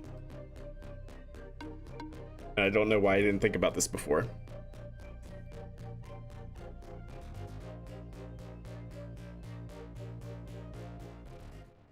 Do I have it set to cap, rate limit, velocity form, rate limit, deadband, float? Where's my error calculation?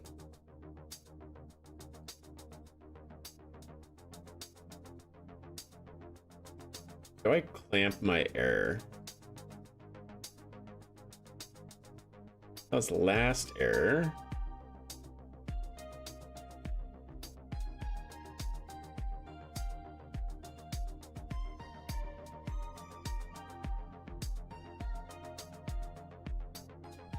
I can reset the error.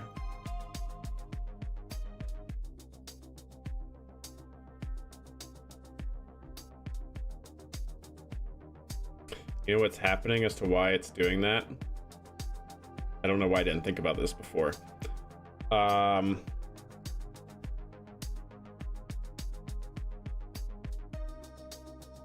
It's because it depends on the runtime, because we're integrating the error over time. The reason why it maxed out previously and not this time is because I have a delayed start from our previous run, or when I hit the play button.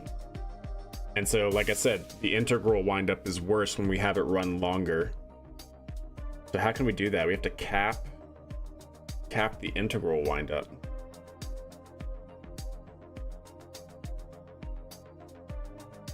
Last error. Where's the integral term? I think that's what's happening though. Unless I am doing that. Compute. Oh no, I do. Limit integral contribution to prevent saturation.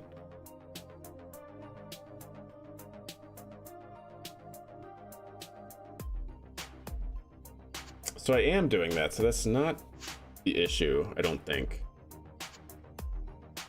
Volumetric clouds, yeah, I know, right? I have seen volumetric clouds, they do look really nice. So is that actually limiting?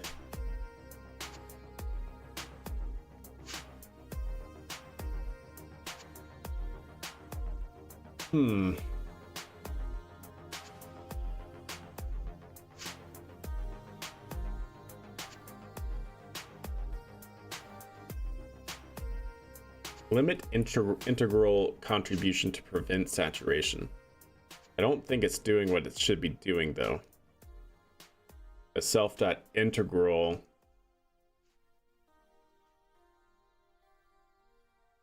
When do we update self.integral? Oh, there we go. So current error times dt. Okay. Yeah. We're adding that, yeah. Okay. But then we're not capping it? We're not capping it. No, we are. Yes, okay. So if that's... we're doing that, and then we're saying it's going to equal the maximum output minus the temp out divided by the integral term. Interesting. So why... I guess I could print it out and see what's actually going on there. Otherwise, I guess we could just reset the controller every so often. Like when it's saturating. No, I don't want to do that because sometimes we actually need it to saturate. That is interesting though. That might warrant another stream of doing some tests here. Because, so what I think, so the difference between the last like 3 or 4 runs, right, was originally I hit the start button back when we were like, I don't know, 50 kilometers in altitude. Like basically right when we were after apoapsis. And that was what happened with run 1, where we saw the control saturating and flipping the sign, if you guys remember me talking about that. But now I'm starting it at 25 kilometers altitude, which means that it's running less and the error over time is smaller, where we're not getting that flip in the sign. But I don't know why we were getting that flip in the sign in the first place if our integral term is being capped. I have to dig deeper on that and see what's up. Maybe play around with it off stream so we don't just keep doing this over and over again, unless you guys like it. I don't know. I know this might not be the most exhilarating.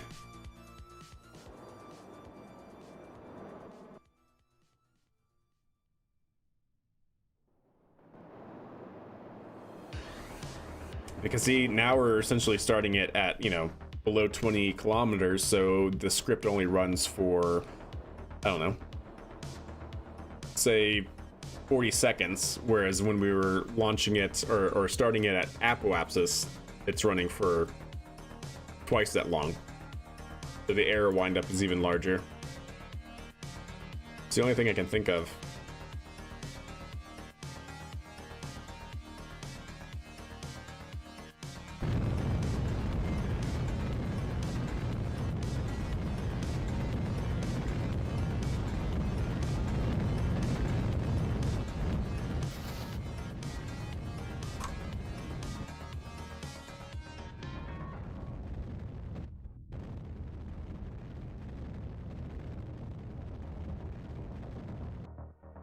Okay. I mean, I think that's the issue. I really do. So like, if I were to revert and do this all over again and then run it longer, I'm pretty sure it would, the integral term would wind up and it would saturate like it did before and then flip the sign on the air. So we're gonna have to run through that some more. Yeah, we are definitely gonna need to run through that some more. I mean, it's not bad, so we are able to get, okay. Yeah, I'm gonna have to do some tinkering off stream, I think, just to make sure that that's the problem, and then when we come back on Friday, then we can test that hypothesis. Each time you add the error into calculation, have the error integration decay over time. No, I don't necessarily want it to decay, I just want to keep the integral the same, right? Because so long as it doesn't allow it to just roll off into infinity and we keep it the same, then essentially if the outer loop controller starts to command a lower number, it should then come back to that, I think. I have to do some reading up and some testing on that, but I could watch 1,000 iterations of you changing tiny numbers and landing rockets. Wisp, I'm glad you can. I'm certainly glad that you can. But yeah, I think we're gonna have to, yeah, I'm gonna tinker with this off stream and see if that's the case. At least understand that that is the case, right? Run it once and then basically hit the landing start at like apoapsis and see if we can do that repeatedly, and then basically then wait until we're say 20 kilometers off the ground during our boost back phase and see if that keeps the wind up or keeps the saturation from happening, like I was saying. Yeah. But anyways, chat, that is going to do it for me for this evening. I hope you guys enjoyed the stream. We'll be back at it probably on Friday. Tomorrow, is it tomorrow? Let me see. Next launch, right? Next space launch. There is, I think, a launch tomorrow. NROL, which is kind of late in the evening, early morning. Yeah, so tomorrow, Thursday at 11:48 p.m. Mountain Time is NROL 57. It's a National Reconnaissance Office launch. So that should be good. Don't know if I'll cover that. Maybe. Depends on if I'm awake, but 11:48 on a work day is kind of hard to swing. Otherwise, we have nothing really until Sunday, chat. Sunday we have Spectrum, the launch from Nordland, Norway. So that actually should be pretty good. I'm actually looking forward to that one. Anyways, chat, I'm tired. I'm sure y'all can see it. I'm out of here. Have a wonderful rest of your Wednesday. Have a good Thursday, wherever you may be. And yeah, catch y'all guys back here on Friday, probably. Until then. Until then.